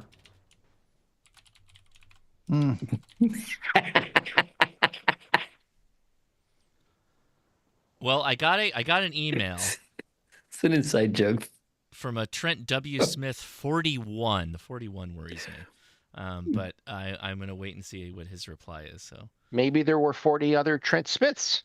With a W? Oh, but he should have went for 42, man. It should have went for 42. It's always 42. Oh, that's true. What's stopping any one of us from going out and making an email right now? Right. Took a few minutes to make a quick Gmail. Trent W. Smith 41. You're telling me there's been 40 other Trent W. Smiths? I'm not saying it's not you, Trent, but at the same time, I must be curious. So. Darn it! Now I gave away a great idea. You're gonna get spammed right now, buddy. I'm sorry. Yes, I have quite a few excuses why I can't POTA. Oh man, I'm just messing with you. Oh no, it's all good. James Kilo 8 Papa Zulu November misheard. Say Zulu again. Zulu. He misheard me and it stuck. Okay, I got a response. I think it is him. And he's in Texas, so he's a local guy. It's not going to blow up my shipping. Yeehaw. Yeah, Scott Gibson says I'm not Trent Smith 39. That's true. That's. Look, I am Spartacus. Another one. Just if we're spitballing ideas, and I think I'm the only one spitballing them. There is so much excellent content out there. Things that you take for granted. Knowing these YouTubers that you do. We've got 336 people watching who probably haven't heard of half of them. So just going around sharing resources, getting your radio programmed the first time stuff. I don't know. You did a great job organizing this. This was fun. It was really fun. Trent, I got your reply email. I want to make sure I've got this right. So, yeah, okay. Now I think it's official. We have a person, and they actually have. Did he give you the them. secret code? What is the secret? Well, anybody that I say the secret code to right now, they're gonna just email me with the secret code. If he doesn't give you the secret code, probation. He doesn't give you the secret code then. To N8TIN, no. I bought a new soldering iron. I'll do a live stream and fix my other one. I bought some parts off of Temu. Fellas, it is long past my bedtime. Yeah. Good night. It is indeed. Carlos, it's been a pleasure. Likewise. Even if I was just messing with you a lot. Oh, I should probably let anybody know who didn't catch on. I'm not actually OCD about the zeros. I was just playing a game with Jody. No, it's the idea is to drive up donations, guys. Yep. All right. So really quickly, top left is Boondock Technologies on YouTube. Go subscribe. Get yourself a Boondock Echo. That's right. Next to him is Carlos, Life at Terminal Velocity. Yeah. Go subscribe. He's been here. He's the Parachute Mobile guy. You'll know when you find him. It's his channel. You'll know when you get there. Next to him, Steve, Good Game, K5ATA, has been hammering away at this thing called educating teachers, educating the youth in a way that is very effective. That's the best thing you can say is, where's this money going? It's going to the most effective way to educate the youth. Steve, continue to do an absolute fantastic job that you're doing. Change nothing other than do more of it. Clone yourself. I want a bunch of shaved head, 7-foot tall people that I can't see around when I go to a ham fest, all doing Teachers Institute work. I know you need all the help you can get, buddy. You're great. Thank you so much. Thank you. Keep it up. Next is Gray Man Poda right there. Stuck. Woo! I think if there was anyone other than Steve, he was probably here the longest. Actually, Adam, I think, was the second person on the call. So you're third. But thank you for hanging out, buddy. Gray Man Poda. No, thank you. Also, go subscribe to his YouTube channel. He does great work. GRAY, spelled the American way. The American way. That's right. The American way. America. Next to him, the wizard, the Kark, the K6ARK on YouTube. Just Google K6ARK. Oh, and thank you for dropping. Drop yourself too. Drop the link for yourself too when you're done there, Adam. But fair enough. Adam not only makes fantastic activation videos doing summits on the air, but he has made a ton of kits that you can go check out when you go to his website. What's the website again? You should probably drop that too. K6ARK.com? .com. You got it. Yeah. Not only there are kits that sometimes show up on Amazon, they don't last long, but he has which was already shown. Kyle showed it earlier, and shout out to Kyle. We'll hit him in a second. You have a bunch of printables, STL files that you can download and print for free. Anybody with a 3D printer, great stuff. Really fantastic stuff. So my winders are the ham radio operators benchy for their their printers. And the wire winder, one of them has the little and you're holding it up, the one with the little claws on the side. Your antenna, the QRP antenna, fits perfectly right in there, and that's what I use. Carry that with me all the time with my KX2. All right, next KC. Developer extraordinaire of the Boondock Echo and many other things. Thank you for hopping on. Appreciate you and all the work you do. I know we met and in person. We said hi briefly, right? Because which Hamfest was it? We were just chatting. It was Dayton, Ohio. I felt so bad though because I didn't have enough time to sit and chat. I had to run off to something else, and I'm sorry about that. I really would have liked to talk to you longer about that. But fantastic guy. Thank you for coming out. Appreciate you a ton. Of course. Thank you. Do you have a YouTube channel? I didn't know that. If you do you want to pimp your YouTube channel? Usually I just go by like Boondock. All my stuff is on the Boondock YouTube channel. Good. Yeah. Well, check him out over there. Boondock Technologies. Indeed. And then Robbie, give a shout out to your channel too. Thank you for being in earlier and giving a great talk. Yeah, I was logged in a long time ago. I just had to go pick up a deer. That's true story. I am W1RCP. That's the channel. It's amateur radio, POTA, and projects. There's Summit stuff. I do all kinds of stuff because I get into all kinds of stuff. You know, I got into ham radio because I got into electronics. Electronics started because of Make Magazine volume issue 1 that got me reinvigorated back in 2007, I believe, was when I started back with electronics. But I've been at the YouTube stuff for about a year. I've met some of you all in passing at some of the shows. I can never make it to Dayton. That is our high school's graduation weekend and has been every stinking time. So, you know, I have to do that.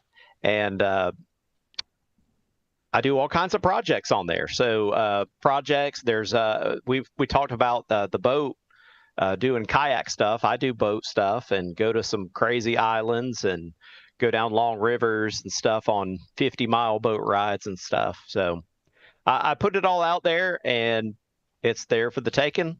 And I did start, I think I got this from you. I put the extra exam stuff on my channel. So if anybody wants to go for the final hill of amateur radio, I have all 50 sections out there. I love it. Thank you so much for joining us. You all did a fantastic job in all your talks. I hope this was fun and engaging for everybody watching. What can I say? We hit our goal. The donation link is still active. It'll still take donations. If you take the URL, you can still send money to the Teachers Institute. And this is obviously not the end. They're going to continually need more money to get more teachers out to the ARRL to educate. And boy, howdy, this is literally the best way that you can help continue our legacy on this fine service and hobby. So thank you, everybody. Really appreciate it. Anybody have anything to say before we wrap things up? Because I'm ecstatic, but I'm also exhausted. So, and I'm hungry. We can't leave it at 20,401. We need at least $4 more.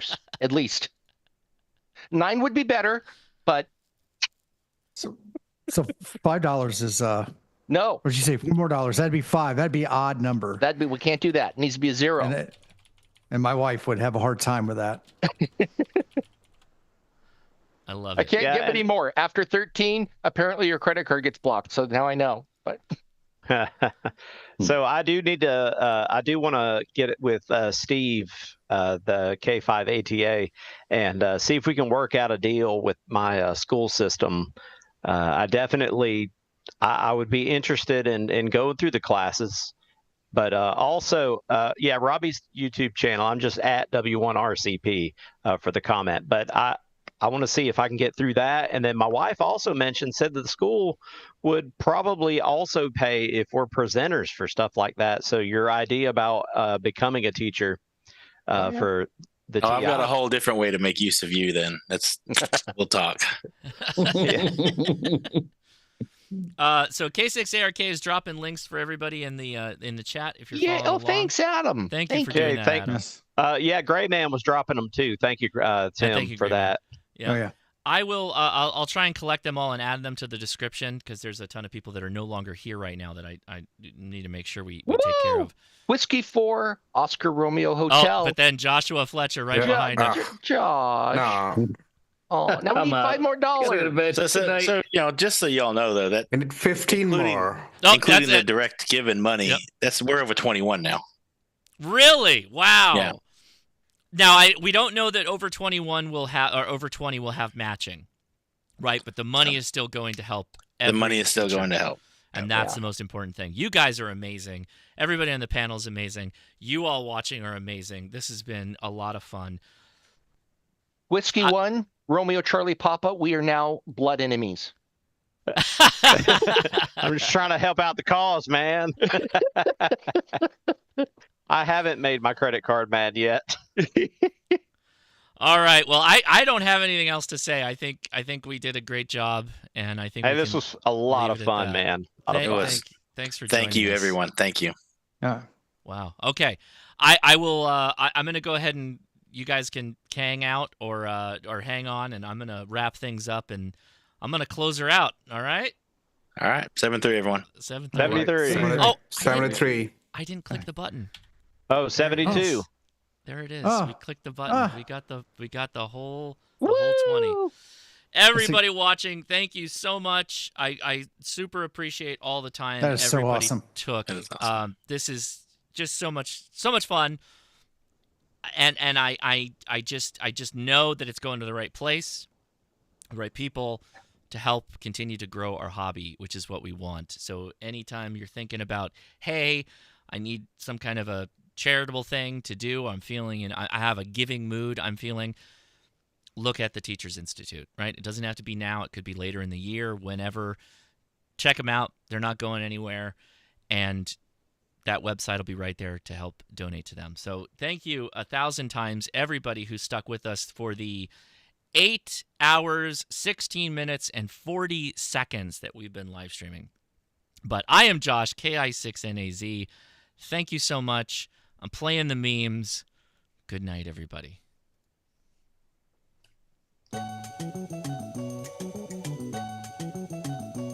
Stop staring at the camera, Robbie. I have to go back and look and see if I've been blinking. You did a great job, everybody. See ya, everybody watching. We are closing things down. Good night.